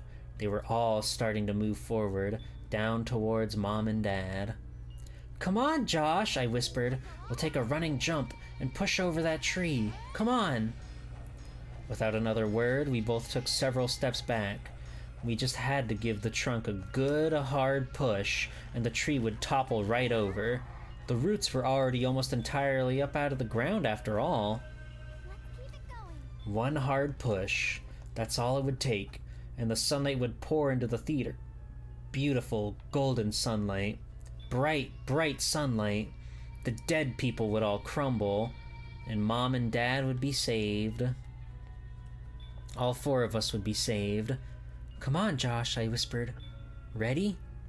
He nodded, his face solemn, his eyes frightened. "Okay, let's go!" I cried. We both ran forward, digging our sneakers into the ground, moving as fast as we could, our arms outstretched and ready. In a second, we hit the tree trunk and pushed with all of our strength, shoving it with our hands and then moving our shoulders into it, pushing, pushing, pushing. It didn't budge. Chapter 18! Woo!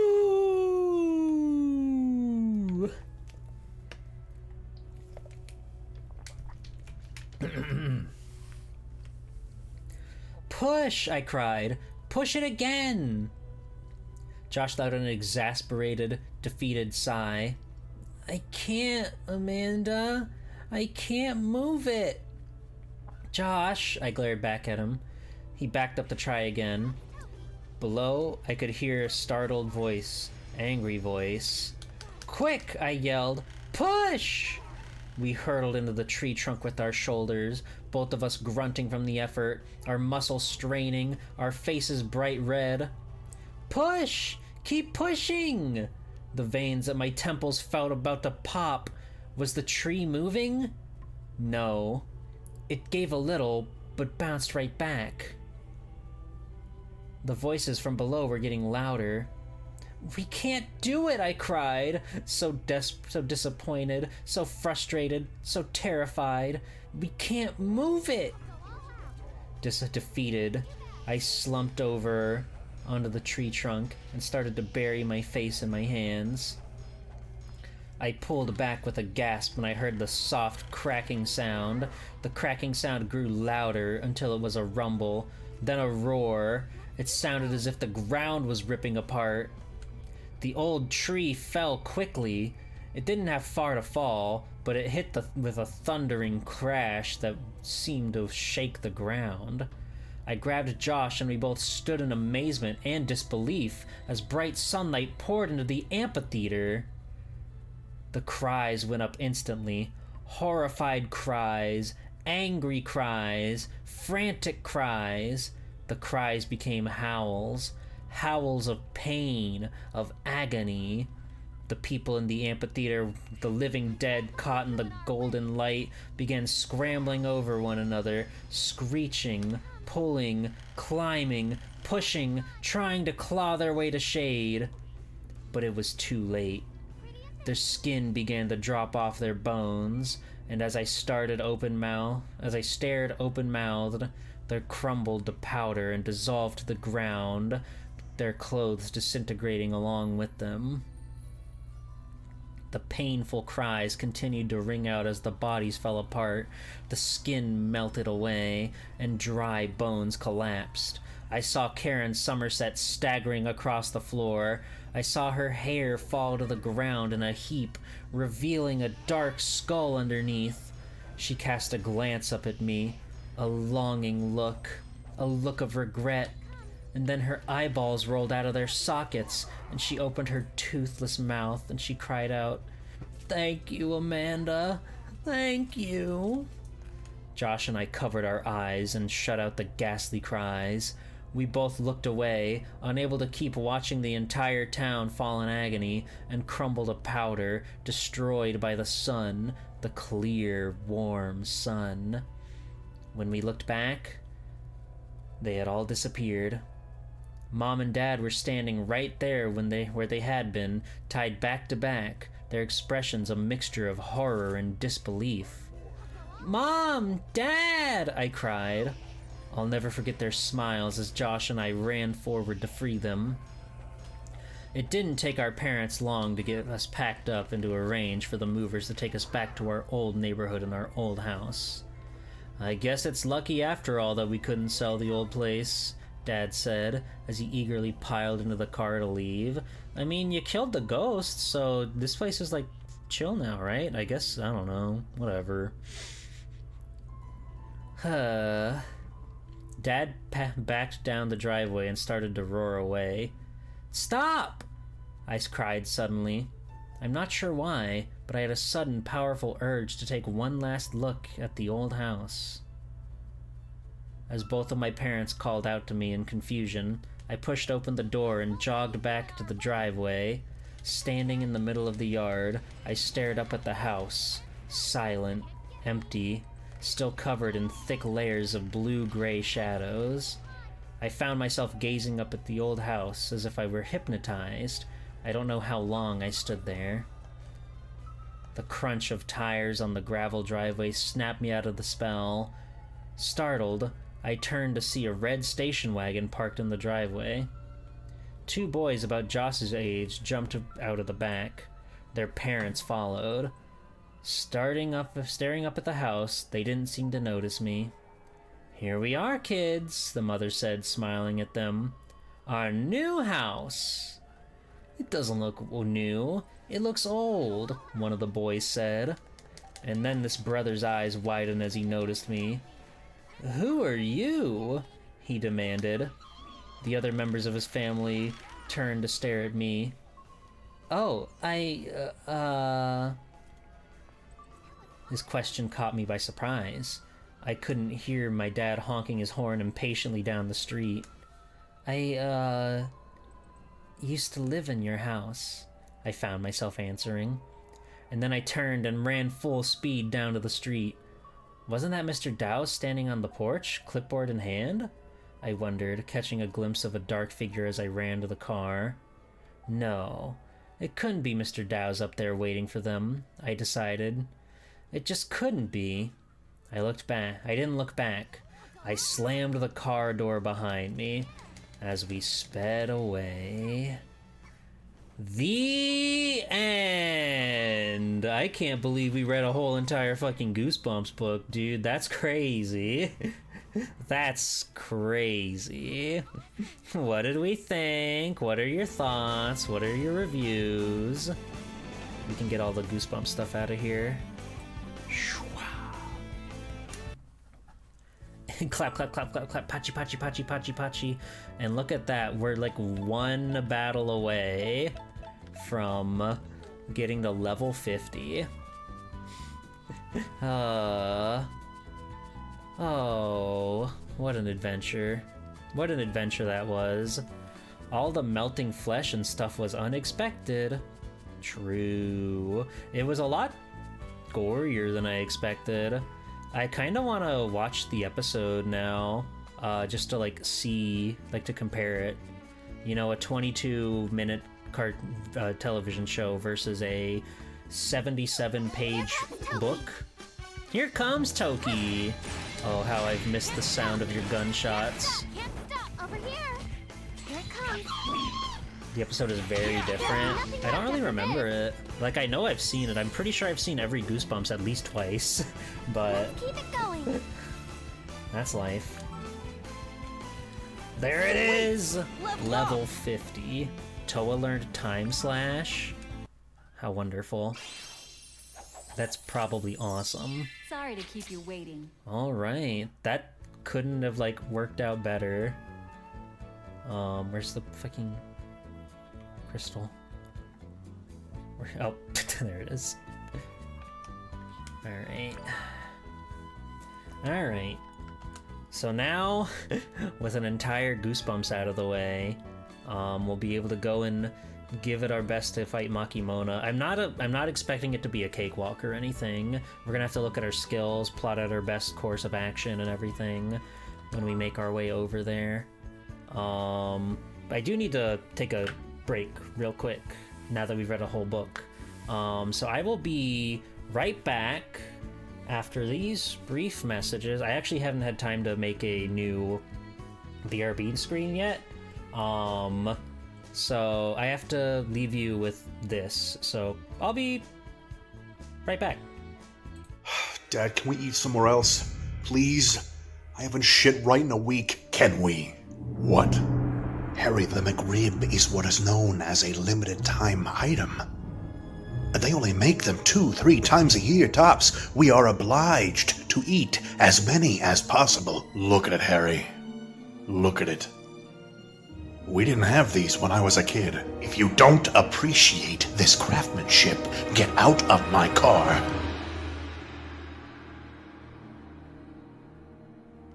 Peter, you got anything to eat?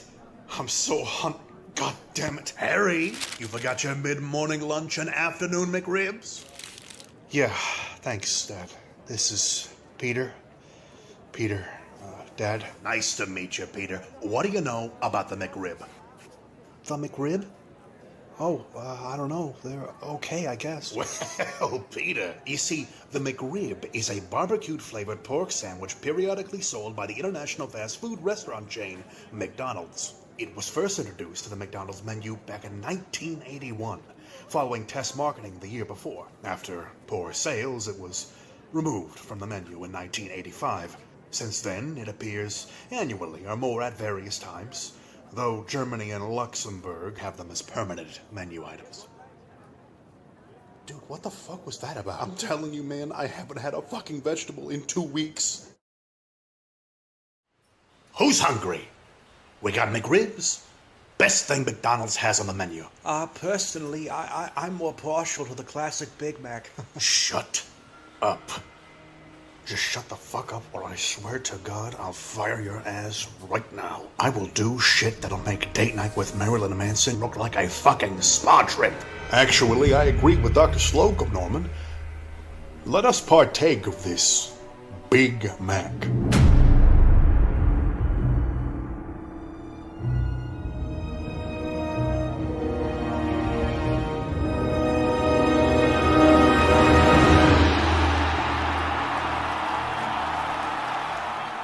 Congratulations, boys. Peter, I know this year has been difficult. You lost your uncle. Right during McRib season, and I never got around to getting one for you. That's okay, Mr. Osborn. I think Harry needed you more. After all, his mom and Uncle Ben were in the same car. Forget Harry. Let's focus on your future. The McRib relaunches in a few weeks. Hey, bud. You looked hungry. I got you a Whopper. The fuck? What the fuck is this? Burger King? You are eating Burger King? We are a McDonald's family, and it's goddamn McRib season, Harry. For the love of... Dad, I'm 24 years old. If I want Burger King, I'll eat fucking Burger King. I don't know why this is such a fucking ordeal every year. The McRib got our family through a lot of tough times. On the day I founded Oscorp, the McRib debuted. On the day you were born, the McRib was re-released. We had them catered via specialty order for your bar mitzvah. Peter, back me up on this. Oh, I don't know. This kind of seems like a family thing. I don't really want to get involved here.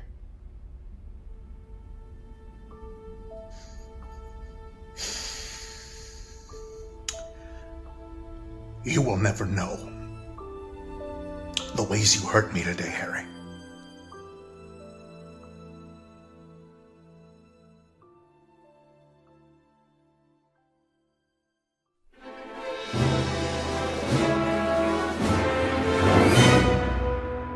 And so, gentlemen, bringing back the McRib as a regular menu item can only lead to increased profits.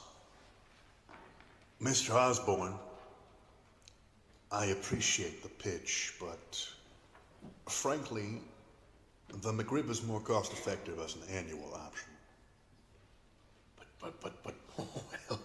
But surely with the right advertising, one could market the McRib's unique flavor profile. As a matter of fact, due to the rising price of pork products, it's conceivable this year was the last year that the McRib will be sold for quite some time. You mean this was... This... No.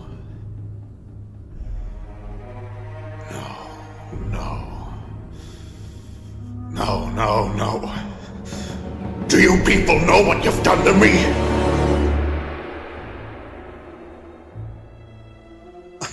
I know they stopped making them, but changing your DNA so everything tastes like a McRib, it's just not rational, Norman. I am beyond caring.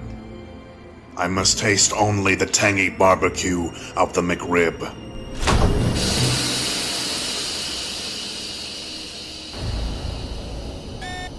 McRib saturation. Norman! It's too much! No! More! I can taste the tangy Kansas City barbecue. I can taste it! Norman?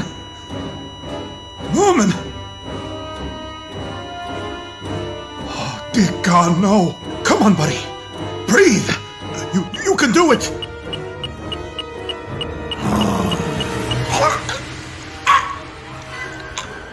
McRib.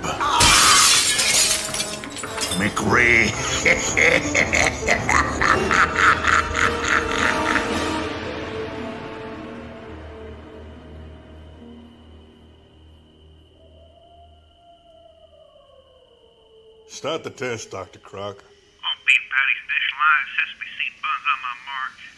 Initiating secret sauce. Wait. That smell. There's no authentic Kansas City barbecue on a Big Mac. Enjoy a McRib with a vanilla milkshake today at your nearest McDonald's. I prefer chocolate!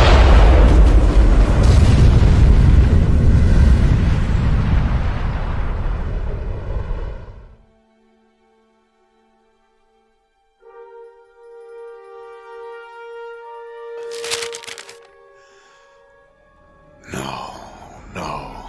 This can't be. They wouldn't really. Can't be? It already is, Norman. You can't bring it back.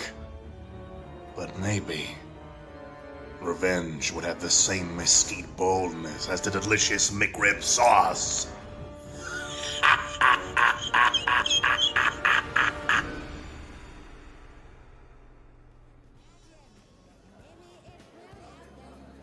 Hey, dude, check it out. That girl across the street's walking around naked again. Sweet, a naked chick. Hey, wait, what's that writing in the sky?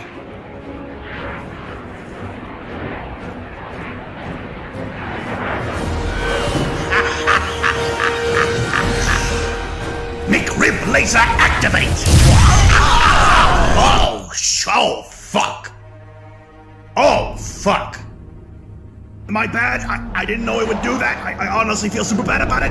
Sorry!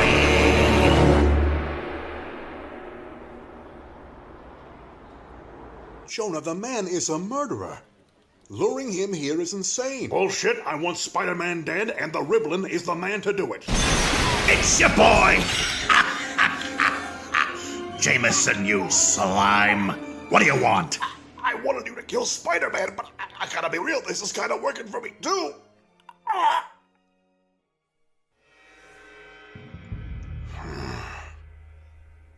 A turkey. I wanted a Mick. I'm sorry, Sam. This is too fucking stupid. God damn it, cut. What's the problem, William? This fucking story is the problem. It's just the first movie, only instead of getting revenge on Oscorp, Norman Osborn wants McRibs. What the fuck is going on here? I'll be the first to say it. I respect Sam Raimi. He's a great director. Loved working with him on the original Spider-Man, but this McRib thing, I don't know. I finally had to walk away from the project. William really was the linchpin to the whole film. Once he walked away, Spider-Man 4 Rise of the Riblin was just a no-go. I haven't had a McRib since. Can't eat him anymore.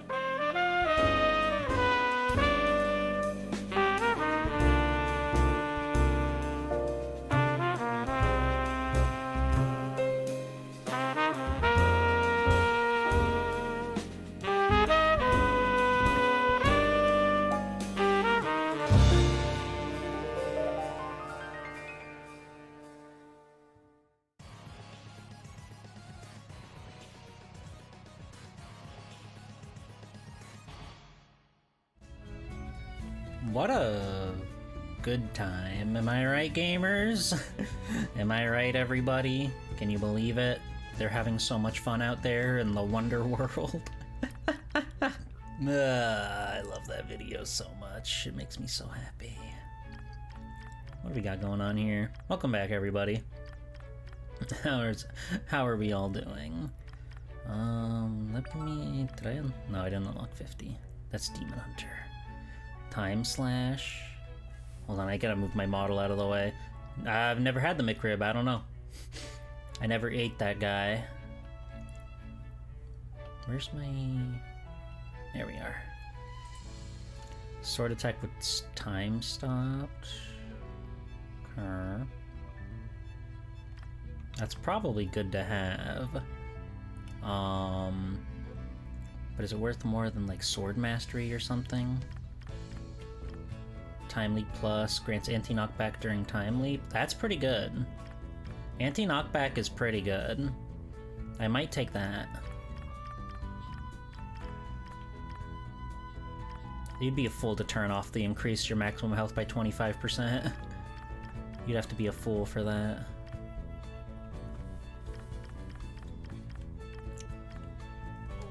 Yeah, let's We can subtract 10 attack for this time. This anti-knockback during time leap. Wait, no, that's not the same as time surge, is it? How do I see my time powers?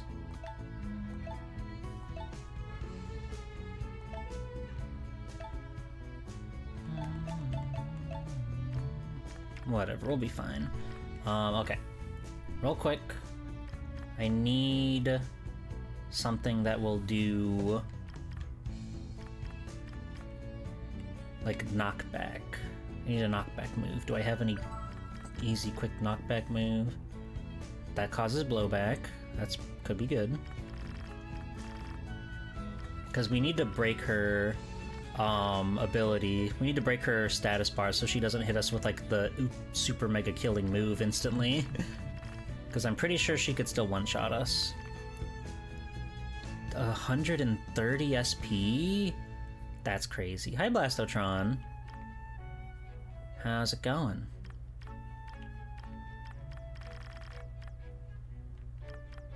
Drake command, defensive buff, physical attack buff. Let's...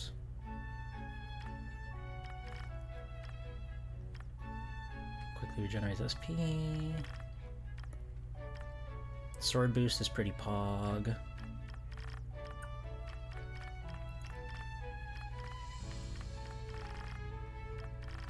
Maybe I should have a boosting set. Armor boost. And then... I guess we'll try that. Okay. Okay, I'm back. I'm going to use a Condor Wing to get me out of here. But we've got a ton of healing items now, too. That'll help us out a lot.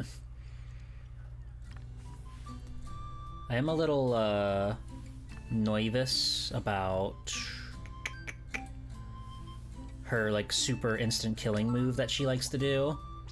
But we'll see if we can run up there and break her guard.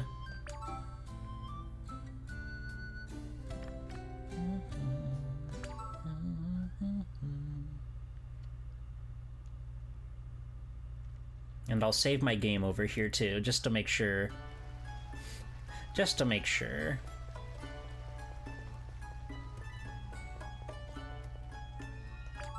I know I saved it before the break, but it never hurts.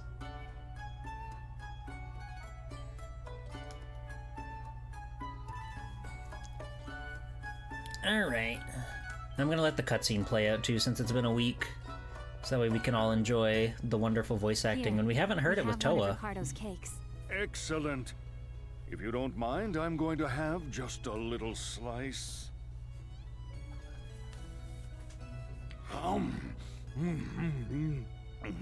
Yeah, we went from level 33 to level This 50. Is it everything you hoped for? Kinda No. crazy. This cake. It almost tastes like a normal cake. What? Is it because of all that training? That's literally unbelievable. The outcome isn't what I was hoping for, but you have successfully completed the stupid mission. So even you knew it was stupid. Your willingness to accept any condition to reach your goal, this reveals a soul of sincerity. You are True. most certainly worthy of something blue.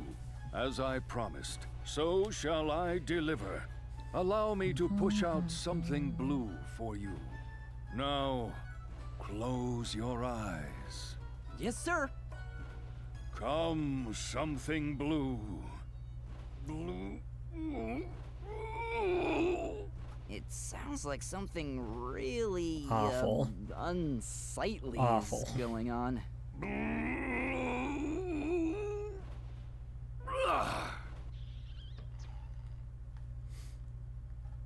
My word, that was a good one. Jesus Okay, Christ. you may open your eyes now. Yay! They couldn't even make it blue. This is the final. They didn't even like play the full like animation. You may take something blue into your possession. You must understand, however, that the something four do not guarantee happiness.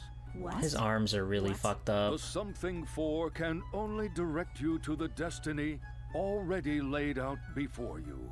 If any I don't darkness know lurks what the within your classes heart, are. I don't know anything about that game. The corresponding future will open to you.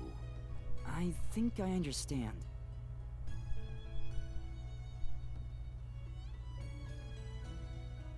But I'm sure a bright future awaits you. Treasure the honest hearts you both possess.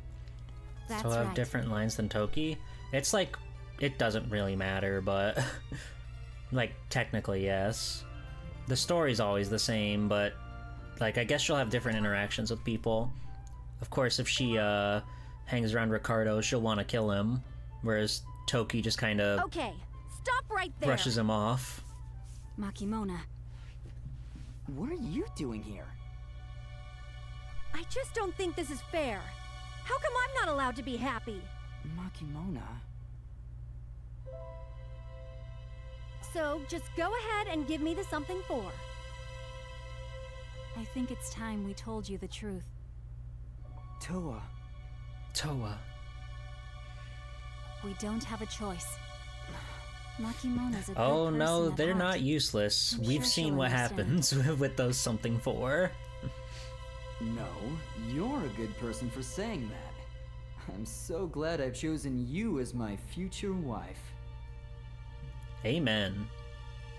I love when they like turn around really We're quickly. destined to have an unhappy marriage. What? We've been repeating the destiny in which our wedding is attacked over and over again. And to escape that infinite loop, we need the something four. Okay. I have no idea what you're saying.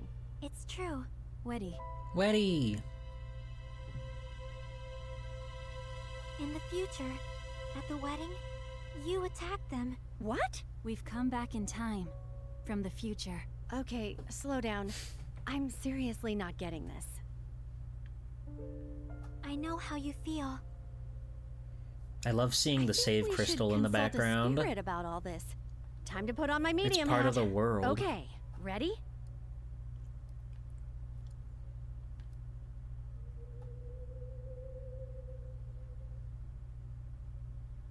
Om, om, om, om. Give Makimona the something for. If you don't, something terrible will... Knock it off. Scary. I've had just about enough of this. Just kidding!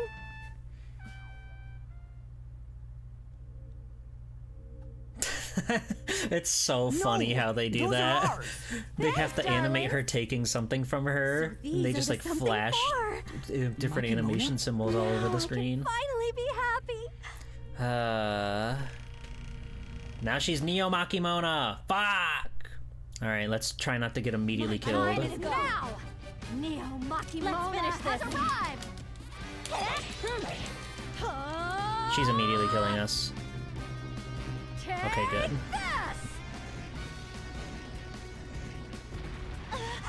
Oh, but we've got a lot more strength now. Up! Okay, so we can survive the fucking instant kill. That's good.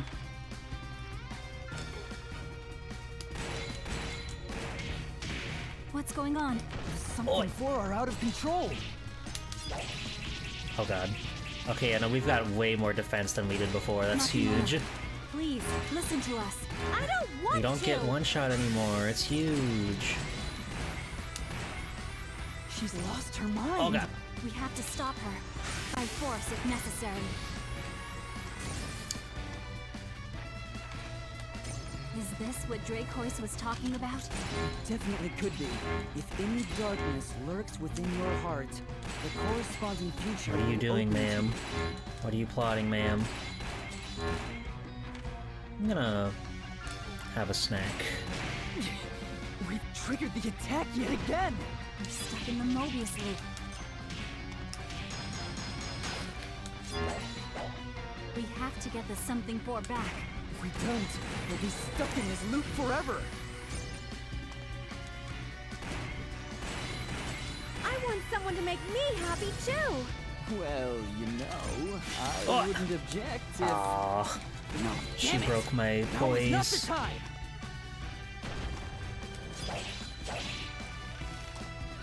I'm so tired of scrounging up loose change here and there to support my lonely Rude. life. Rude. My buffs are gone. Do you know how many jobs I have? Over 50 easily. Way too many. God. She's really funny. Ah! I can't I never stop see that myself one from coming getting for some reason. nervous when the right moment arrives. I need the something for.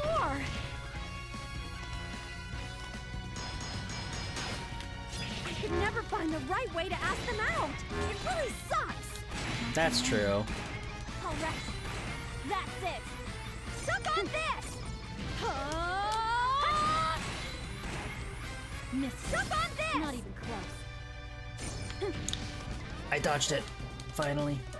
Not even close. Suck on this. Miss me. Miss me. Not even close. Damn it.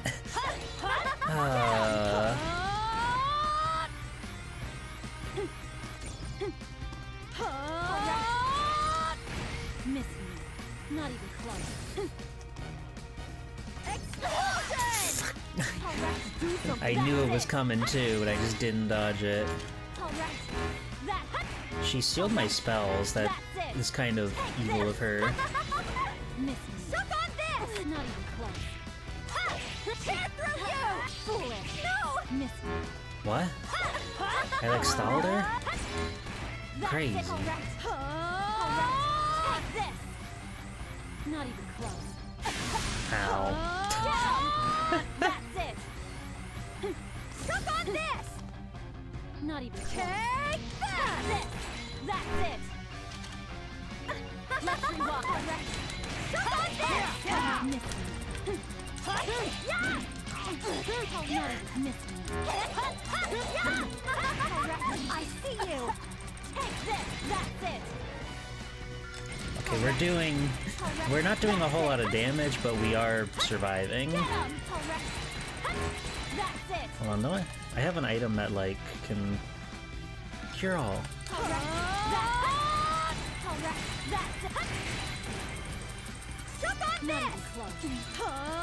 Super Surge. There we go. There we go. Miss me.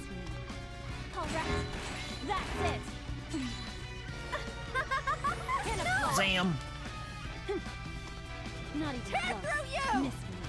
You lose. She got me with the dizzy. Rude. Suck on this. Get him. Get him. Miss me. Take this. Alright. Let's rewind. That's it. Alright. Suck on this. Not even. Miss. Not even.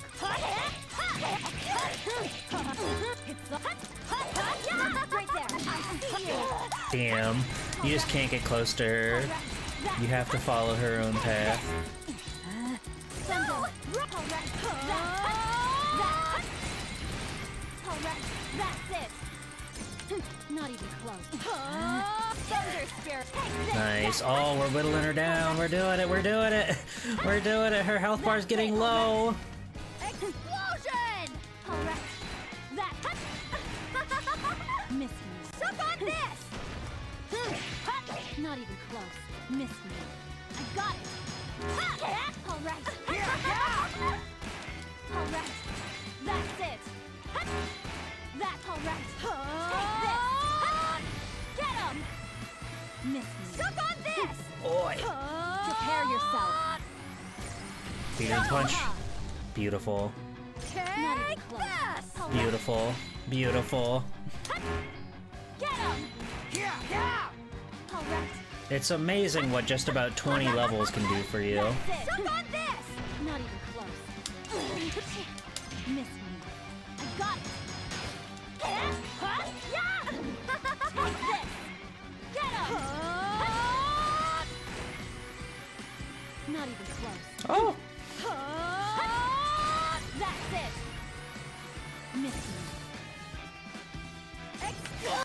fuck. Better to play it safe. I'm glad she can only do the crazy world buster move once, it would seem. Suck on this! Miss me. You! You lose. Damn it. That's it. You have to dodge that one like perfectly so you don't get guard broken. Suck on this! Get him! Suck on this! Not even close. All right. Ouch! Get him! Oh, she sealed my magic again. That's it. Miss me. Suck on this! Oh! The Makimoto Buster!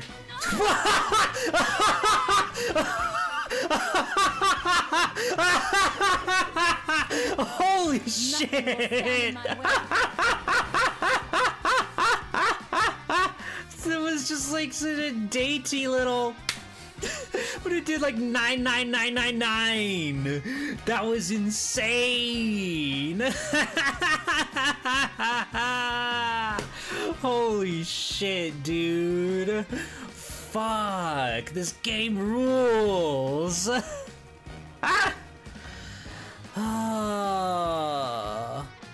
that, please. That was Makimoto. absurd. Huh? What happened? What did I do? A lot. I'm glad you're back to normal. Makimona, please, give the something 4 back to Toa. But then, I'll never have the chance to be happy. Normal. I went through the exact same thing. Don't you remember? I couldn't confess my feelings to a guy I cared a lot about, and he ended up meeting someone else. I wonder who it could I be. lost my one chance at happiness, but I realized Thank I still you, had Ewan. my friends. Thank you. There's a real happiness to be found within a circle of good friends. But you have us, just like me. We're not trying to stop you from finding happiness, but we need the something 4 to break the Mobius loop. That being said, we're definitely going to help look for the perfect guy for you. That's right. I guarantee it. You guys. I'm actually totally fine, you know? Huh? I don't need those trinkets to be happy. And I don't need you to worry about me.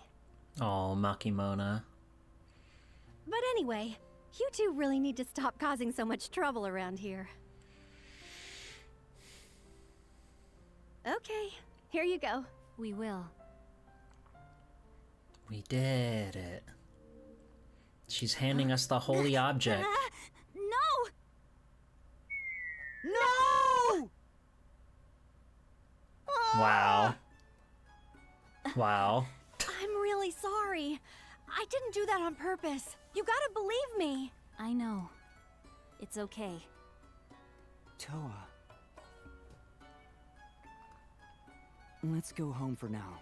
All right. Well, back home one more time. The something 4 have been lost. We'll never escape this Mobius loop, and our next wedding is destined to be. Well, let's go home. One more time. I would be staggered if we didn't beat the game tonight.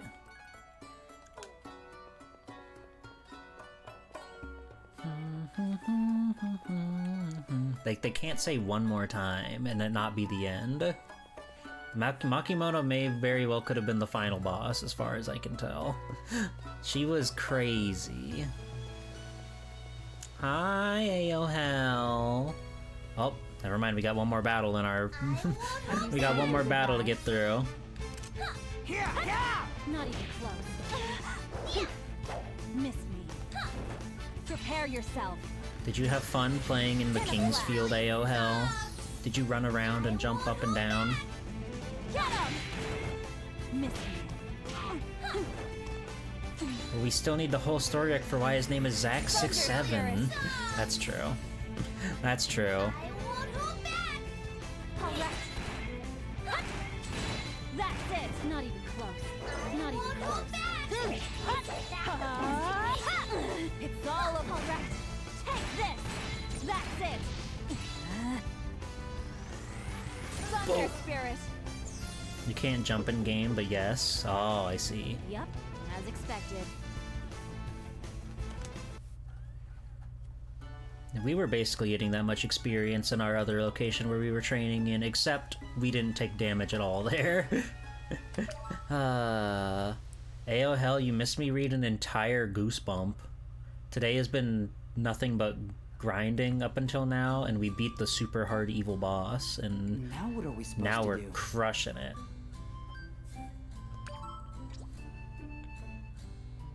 It feels good. It feels nice knowing that numbers mean something. And now we're going home.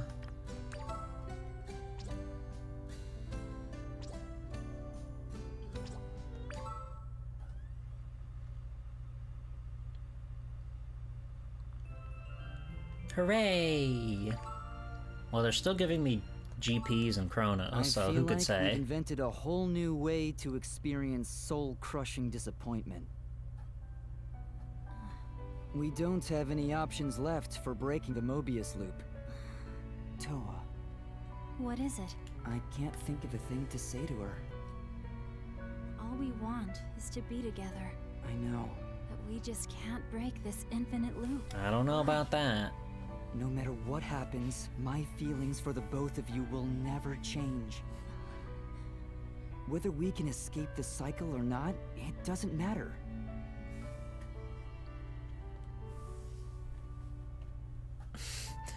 Sorry, I'll love you forever, or that could be a problem. Why do they even bother giving I'll you love choices? both forever, for as long as we're stuck in this loop. I feel the same way. Hold it, you two! Hi, Rayjo. Rachel, Her awesome walk okay. cycle. Just back away from each other nice and slow. A little premarital contact is okay. But don't go around making people uncomfortable. Everyone's here, you know. Hi there. Oh, Weddy. I brought tea. And I brought cookies. The perfect combination. And today we have a new addition. They're just not animating their everyone. voice, their faces. I hope It's you don't fine. mind. Makimona's gonna sit at the table with us? Yes! Her ass is so big, it's crazy. Wow, this tea's pretty good. it really is. I found it down at Kamsa Plaza. All we need now is some of Ricardo's cake. Nope. Absolutely not. I thought you were trying to hide that embarrassing desire of yours. Oh, yeah, well, I'm over it. Good. There's no reason to hide anything from your friends. Oh, what about that one thing? Can we give it to them now? Now, and calm down. That one thing? A special surprise. Well, we, made our own something for you. Huh? They're not the real thing, of course, but, well, here's mine. Why can't they make items? Why are they orbs? I made mine out of seashells. Oh, it's really cute and precious, though. Friendship is awesome. I made mine from flowers I picked with Lemmy. Yay, Weddy. I made one too.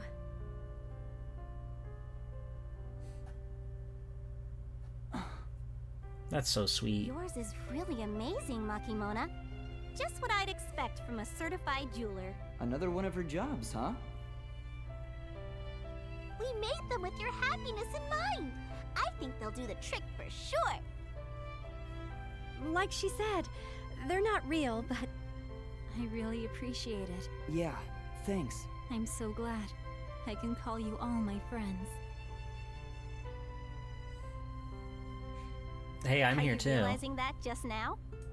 I'm also here. Yeah, I'm it's a little late, isn't it? I'm here too. I'm your friend too, Toa. The something for might be even more effective than the real thing, don't you think? Yeah, I can already feel them making us even happier. Yeah. Makimona left. She went I should home. go tell my grandma about everything that happened.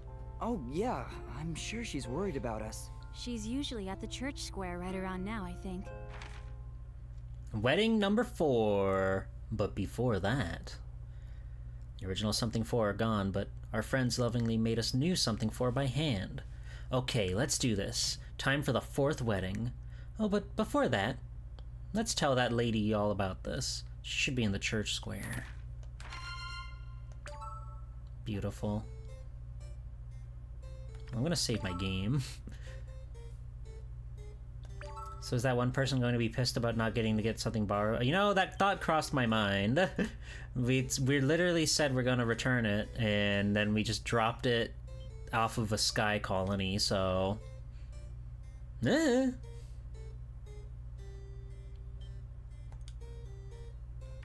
But first I have to make love to my wife. See what this is all about. Do you know what this box is about? Oh, yes! Oh, yes! Yes! It's the Kingdom of the East! The Undefeated of the East! The magic tool inside the box! A piece of cloth and a booklet. What's with this writing? We saw this one from Toki's perspective, but now we're gonna see it from Toa's perspective, and we're all gonna pog, okay? We're all gonna pog and support her, okay? What's wrong, Toa? You look so serious all of a sudden.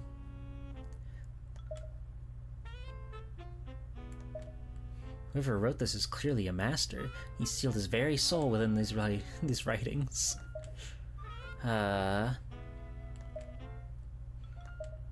This apron is a traditional item worn by women who are ready for some serious business. Serious business? Does that maybe mean I'm supposed to wear it when I go into a battle? Yes, it does mean that. It's designed to help you release your true power. I saw all the Valkyries of Japan wearing this one. Holy crap, that's probably the biggest lie I've ever told. An unyielding power even I didn't know about. What a terrible, mighty piece of clothing. Why don't you try it on? It might make you feel even more powerful. True. If it means I can take another step on the path of power, I'll give it another shot. Loading. Loading.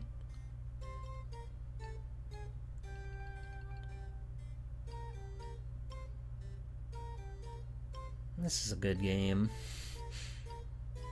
Hey, are you sure I've got this right? Totally. This is the absolute correct way to wear a Japanglish apron. Don't call it that. It's really very hard to believe. Do they all go into battle wearing only this single garment? I just... Oh, but I do want to try out all the skills outlined in the manual.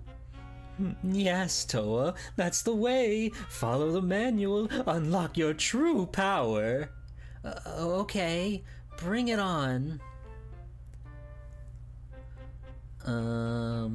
Encountering opponents or learn the ultimate skill. Duh. Let's go straight to the ultimate skill. Do you really think I can pull it off? Of course! You've already mastered the correct way to don the apron. So, the ultimate skill, 'tis the side boob, that which verily may be viewed upon each side. Tempt your foe with such mighty side boob that you may confound and confuzzle them. No, I can't! This is too much too soon! But still, I won't give up yet. I'll swear I'll master the skill someday. That's the spirit, and I'm here to help do whatever it takes. Yay! I love my wife! I love tricking her! Let's go. Here's lunch. I'm really looking forward to enjoying it with you. Drake's the worst. We gotta go to church. We gotta go see Gram Gram. Gram Gram needs us. Bat Louie! Welcome in, Raiders, welcome in! It's me, Swell Time People, Superhero Extraordinaire! We're playing Time and Eternity for the PlayStation 3. It's the world's most beautiful video game ever made. It makes me laugh a lot. It makes me laugh a lot. How are you? What were you doing? What was going on? What were you doing earlier? What was happening on the Bat Louie stream?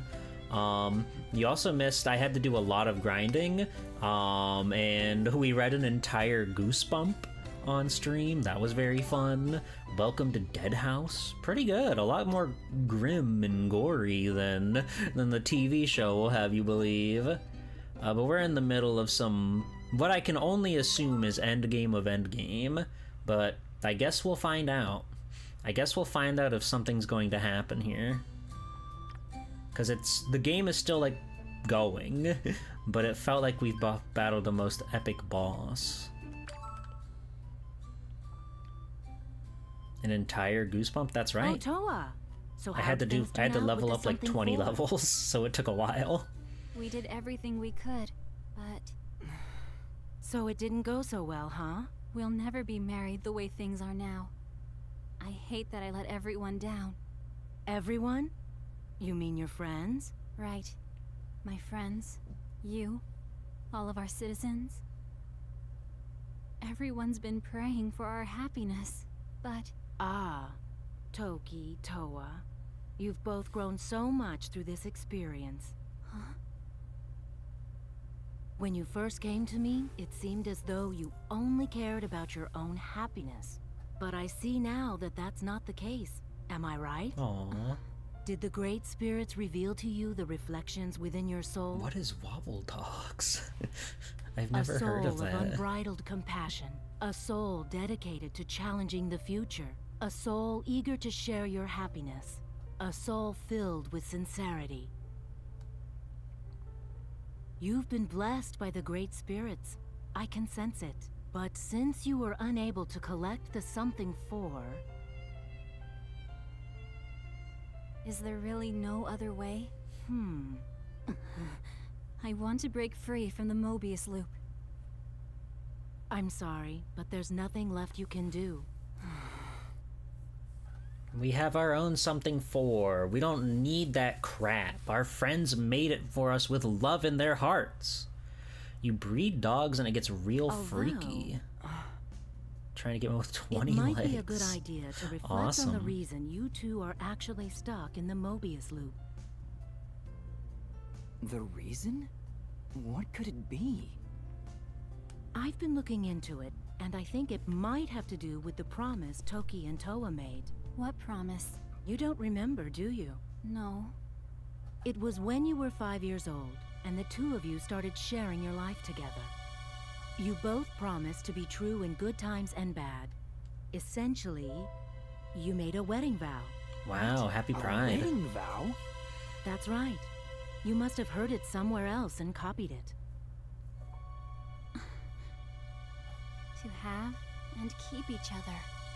For richer or poorer. To love and to honor each other. In sickness and in health. We promise to be friends forever, as long as we both shall live. Wow. You remember now? Since you can only marry one person, that promise is preventing the wedding from taking place. Ah. But that was just a couple of kids playing around. No, it wasn't. That was the moment Toki and Toa decided to exist together. Huh? Remember, when the time spell is used, only the soul actually travels through time. It's not unusual for a soul to come to exist in a body with a soul from another time dimension. Back then, when the two of them had just started sharing their body, Toki was very unstable. But that promise is History what allowed would Toa's call them soul to take root roommates. within the body. Man, I can't believe one little promise has ended up causing all this trouble. Promises can easily come to possess great power. True. As you came to master the time magic, you would have learned to suppress the other soul. But that promise has caused both of us to take root in this body. Correct.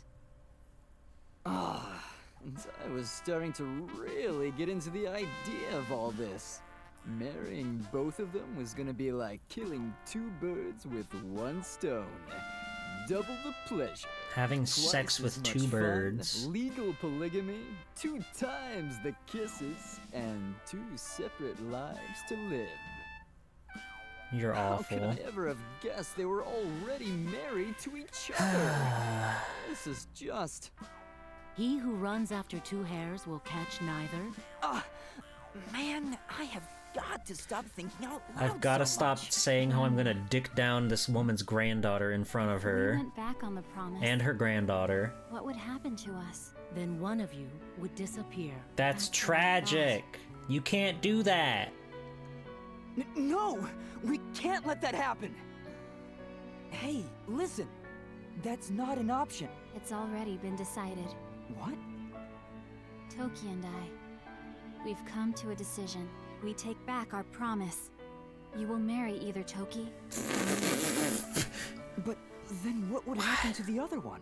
She'll step back. Simple. But that's not... Toki and I have decided this together. No! For me, both of you are... Hey, Toa! Aww, he's stiff as a board. You shouldn't have to sacrifice your future. That was really all cute, because of though. a promise we made years ago. Wait! There has to be another way! I don't believe there is. Thanks, Grandma. Just like that? No! We have to go back to our time now. I hope you're excited for our wedding. If this is what you want, then I am. It's not what I want! What about me? Whoa, steamed hams. I want to crush Drake beneath a frying pan. Well, All right, time. Take us back. Back to the day of the wedding. You guys just don't give up, do you? bye. Well, here we are. Once again, we're back to the day of the wedding. We went over everything again and again, and by the time we share our first kiss, I have to decide, Toki or Toa. Do you swear to be true in good times and bad? To have and to keep her for richer? Wait, that's like right now! Oh, I can't imagine one of them just disappearing. Oh God. I'm really sorry you have They're gonna to make do me this. choose. It's okay. Zack67, do Future, something! right?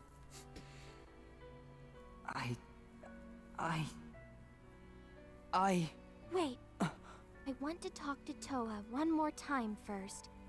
I know that she loves you too, very much.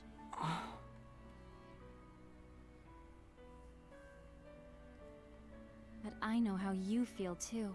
If it has to be one of us, I want it to be me. No! It should be me. No, it definitely has to be me.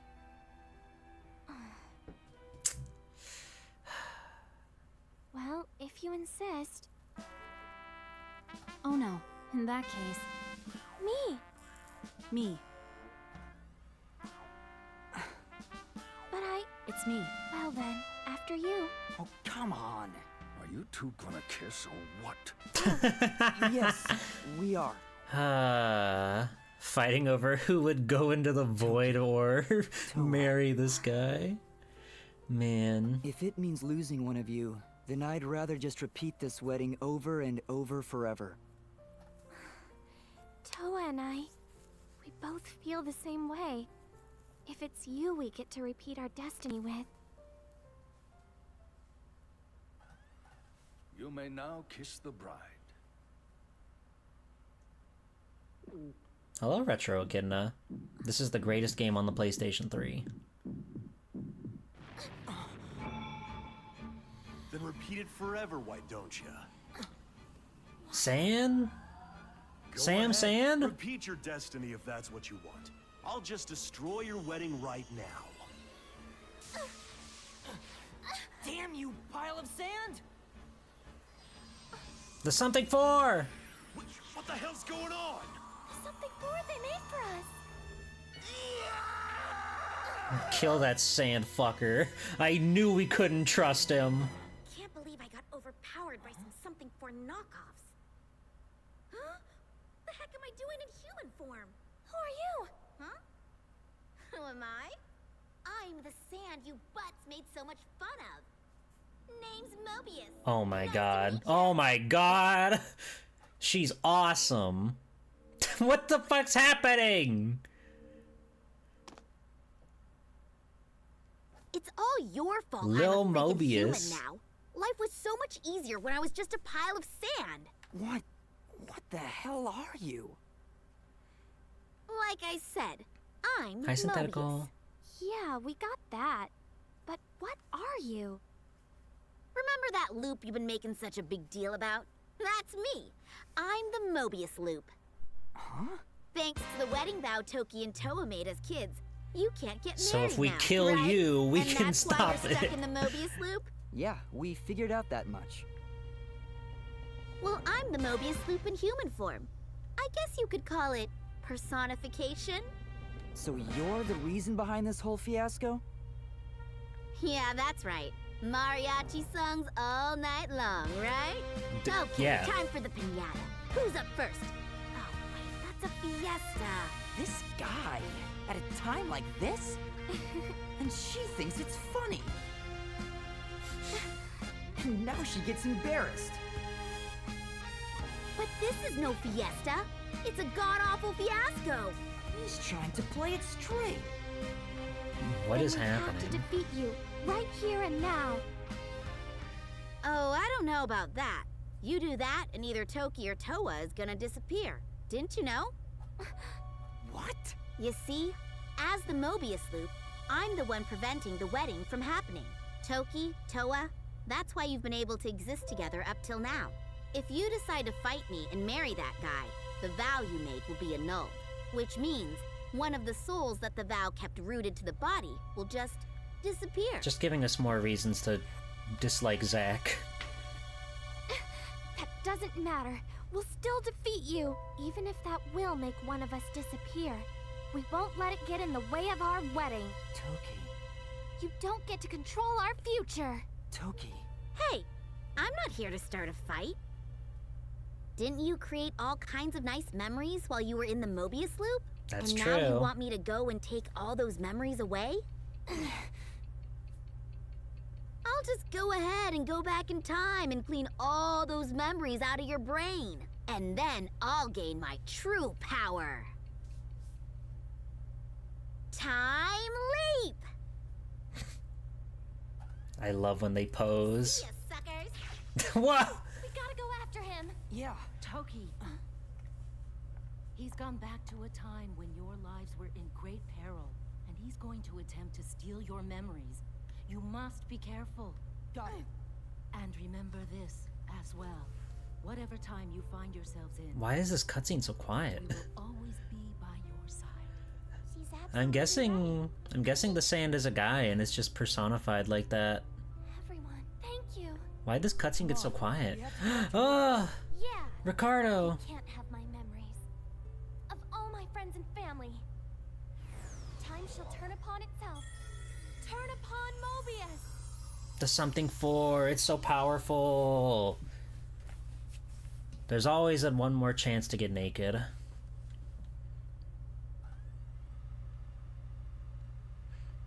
It's a respectful volume for the church.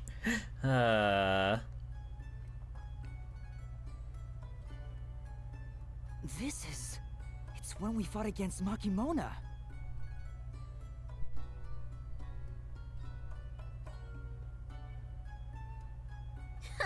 You're really gonna regret not giving up sooner. Wait, what? Mobius, have you possessed Makimona? They're gonna make us do this Natch, fight again? I figured you'd be coming after me. Have a good night, Gotetsu. This lady's pretty tough, right? So I decided to borrow her for a while. Crazy. What do you say? crazy to do like the boss fight again. Makimono 1 month ago. The very embodiment of the Mobius loop. His name is Mobius, and unless we defeat him, we'll never escape our destiny. But he's taken over Makimono's body. Whatever, forget it. Let's just beat him up.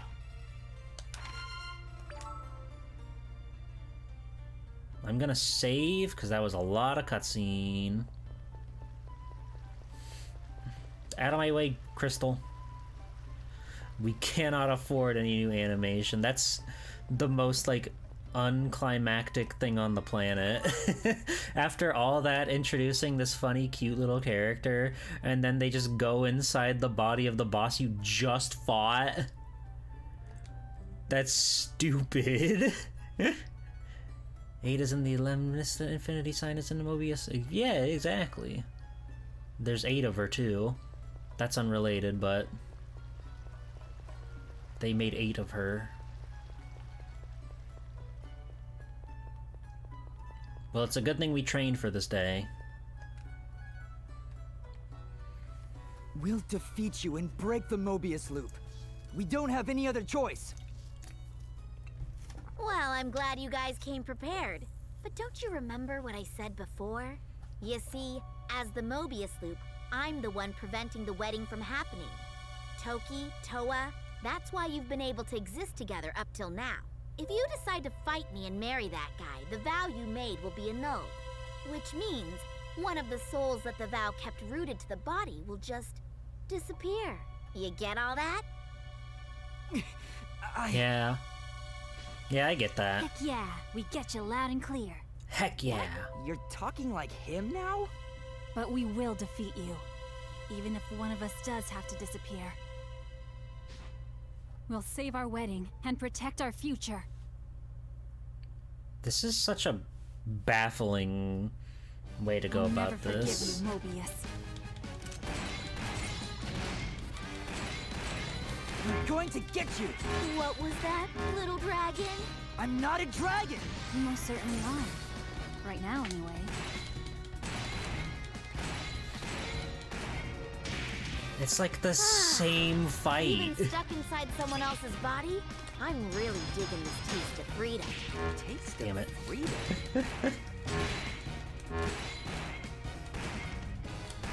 You get it, right? I'm not the type to spend eternity cooped up in some little Ow. piece of glass.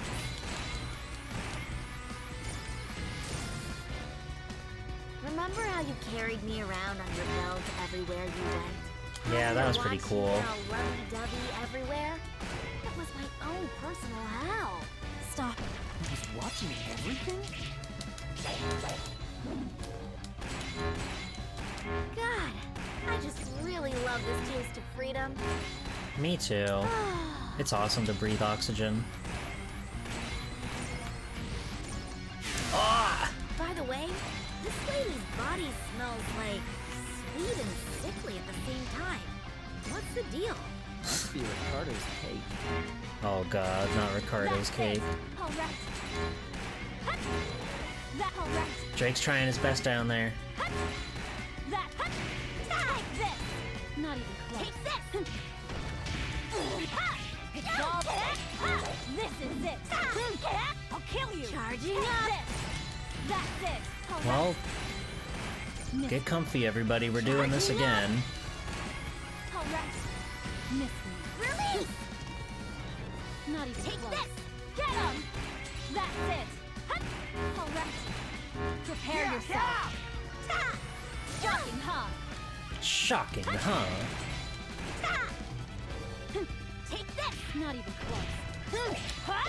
Miss me. Miss me. Not even close. Down! That's it. All right. Let me Charge. have a snack. Charging up! That's New it. Neo Machina. Release! Miss me. Charging up! I never could have imagined we would befall this fate. Here comes my super surge. Die! All right. Not even close. Take this! Miss me. Not even close. Let's It's all over. Right there. Miss me. Take this. Prepare yourself. Shocking, huh? Alright. Charging up. Alright. Alright. That's it. Not even close. Charging up. Super Surge. That takes it. Get him. Alright. That. Get him. Get him. That's it. Alright. Get him. Thunder Spirit. Okay, Super Surge is definitely worth it. It's like 3 times the damage. Alright. Miss. Take this. Alright. Get him. That's it. Alright. Take this.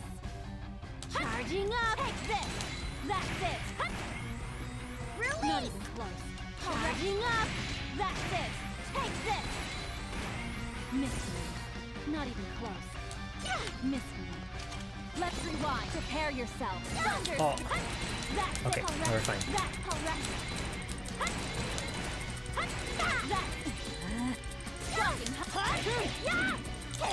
This is all of I'll kill you. Fine, be that way, lady. Charging up. Get him. That's it. Prepare yourself. Here comes my Super Surge. Alright. That's it. Alright. That's it. Alright. Take this. Oh god.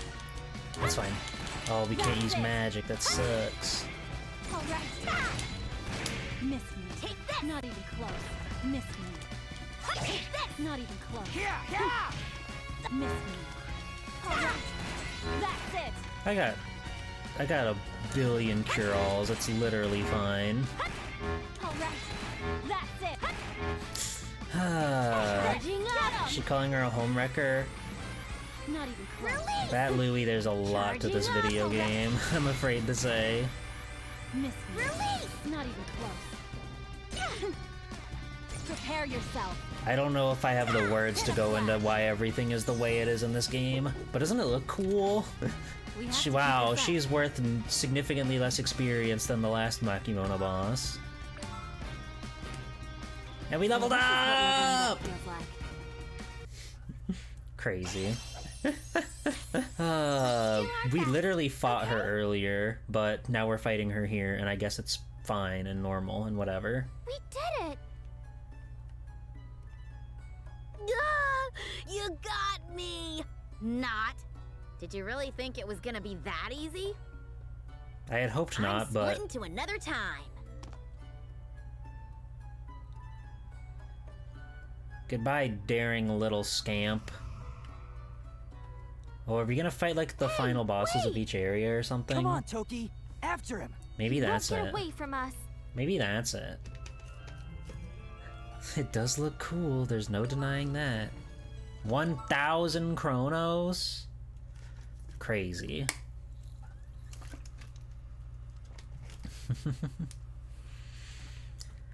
Oh, where are we now? Oh yeah, it's the big guy. I had a feeling. What is a Chronos? We use Looks those like to buy... Netherdrake is Oh, up Chronos is next. money.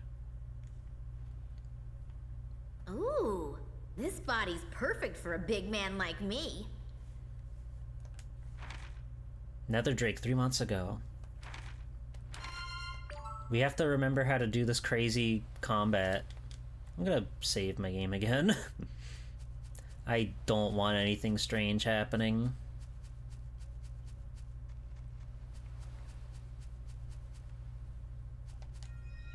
My crystal.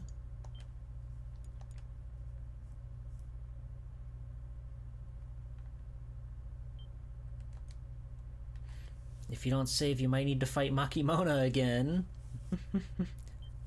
Yeah, they have a special combat mode just for this guy. Oh. So close to another big one.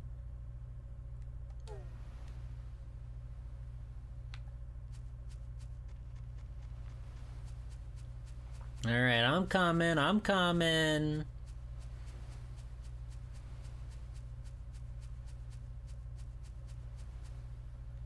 Remember how warm and fuzzy you felt after your little pals gave you the something for?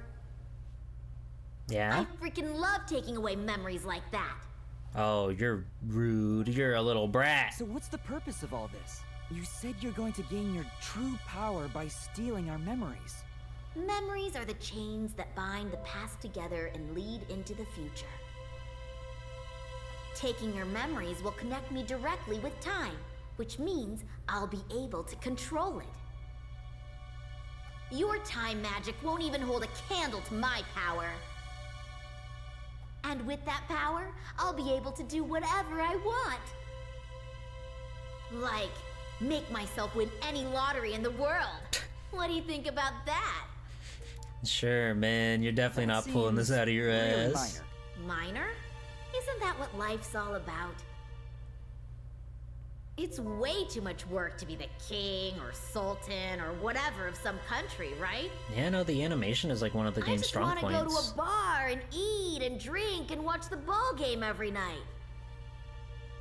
What? What do you mean, what? What could be better than that? What do you mean, what? I love drinking. You're totally wrong. What? There isn't a ball game on every single night. Shut up, man. That's what bothers Just let me you? beat the Oh, game. shoot. Did I mess that up? If I have the power to control time, of course I can watch a ball game every night. Fair enough. You got a problem with my fantasy? I can't let you take away our memories just for something like that. Fine. You want to bring it? Bring it. I'll take whatever you got. Okay. Okay. Now, how the fuck do I do this mode again? I don't remember how to do this mode, but I'm sure it'll come back to me.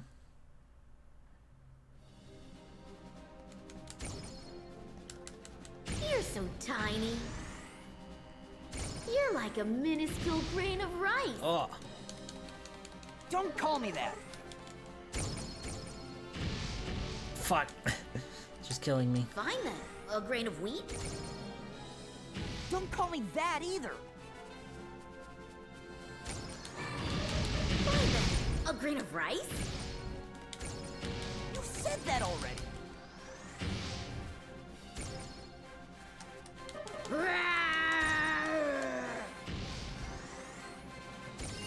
I healed, hooray. The game has gotten stupid. The game has gotten stupid somehow. What's wrong with you? Why'd you just do that? Oh, I I just wanted to feel a little more Where am I? dragon. Am I stuck? There I am. What's happening? Man, being able to fly is pretty sweet. Maybe I should pack it up and take off for a while. How? You're killing me, Nether Drake. You know what I noticed? You two just love to talk during battle. That's true.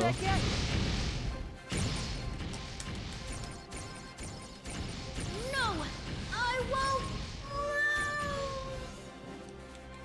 I don't know what to tell you, buddy, but you might be losing. I figured out how to do the game mode again. Huh? Here comes a big one! What? Yeah! Ultra skill! Meteor shot! Here comes a big one! Huh. Ultra skill! Meteor shot! Okay, they've run out of dialogue. They've run out of dialogue for the fight. Meteor shot! Now it's the time and eternity that I know and love. Here comes a big one!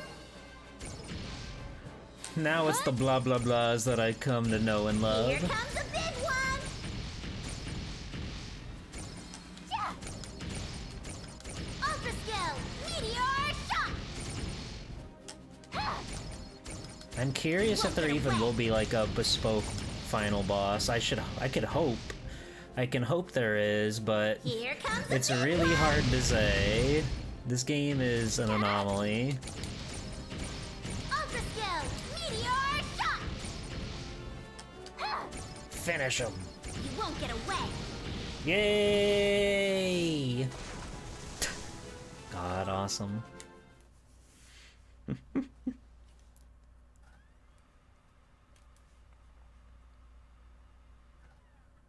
Like, I get it, especially from the animation standpoint, but... Son of a bee! I can't believe this is how my life is gonna end. Not. Not. Did you really think it was gonna... Be that easy, right? I knew you were gonna say that. Fine then. Let's skip the formalities. I love this little twink. I love this freak.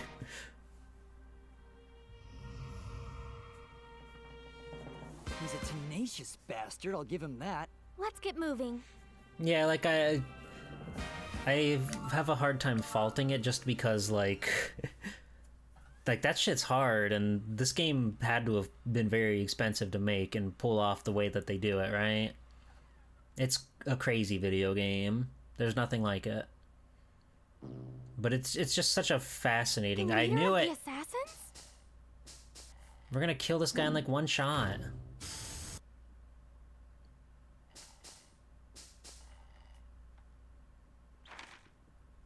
Roboboss 6 months ago. Okay, once again, just in case they do throw a curveball, I gotta go save my game.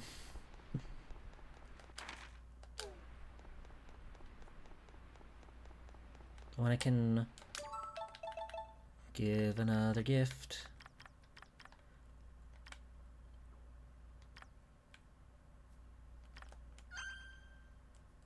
Yay.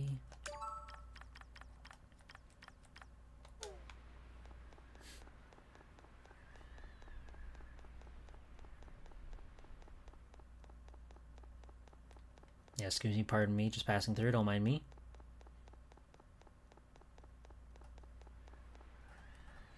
It's kind of crazy the regular encounters are still happening.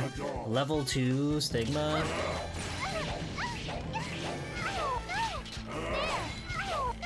Drake, get him! Get him, Drake! I'm more than just a doll.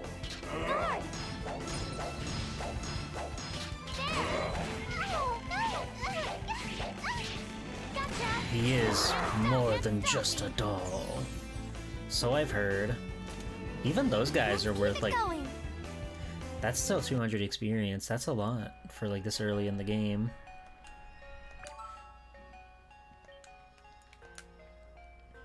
The EXP values are, like, non-existent in this. You fight harder enemies, but they give you the same, well, the same value no matter what.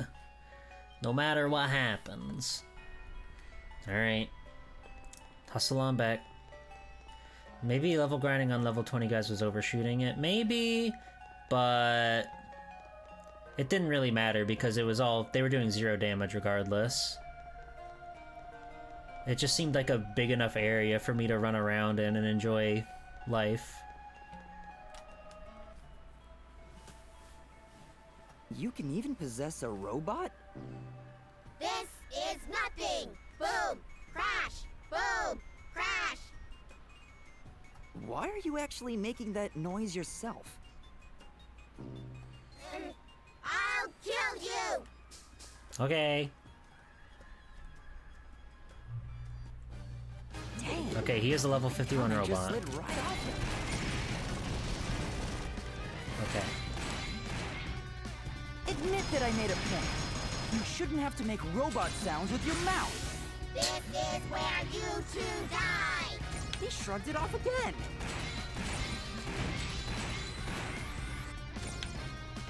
I'm gonna get ya! You're Dreadborn!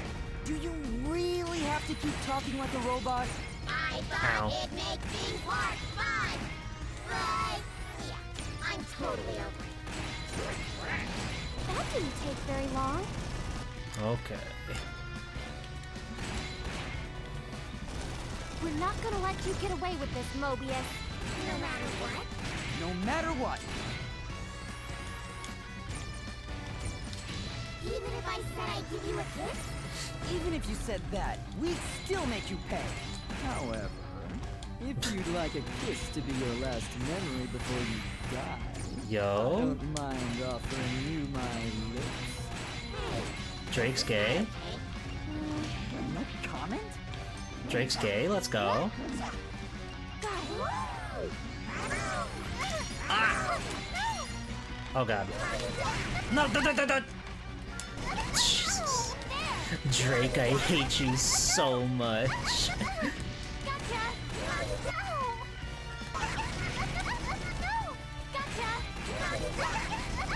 Okay, I get it. Do something! Gotcha! Can't get me! Can't get me!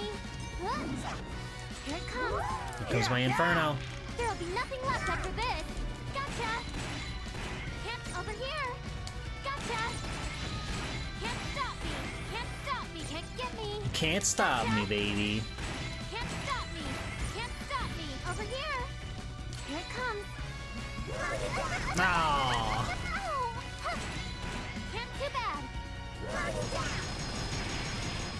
Gotcha! Can't there! Can't stop me! Over here! Gotcha! Can't stop me! Can't stop me! Can't get me! Word on the street is they can't stop me. Fire spirit! Get him!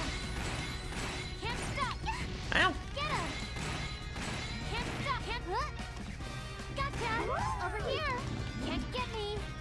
There! Can't stop! No! Can't get me! It's a good thing we got all those. We got all those healing items. I got this! Guard! Gotcha! Ow. Got it! No! Over here! There! Can't get me! Over here! Yeah! Reload! Gotcha! Can't stop me! Can't stop! Can't stop! Can't stop! Can't stop! Can't stop! Can't stop! Gotcha! Gonna get hot! Can't stop! Can't stop! Can't stop! Can't stop me! Can't stop! Ow. Gotcha! Here it comes! Fire! Alright, get out of here. Get out of here, you fucker. I love the time mechanic. And the eternity mechanic. We did it! We did it. We've beaten every boss of every zone. Damn it! And after coming this far! Just get lost before things get even worse for you. Now I have no choice but to go and wipe out your guys' relationship itself. What? I'm going to remove the moment you two first met. What? Without that memory, it's over for you two. The feelings you had for each other will vanish. You'll completely forget each other. You won't recognize each other walking down the street. No. This is gonna be awesome. I can't wait to take a gigabyte out of that memory of yours. Get it? Gigabyte? Like giga and bite? Pretty funny, right? Not really. With a memory like that, I'll be invincible, and there's nothing you can do about it. I'll finally get to enjoy my tropical island living without any distractions. Not my Eating kebabs on a CGs. sandy beach, sipping on a whatever and tonic, watching the marathon on TV every day. Sounds like heaven to me. Marathons aren't on every day either. Don't you get it? I'll have the power to make marathons be on every day. God, I just can't wait. I only I'm see a coming for you, win-win my here. delicious memory.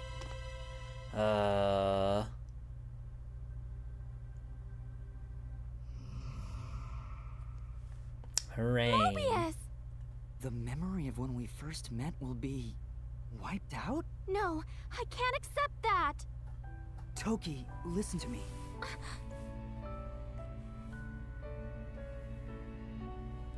I'll never forget you, even without memories. I'll never forget you. I'll never forget you.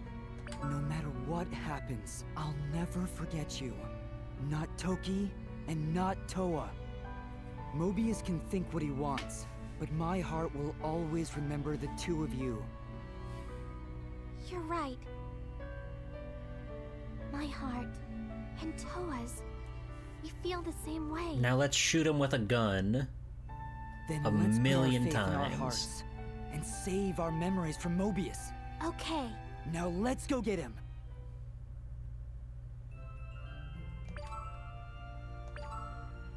Hallelujah. Can't you be a hedonist without time travel like the rest of us? If only it were that easy. What? We're in a time world, we're in a time dimension. Remember when we read Goosebumps? That was fun. Just thinking back.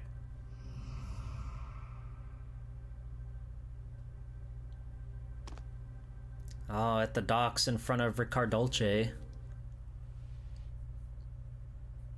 Welcome! Almost, but we'll never be newlyweds!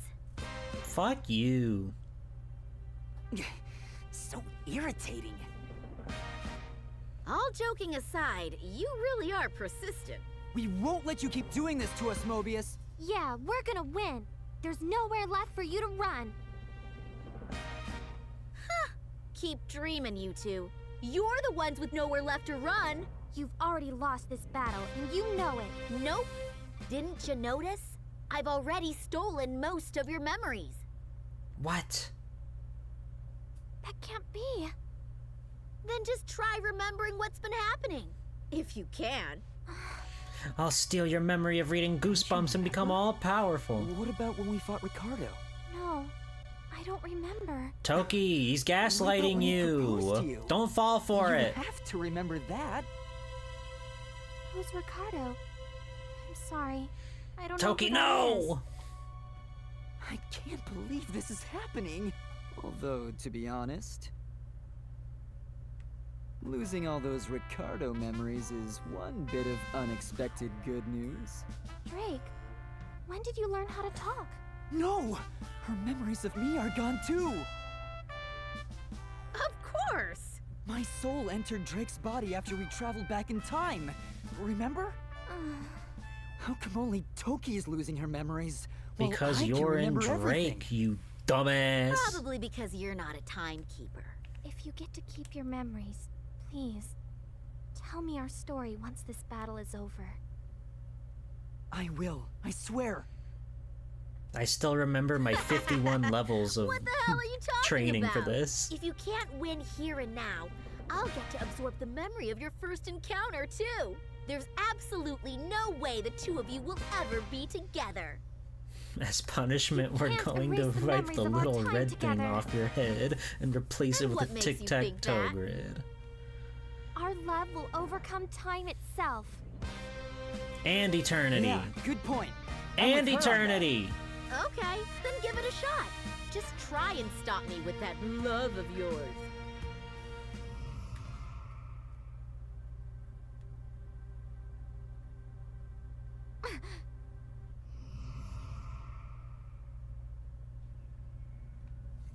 What the fuck is that? Just let me fight the twink. What the Mobius hell's going Drake. on? This is the power created by your memories. I'm happy to take you on anytime. Yay! Mobius has absorbed all the wedding-related memories. Now he's transformed into a... what is it? Doesn't matter. We have to stop him before he takes the rest of our memories together. Let's saddle up and prepare to fight.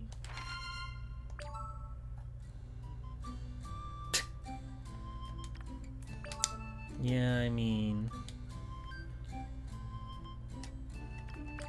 or I can just go home, I guess. I can go home and like save my game and sit on the couch with my girls.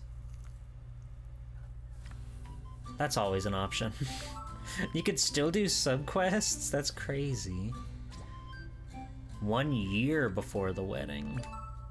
Wait, they've only known each other for a year? Oh, their house with the shit! Fuck! We don't have any of our swag, but the girls are still coming together. Chubby dragon. Whoa, whoa, whoa, whoa, whoa, whoa, whoa.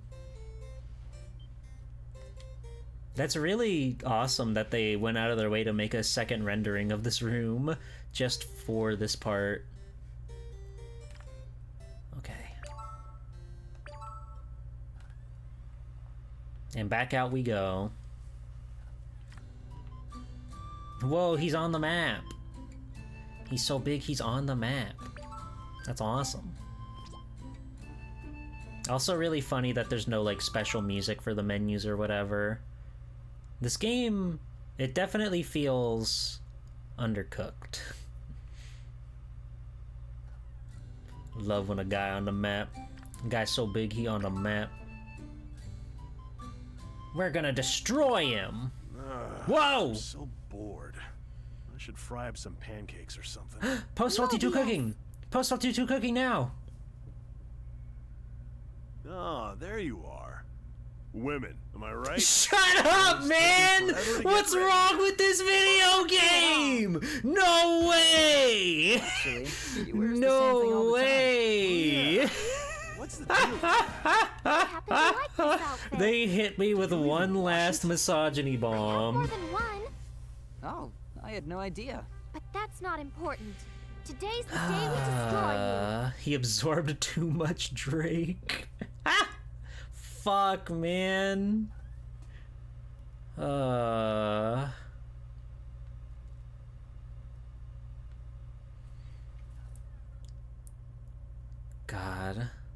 All-timer of a video game right here. Okay, it's the same giant enemy controls. Use the right stick to move the right... Why didn't it remind me of this when I fought the guy? Whatever, who cares? Shot spell, mega spell, heal spell, barrier spell.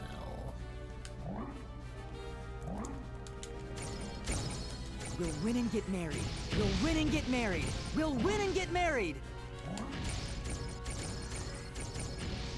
You're really devoted, huh, my He's doing a lot of awesome poses More than over I've there. ever been to anything in my entire life. That mega shot Actually, if I'd been this devoted is before, worth like I'm sure I would have been 4 more shots. successful in life. But for how long it takes to charge up, it is not worth it. Focus on the battle. I love that he's breaking it down over there. Ow. Oh wait, Mobius, you don't have to focus. What was that? Okay, focus, focus. He's having so much fun. Gonna get married. I'm gonna get married. Listen, brother. Can you say this? What? Mary married a muscle man named Matt and made a miraculously merry marriage. Pretty good. Ow! Mary married a muscle man named Mac and made a miraculously merry marriage. You're not so bad yourself. Stop wasting time on tongue twisters. It's the gift that keeps on giving. Oh, I bet you're just saying that because you can't do it. Shut up! Go ahead. Do it. Oh god. His love buster. Mary married a muscle man named Mac and made a miraculously merry marriage. Yes! Yes! One more time to finish him off. Mary married a muscle man named Mac and made a miraculous... Oh no! Are you alright?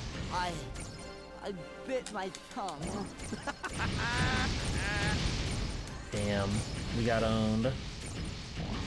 We got owned. Oh, he's not taking damage anymore. He's not taking any damage anymore. Thank you, Drake. Oh. Kiara! Kiara! I'm playing the greatest video game ever made. Hello! Welcome in, Raiders. How's it going? What were you doing tonight, Kiara? Holy moly. 13 Didn't months. I tell you? That's like a Defeating baby. me means one of your 2 souls will disappear. How are you? We're at the very end of this video game. Accepted it. We are ready to take back the promise anytime. How's it going? What were you doing? Hi everybody, I'm Swell Time G Pool, Unfortunately superhero for you, extraordinaire. It's not that easy. What? That vow you made is the very source of your existence. You can't get rid of it yourselves. Hi Fong.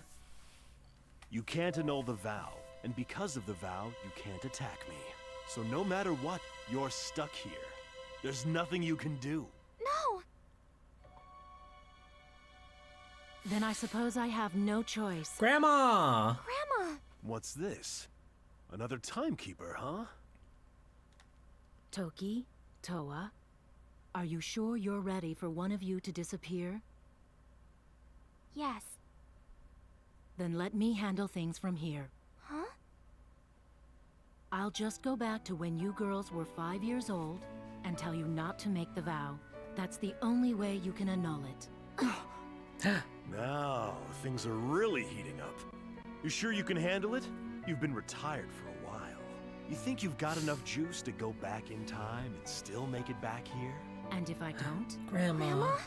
Grandma, no. People can only help others if they live on. That's the one privilege we have. If this will make my beloved grandchildren, their husband-to-be, friends, and the country happy, what greater happiness could I ask for? He's definitely a prolific voice actor. I definitely recognize him. I think somebody said in the chat. Let you. No! Toki, Patrick you Sates? stay here and Yeah. protect this place. Grandma!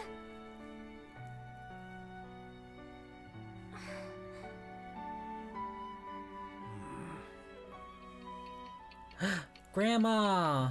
Don't do it! I love you!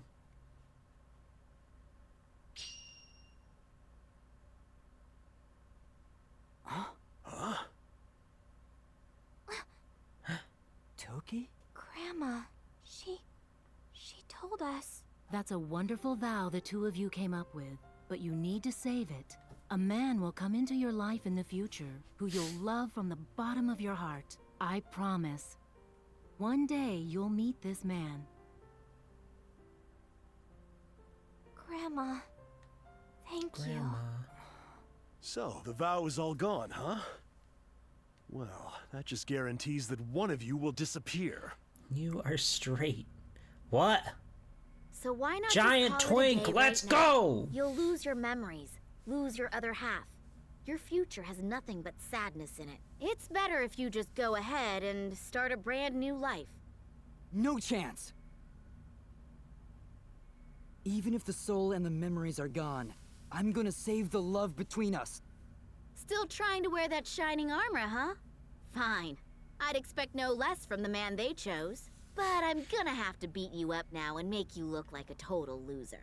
There's a reason I'm the Mobius Loop.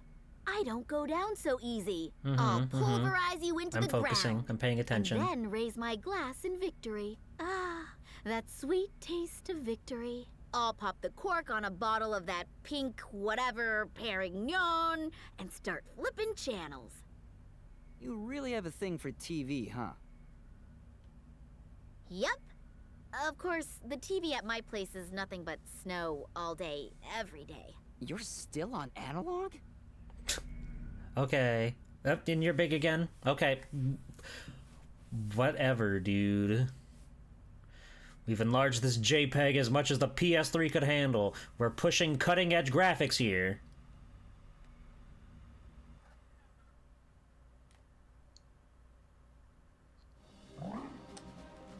Oh, and he got his health back? That's fucked up. We should be able to attack him now. Yeah! Let's go for it! Oh, those are hitting the wall. This is truly an act of desperation. It's only a matter of time until one of you vanishes. No, who cares? Love is real. Which one of them will disappear? Don't worry about it for now. We should still have some time left.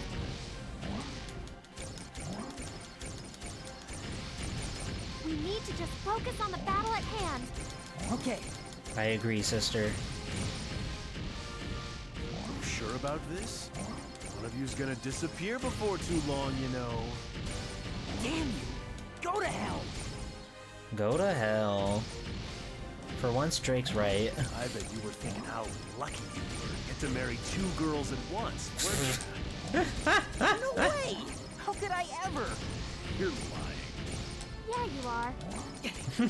Fine, I lied! You get him, girl boss. So what do you think about that, Missy? He thought it was all hunky-dory to marry two girls. What's wrong with that? Drop it! This is no time for... What more can I ask for? He understands and accepts the both of us. Mm-hmm. Best man we've ever been. Toki. I've received official authorization to be in love with 2 women at the same time. Alright, you don't have to be such a jack-off about it. Wait, but... I can't believe one of them is gonna be gone before I know it. Hello, Kenshroom. Hey, Oh! can I ask you something? I'm not killing him yet because I want to hear the dialogue. Really taking this battle seriously? Well, Sure we are. I think they know. I think they're on me. Okay. Yay! Oh my god, he's shattered. Plural accepting? Mm-hmm.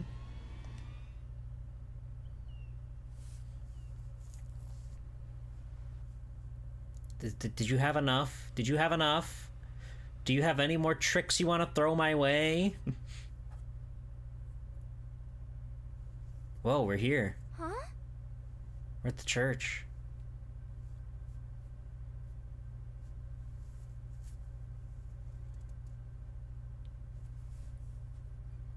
Ugh. You two are just impossible to get rid of. Wait, hold on. Same to you, pal. That's one hell of an energy reserve you got for a time like this. But listen up now. Toki, Toa, it's You time keep for saying one of that. you to disappear. I know. One last jingle. Now we've got him cornered, although either Toki or Toa's soul is going to disappear, but we still have to destroy Mobius to protect our future. We have to give it our all we've got one more time. Okay. They're not playing music anymore, which tells me that this is actually for real. The final battle, whatever. Or something. Or something. I'm still going back home to save. I don't trust so easily anymore. I gotta go through all the bosses in forward order. Our girls aren't here anymore. Da-da-da-da. Final true ultimate complete final boss rush. I just wanna fight the twink, dude. Come on. Da-da-da-da-da-da.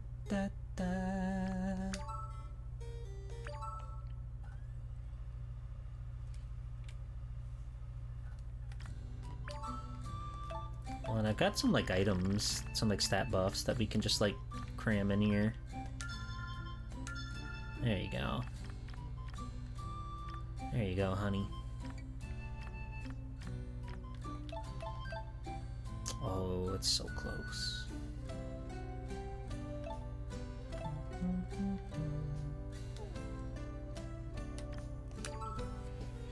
Makimona 3, let's see it happen! Now that would be insane. It's really funny that you fight Makimona back to back when it's like I get what they were going for with the boss rush, but it's just insane to do that back to back. All right, we're back. Women, right? Whatever. Yeah, be misogynistic. Whatever. Just let's get this over with.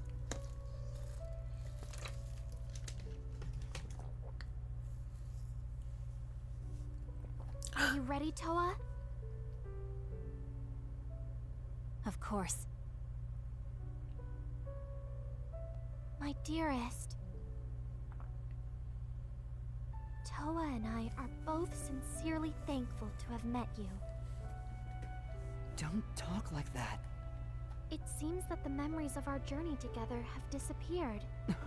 But the feelings we felt for you throughout it all will remain forever within our heart. We had so much fun together. Our love for you is stronger now than it has ever been. Toki, Toa, did you really forget everything? All those times we traveled back into the past, over To play and shitty over? games that suck ass? Sorry. Every time our wedding got interrupted, we went back, promising that next time it would work out. We talked and shared so much. Remember when we ate Ricardo's cake and nearly died? Remember when we went to all those islands with the ridiculous names? Sure, it was all because of the attack on our wedding, but still, I had so much fun with you, and I was looking forward to everything that was to come in the future. I was looking forward to everything in ways that I really shouldn't mention in public. Huh? As long as I have Toki and Toa with me, I can be happy. I just and want have like a fun in fly any swatter situation. animation. Just a Thank you for saying splat him into a that. puddle. You were so thoughtful and caring, no matter what was going on around us. You accepted both Toa and me. But it wasn't just us. You treated everyone with respect, even our enemies. You're a true man of compassion, and that's why we fell in love with you. Toki, Toa, I can't imagine losing either of you.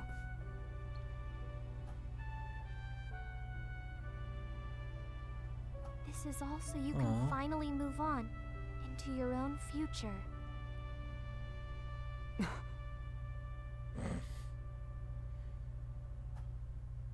We want you to have a wonderful future because we love you. You understand that, right? We know you do. You're such a caring person. No! I don't accept this! Now, you have to choose one of us. Me or Toa. And I want you to choose Toa. Until this journey began, I got to spend so much time with you all to myself. And that's enough for me. So now, I'd like you to choose her. If you can't make a decision, we can do it for you. No! I need to do this myself. I can't imagine forcing either of you to choose your final destiny. So I'm going to make the choice. I have to.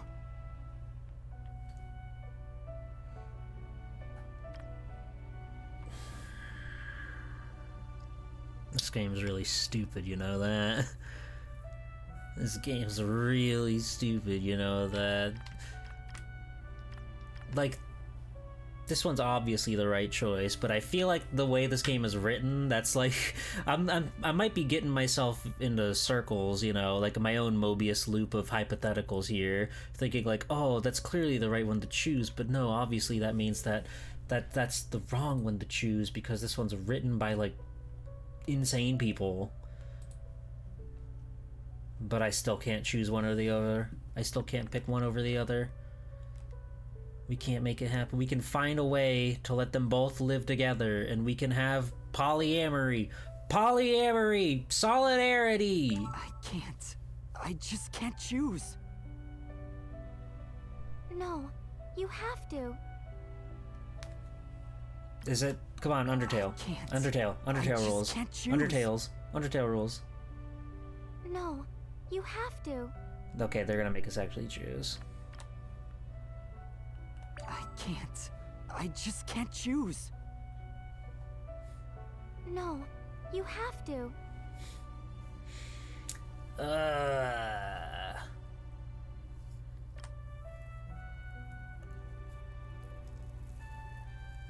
But thou must.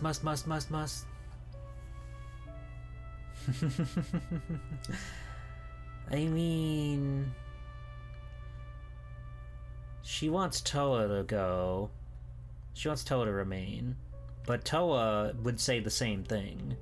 If we were talking to Toa right now, she would say Toki must remain. I know. I understand.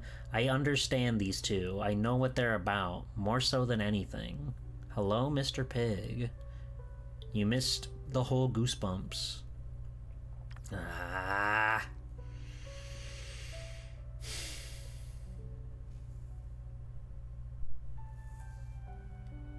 My bar is slightly more allocated to Toki. And I think I gotta trust the bar. I gotta trust the bar on this one. It was as close to the middle as possible, but Toki had slightly more attraction in our bar. And with that logic, and since they're not gonna let us nope out of here, I'm going with Toki. Toa, I'm sorry, but I just... Just like that?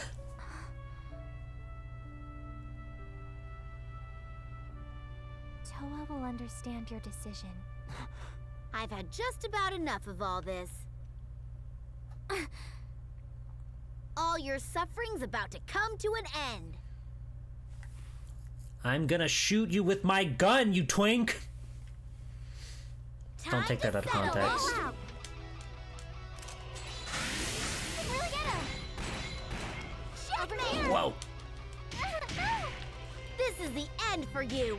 I'm gonna give you everything I've got. Oh, I Same goes for see. you. They get up close. They cast anti-knockback and then get up close to do fucking crazy shit. I don't know what to say. Oh god, how do I break through? Toa, Oh, I know we're how. gonna win this final battle.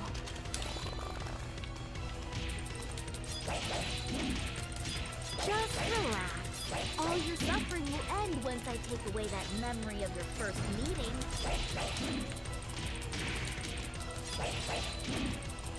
I don't care if I have to suffer.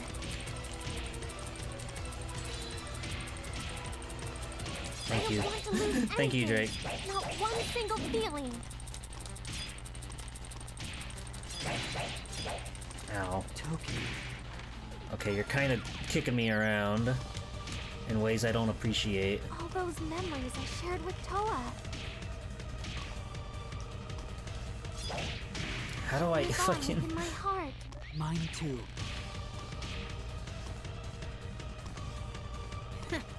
Sounds like the final death cry of some struggling loser.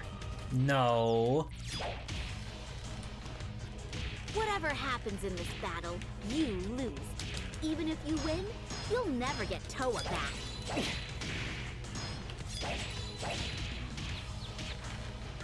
This is a little evil. Are you sure We that's the can't kind knock of them future back. you want? Oh my Is god. that how you would Stop define it. your happiness?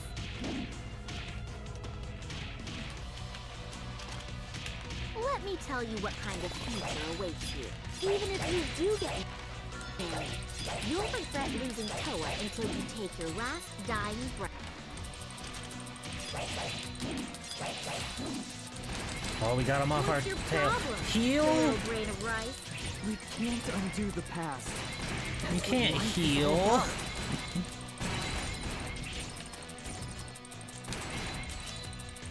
Okay, and... Well... What? You forgot? Seriously? Hey, come on. It happened.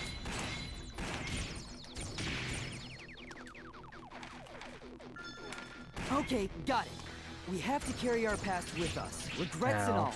But we can never give up on trying to be happy. Nice. We will find happiness. Sure, Whatever. guard all you I'm want. gonna win Stop anyway. healing. What the fuck? Get him! Can't stop me. Over here. Huh? Bloodsucker. Can't get me. Over here. Yeah, yeah! Get him! Ow. Got it. No. Ow. Gotcha! Can't stop me.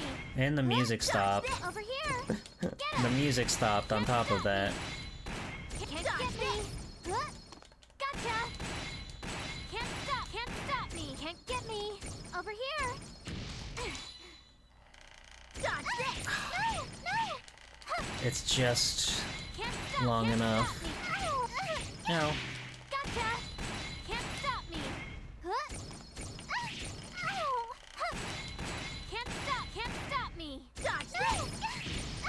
Gotcha! Can't stop me. Huh? Can't get me. The energy. Gotcha! Over here. Dodge this! Over here. Here it comes. Fire. Dodge! Our memories of the band Can't get me. gone. Get him! Can't stop me. Dodge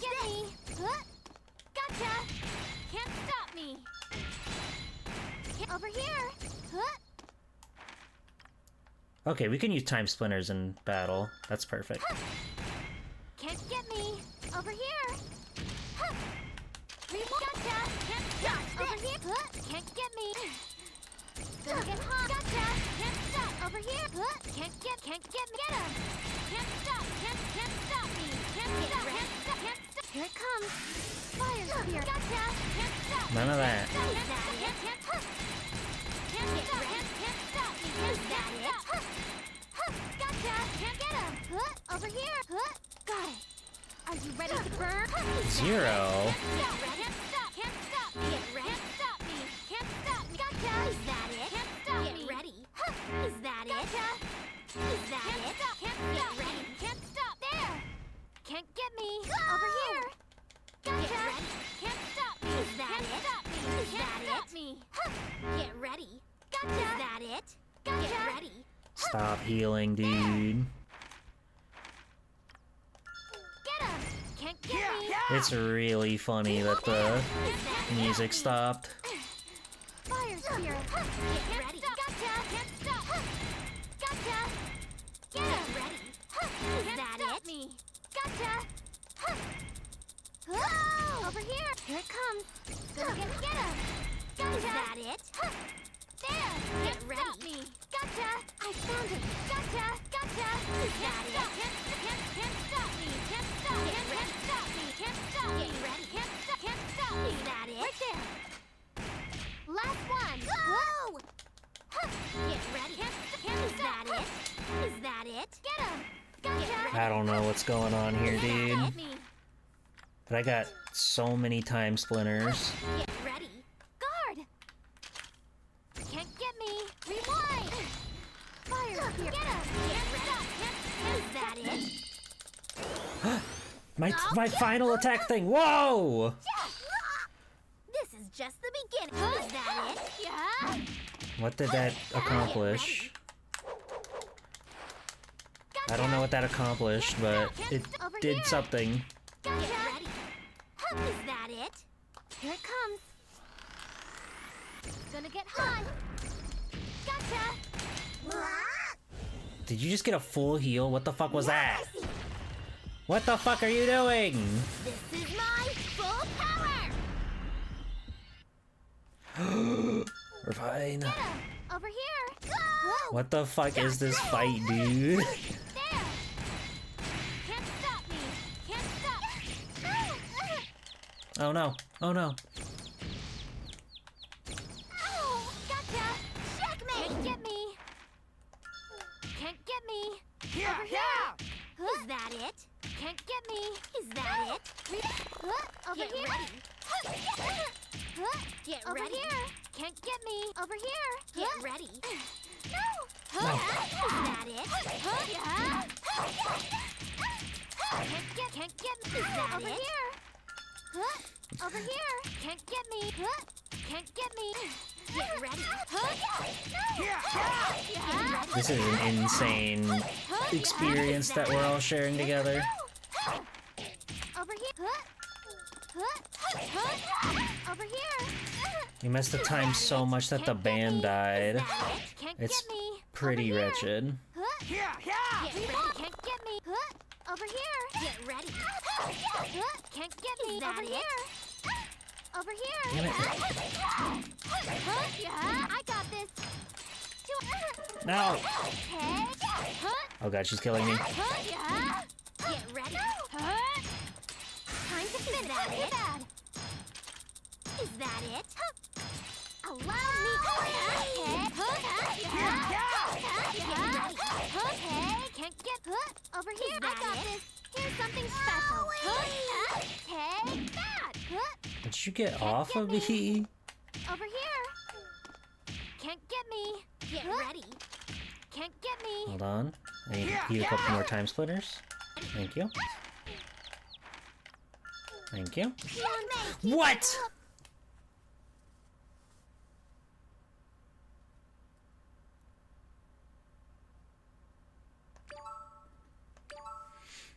Time to I settle won't this. let you ruin our wedding. Can we get the band back, please? Really get him. Can't stop me. We can't get the band back. Over here. This is the end for you. I'm gonna give you everything I've got. The same goes for you. This is absurd. Toa, I don't know what to say.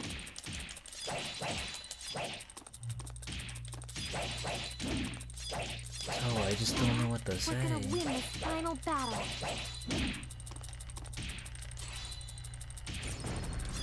Just relax. All your suffering will end once I take away that memory of your first meeting. No, you wouldn't dare. I don't care if I have to suffer.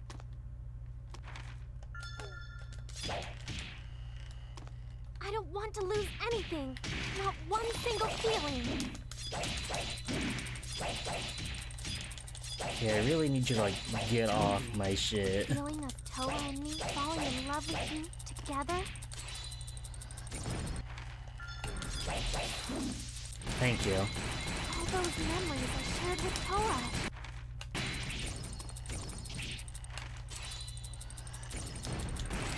They live on within my heart. Mine too.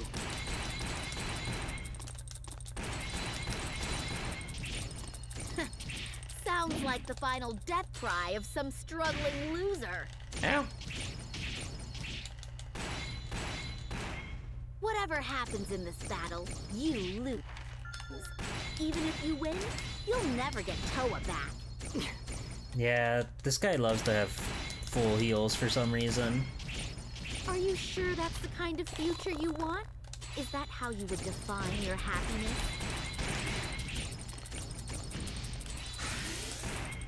Let me tell you what kind of future awaits you. Even if you do get married, you'll regret losing Toa until you take your last dying breath. Just shut up! Just the time splinter. What's your problem, you little grain of rice? You can't undo the past. That's what life is all about.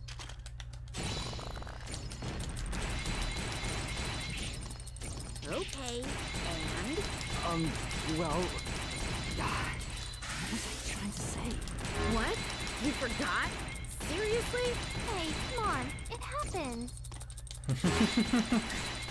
Come on, it happens. Okay, got it. We have to carry our past with us, regrets and all. But we can never give up on trying to be happy. I just gotta keep my wits about me. Why did that do so little? Whatever. I'm gonna win. Oh, because they've got a bunch of status stuff. Can't get me. Over here. Gotcha. Can't stop me. Can't stop. Can't stop. Can't get ready. There. Got it. Fire spirit. Gotcha. Get him. Can't stop. Can't stop me. Can't stop me. Can't stop me. Can't stop me.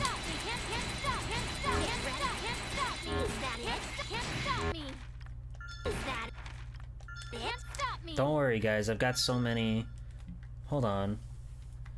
We don't need to sit here in silence.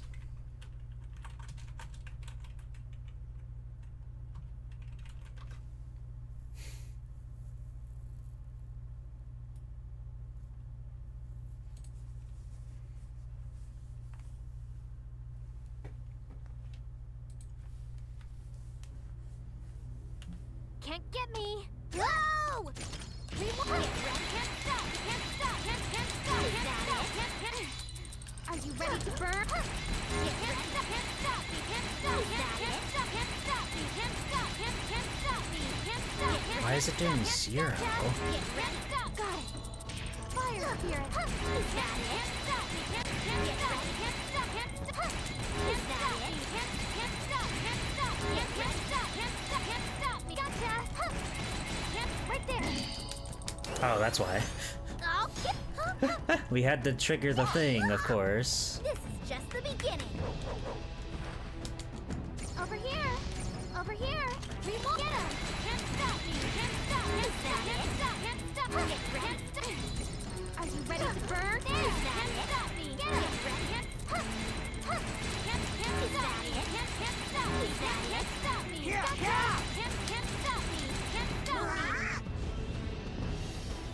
She's doing her buster, her time freeze. We can tank it. We're strong. Full power! Gotcha! Go! Can't get me! Dodge this! Can't get me! Reload! Gotcha! Can't stop me! Can't stop! Can't stop! Got it! Fire up here! Whatever you got, I can toss it right back. I've got so many inventory items. Are you ready to burn? Over here! Ow! Oh, fuck. Checkmate! Ow. Whoa. Take that! The other can't over here! Can't get me! Over here! Can't get me! Gotcha! What? Over here! Gotcha! Can't reach! Can't stop me! Can't get over here! Can't get me! What? Gotcha! Can't stop me! Over here! Gotcha! Can't stop me! Can't stop! Can't stop! Can't stop! Can't stop! Can't get me! Over here! Here it comes! Fire up here! Gotcha! Can't stop! Can't stop! Can't stop! Can't get what? Gotcha! Over here!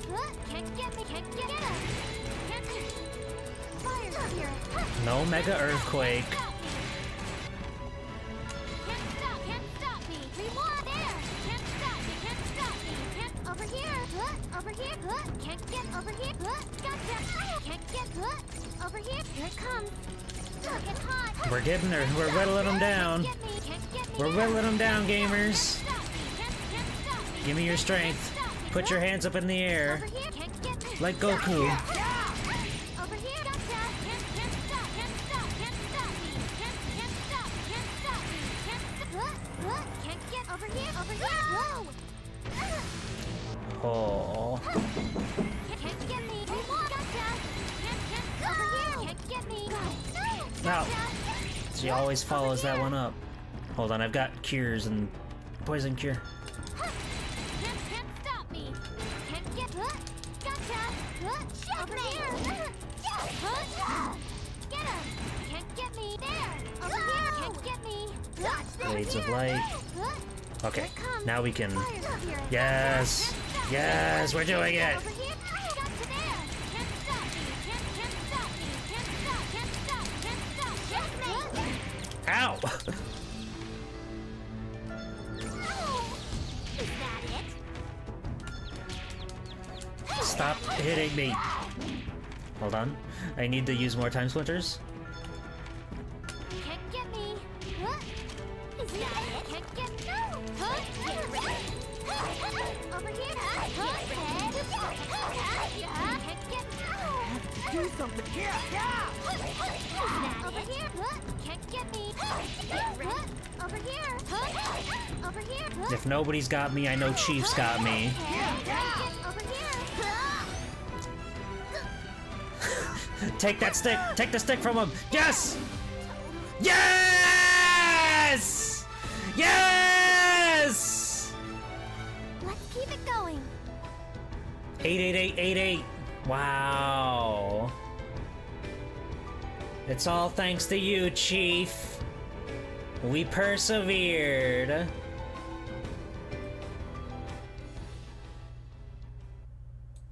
God, I love that song. Fine. I'll be watching to see if you really can find happiness. Did we do it? Did we beat the game? Did we beat the game? Oh, man. Toa. Promise me that you will be happy. Toa.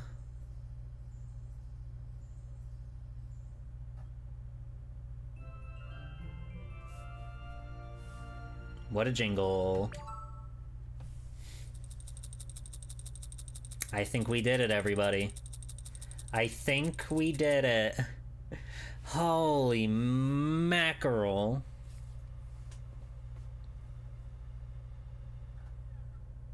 Can I just say I clocked it like from frame 1, by the way? Like 3 chapters and then a final thing. I said that by like, I don't know, stream 2, maybe. Whenever we got to like the the second part, I think. Anyway, Zack67 is back! And better than ever. Toki! Toki! Toki! Hey, are you okay? Can you look a little more, like, concerned? We got caught in the shockwave from Mobius's explosion. We won! Oh. We broke the Mobius loop! How did I... Toki... No, don't say she lost her memory. Surely they're not gone forever, How right? did I come to be unconscious in such a place? Oh. I'm better now, though. Thank you for your help. With Mobius defeated, she's lost all her No. memories. I guess we have no choice but to restart. Toki!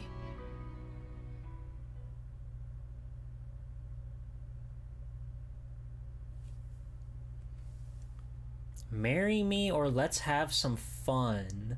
I am not sour. Both of these are bad in considering the context, but I'm not souring this moment with the crass version. As funny as it could be, that's evil. Look, she's looking at me. She's wondering. Marry me!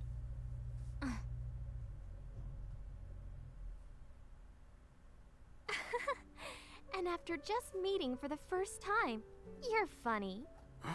Now, if you'll excuse me...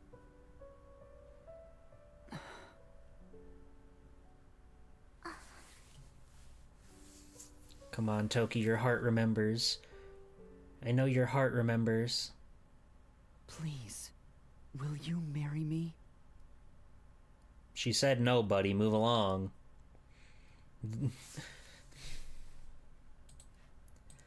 Is this guy bothering you, ma'am? Do you need me to do something about that? Oh, well, I guess I'll just...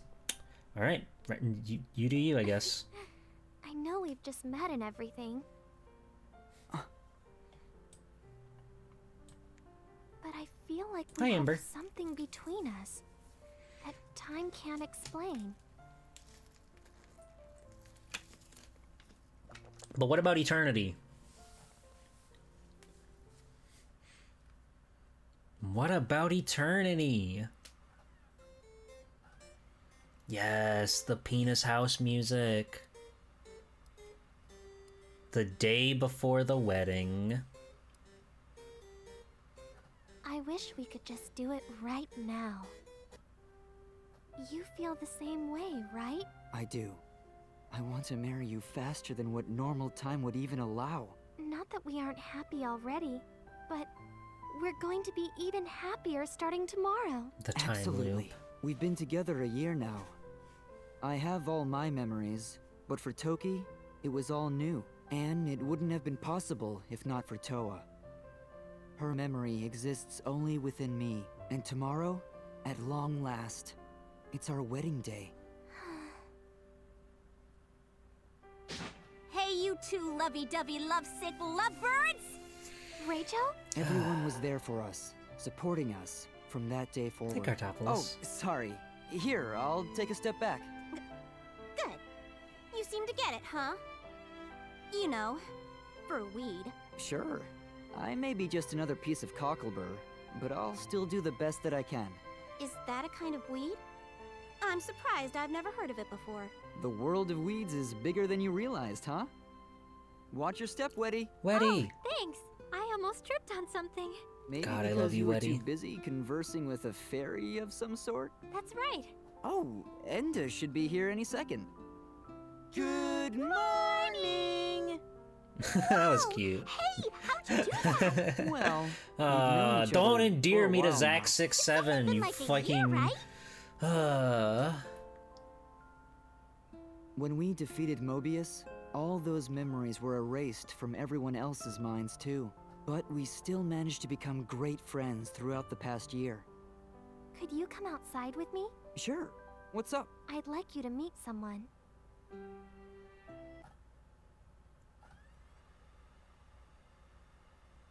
It's her sister. It's her awesome sister.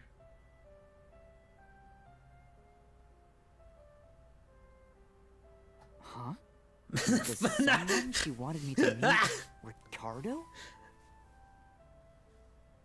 Ricardo. I'm rather busy at the moment. Yeah, cause we're the #1 bakers in Kamsa. Amidst all the mess, I missed Lucy and Ricardo's Linus. destiny was altered, and he became the best baker in town. Honestly, I'm happy for him. #1, huh? And to think, your cakes used to be so bad before. Huh? My cakes used to be bad? Oh, no, sorry. Boss's cakes sell out every single day. Yeah, cause they're so totally good. Our pretend baking training approach is a crucial part of our success. So that's how you got to be so good. Stop by our bakery anytime. Adios, amigos. Would you mind if we ordered our wedding cake from them? Huh? They're just so popular. Sure, why not? Ah, Toki, there you are. Grandma! Thank you so much for coming. Grandma's still I'd around, like you to thank meet my God. Grandma. You're alive! Hey, I know she's a grandma, but come on. What the heck? What the Seriously, heck? what's the deal here? Getting back was actually pretty darn easy. Don't Awesome. underestimate the power of an old I'm glad woman she still like me. remembers. Hey, what are you two whispering about? Oh, nothing.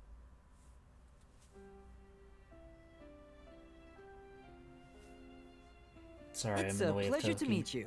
And you as well. We'll make each other happy, I promise. I'm sure you will. It's a promise, right? Yep. Yep. The day of the wedding has arrived. Toki and The I- 5th time. We're finally getting married. It's the first time for Toki. God, And the 5th this time must for be me. crazy if it's I Toa. just hope this time we'll... They'd have to like animate a whole Swear Toa to be scene in the true dress. In good times and bad, to have and to keep her, for richer or poorer, to love and to honor her in sickness and in health, as long as you both shall live. Saying no isn't an option now. Actually, it's never been an option. I do. And do you? Guys, look, I'm getting married. I do. I'm getting married to her. Aren't you excited for You may me? now kiss the bride. What's the matter? It feels like our happiness is about to come to an end. What? But it isn't. This is just the beginning.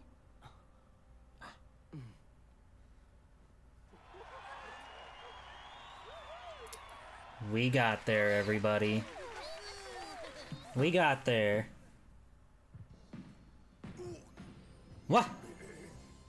The dragons.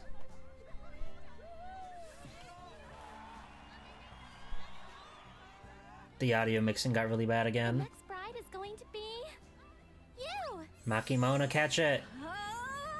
Yes! Oh my god, those are awesome drawings of her. Hey, I don't want to get ahead of myself, but I just thought of our first baby's name. Don't say I it. think if it's a girl, That's weird! Absolutely. That's weird! And now, I'm going to live happily ever after with Toki for all eternity.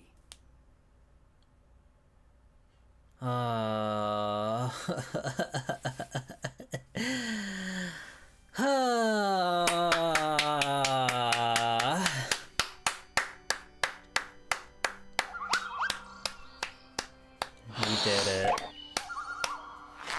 Time and eternity. Volfon. Satellite. Good work, you guys. Yuzo Koshiro. Great work. Yuichi Kato. God. Wait, there's music.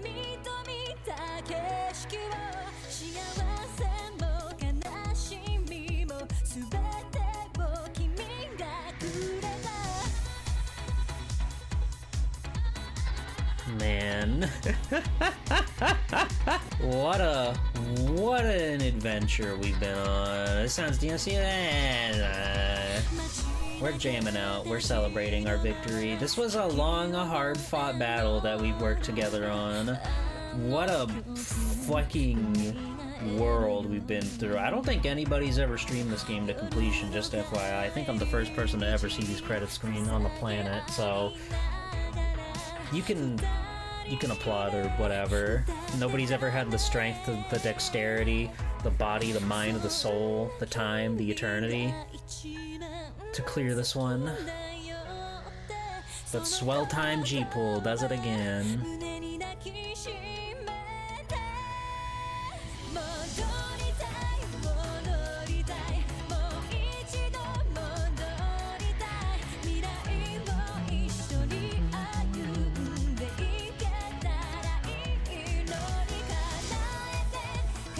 No, I mean, it's a crazy evil thing of them to make you choose between one of the two girls. It's crazy evil to build up this whole thing where, like, you spend so much time with both of them, like, literally through the plot progression and through the leveling up system, and then you have to pick one at the end. That's pretty evil, but I'm glad that they got their wedding, and their love stood for each other even with the memories lost. It is a pretty dour ending, but, you know, silver linings. We restart, we do it again, because we have love in our hearts, and we can spend all time and eternity with each other together. That's beautiful. That's beautiful. And the girl who vanished doesn't have to live with Drake. Piggy! Alright. Yeah, Toa's on her own, like, time-traveling adventure right now. She's running around on a big time surfboard, wearing sunglasses and a bikini, and slashing anything that gets in her way.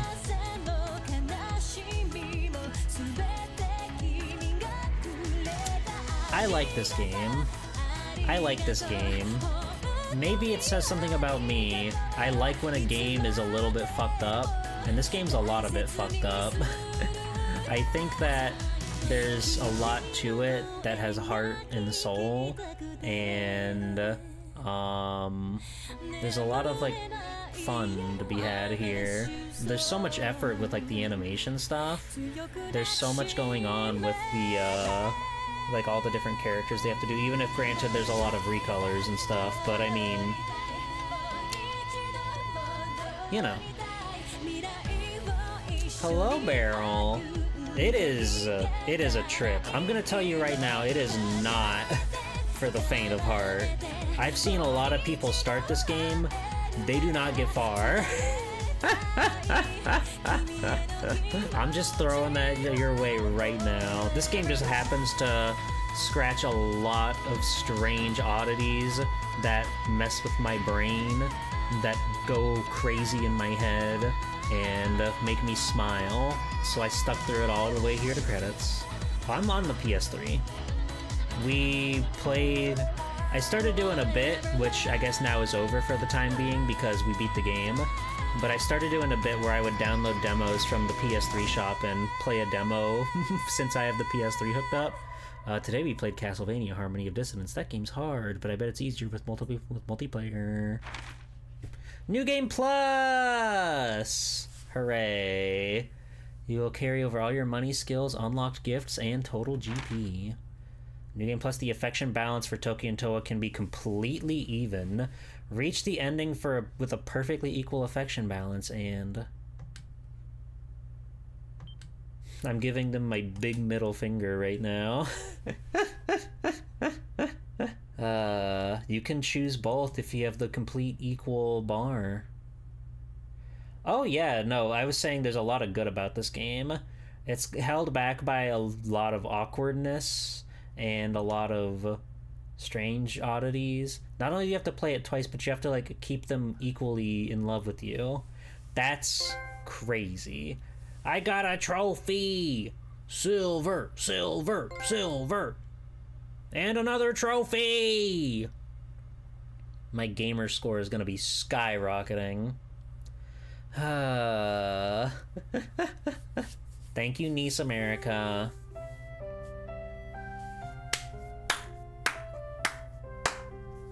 We did it. We did it. Yeah, no, there's a lot strange and odd here, but I still like this game a lot. It made me laugh so much. There are so many moments that are just like, God, I want to strangle the little guy for how just unabashedly horny he is.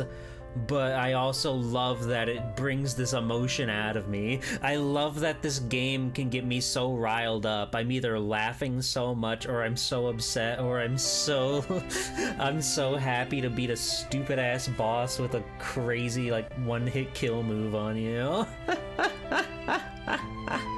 And that's what it's all about, everybody. It's those special moments, those wonderful times that just really get you going, for better or worse, in sickness and health.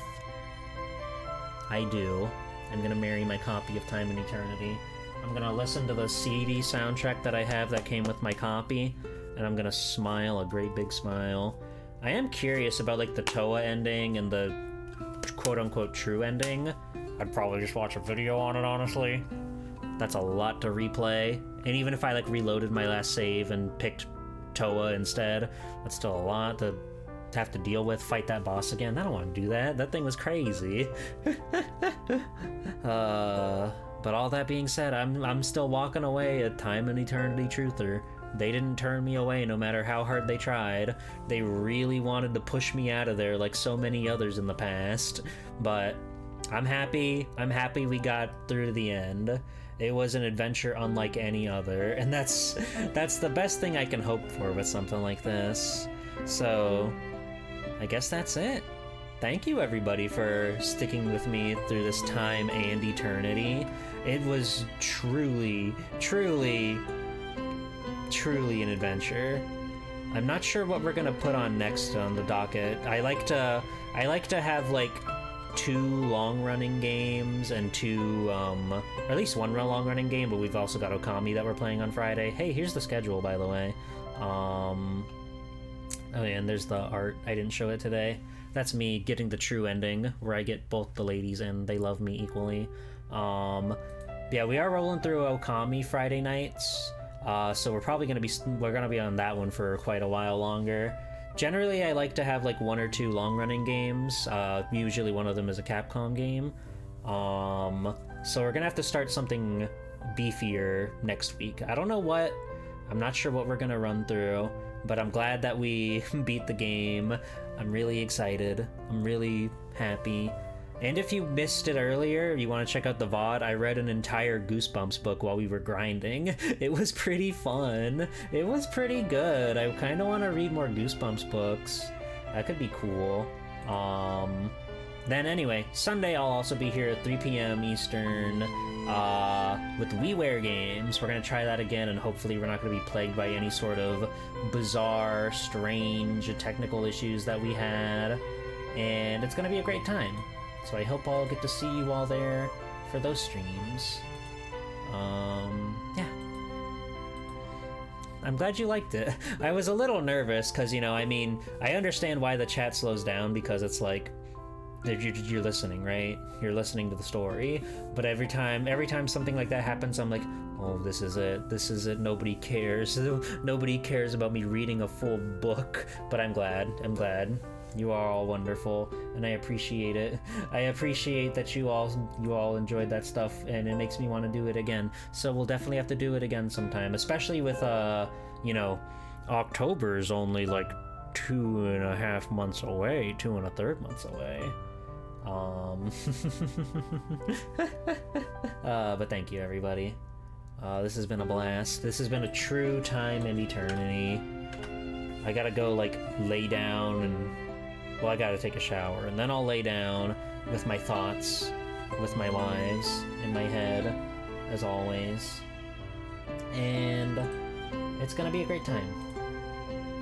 So until then, everybody,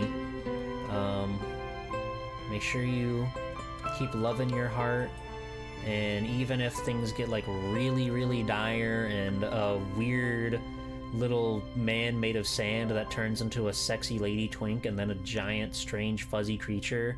And then the giant twink, and then the giant fuzzy creature again, and then the regular sized twink that has breasts, by the way. It's a very cool design, a very complicated design, but I was enjoying it. You get where I'm going with this. Join my Discord, follow me on Blue Sky, all that stuff. We're gonna go... Yeah, don't worry about it. You have to beat the game if you want to see that barrel. There's your incentive. We're gonna go raid Rachel. She's playing Sonic games. It looks like she's playing Sonic 2 right now, and she's at the very end, which is like a stupid hard ringless gauntlet that they make you fight through. That part is evil, but it's whatever. It's whatever. We make do. Okay, I'm gonna go, and I'm gonna see you guys on Friday for even more Okami. Really excited to see what happens next. So until then, everybody, have a wonderful night. Thank you always for watching, and I'll look forward to seeing you next time. Good night.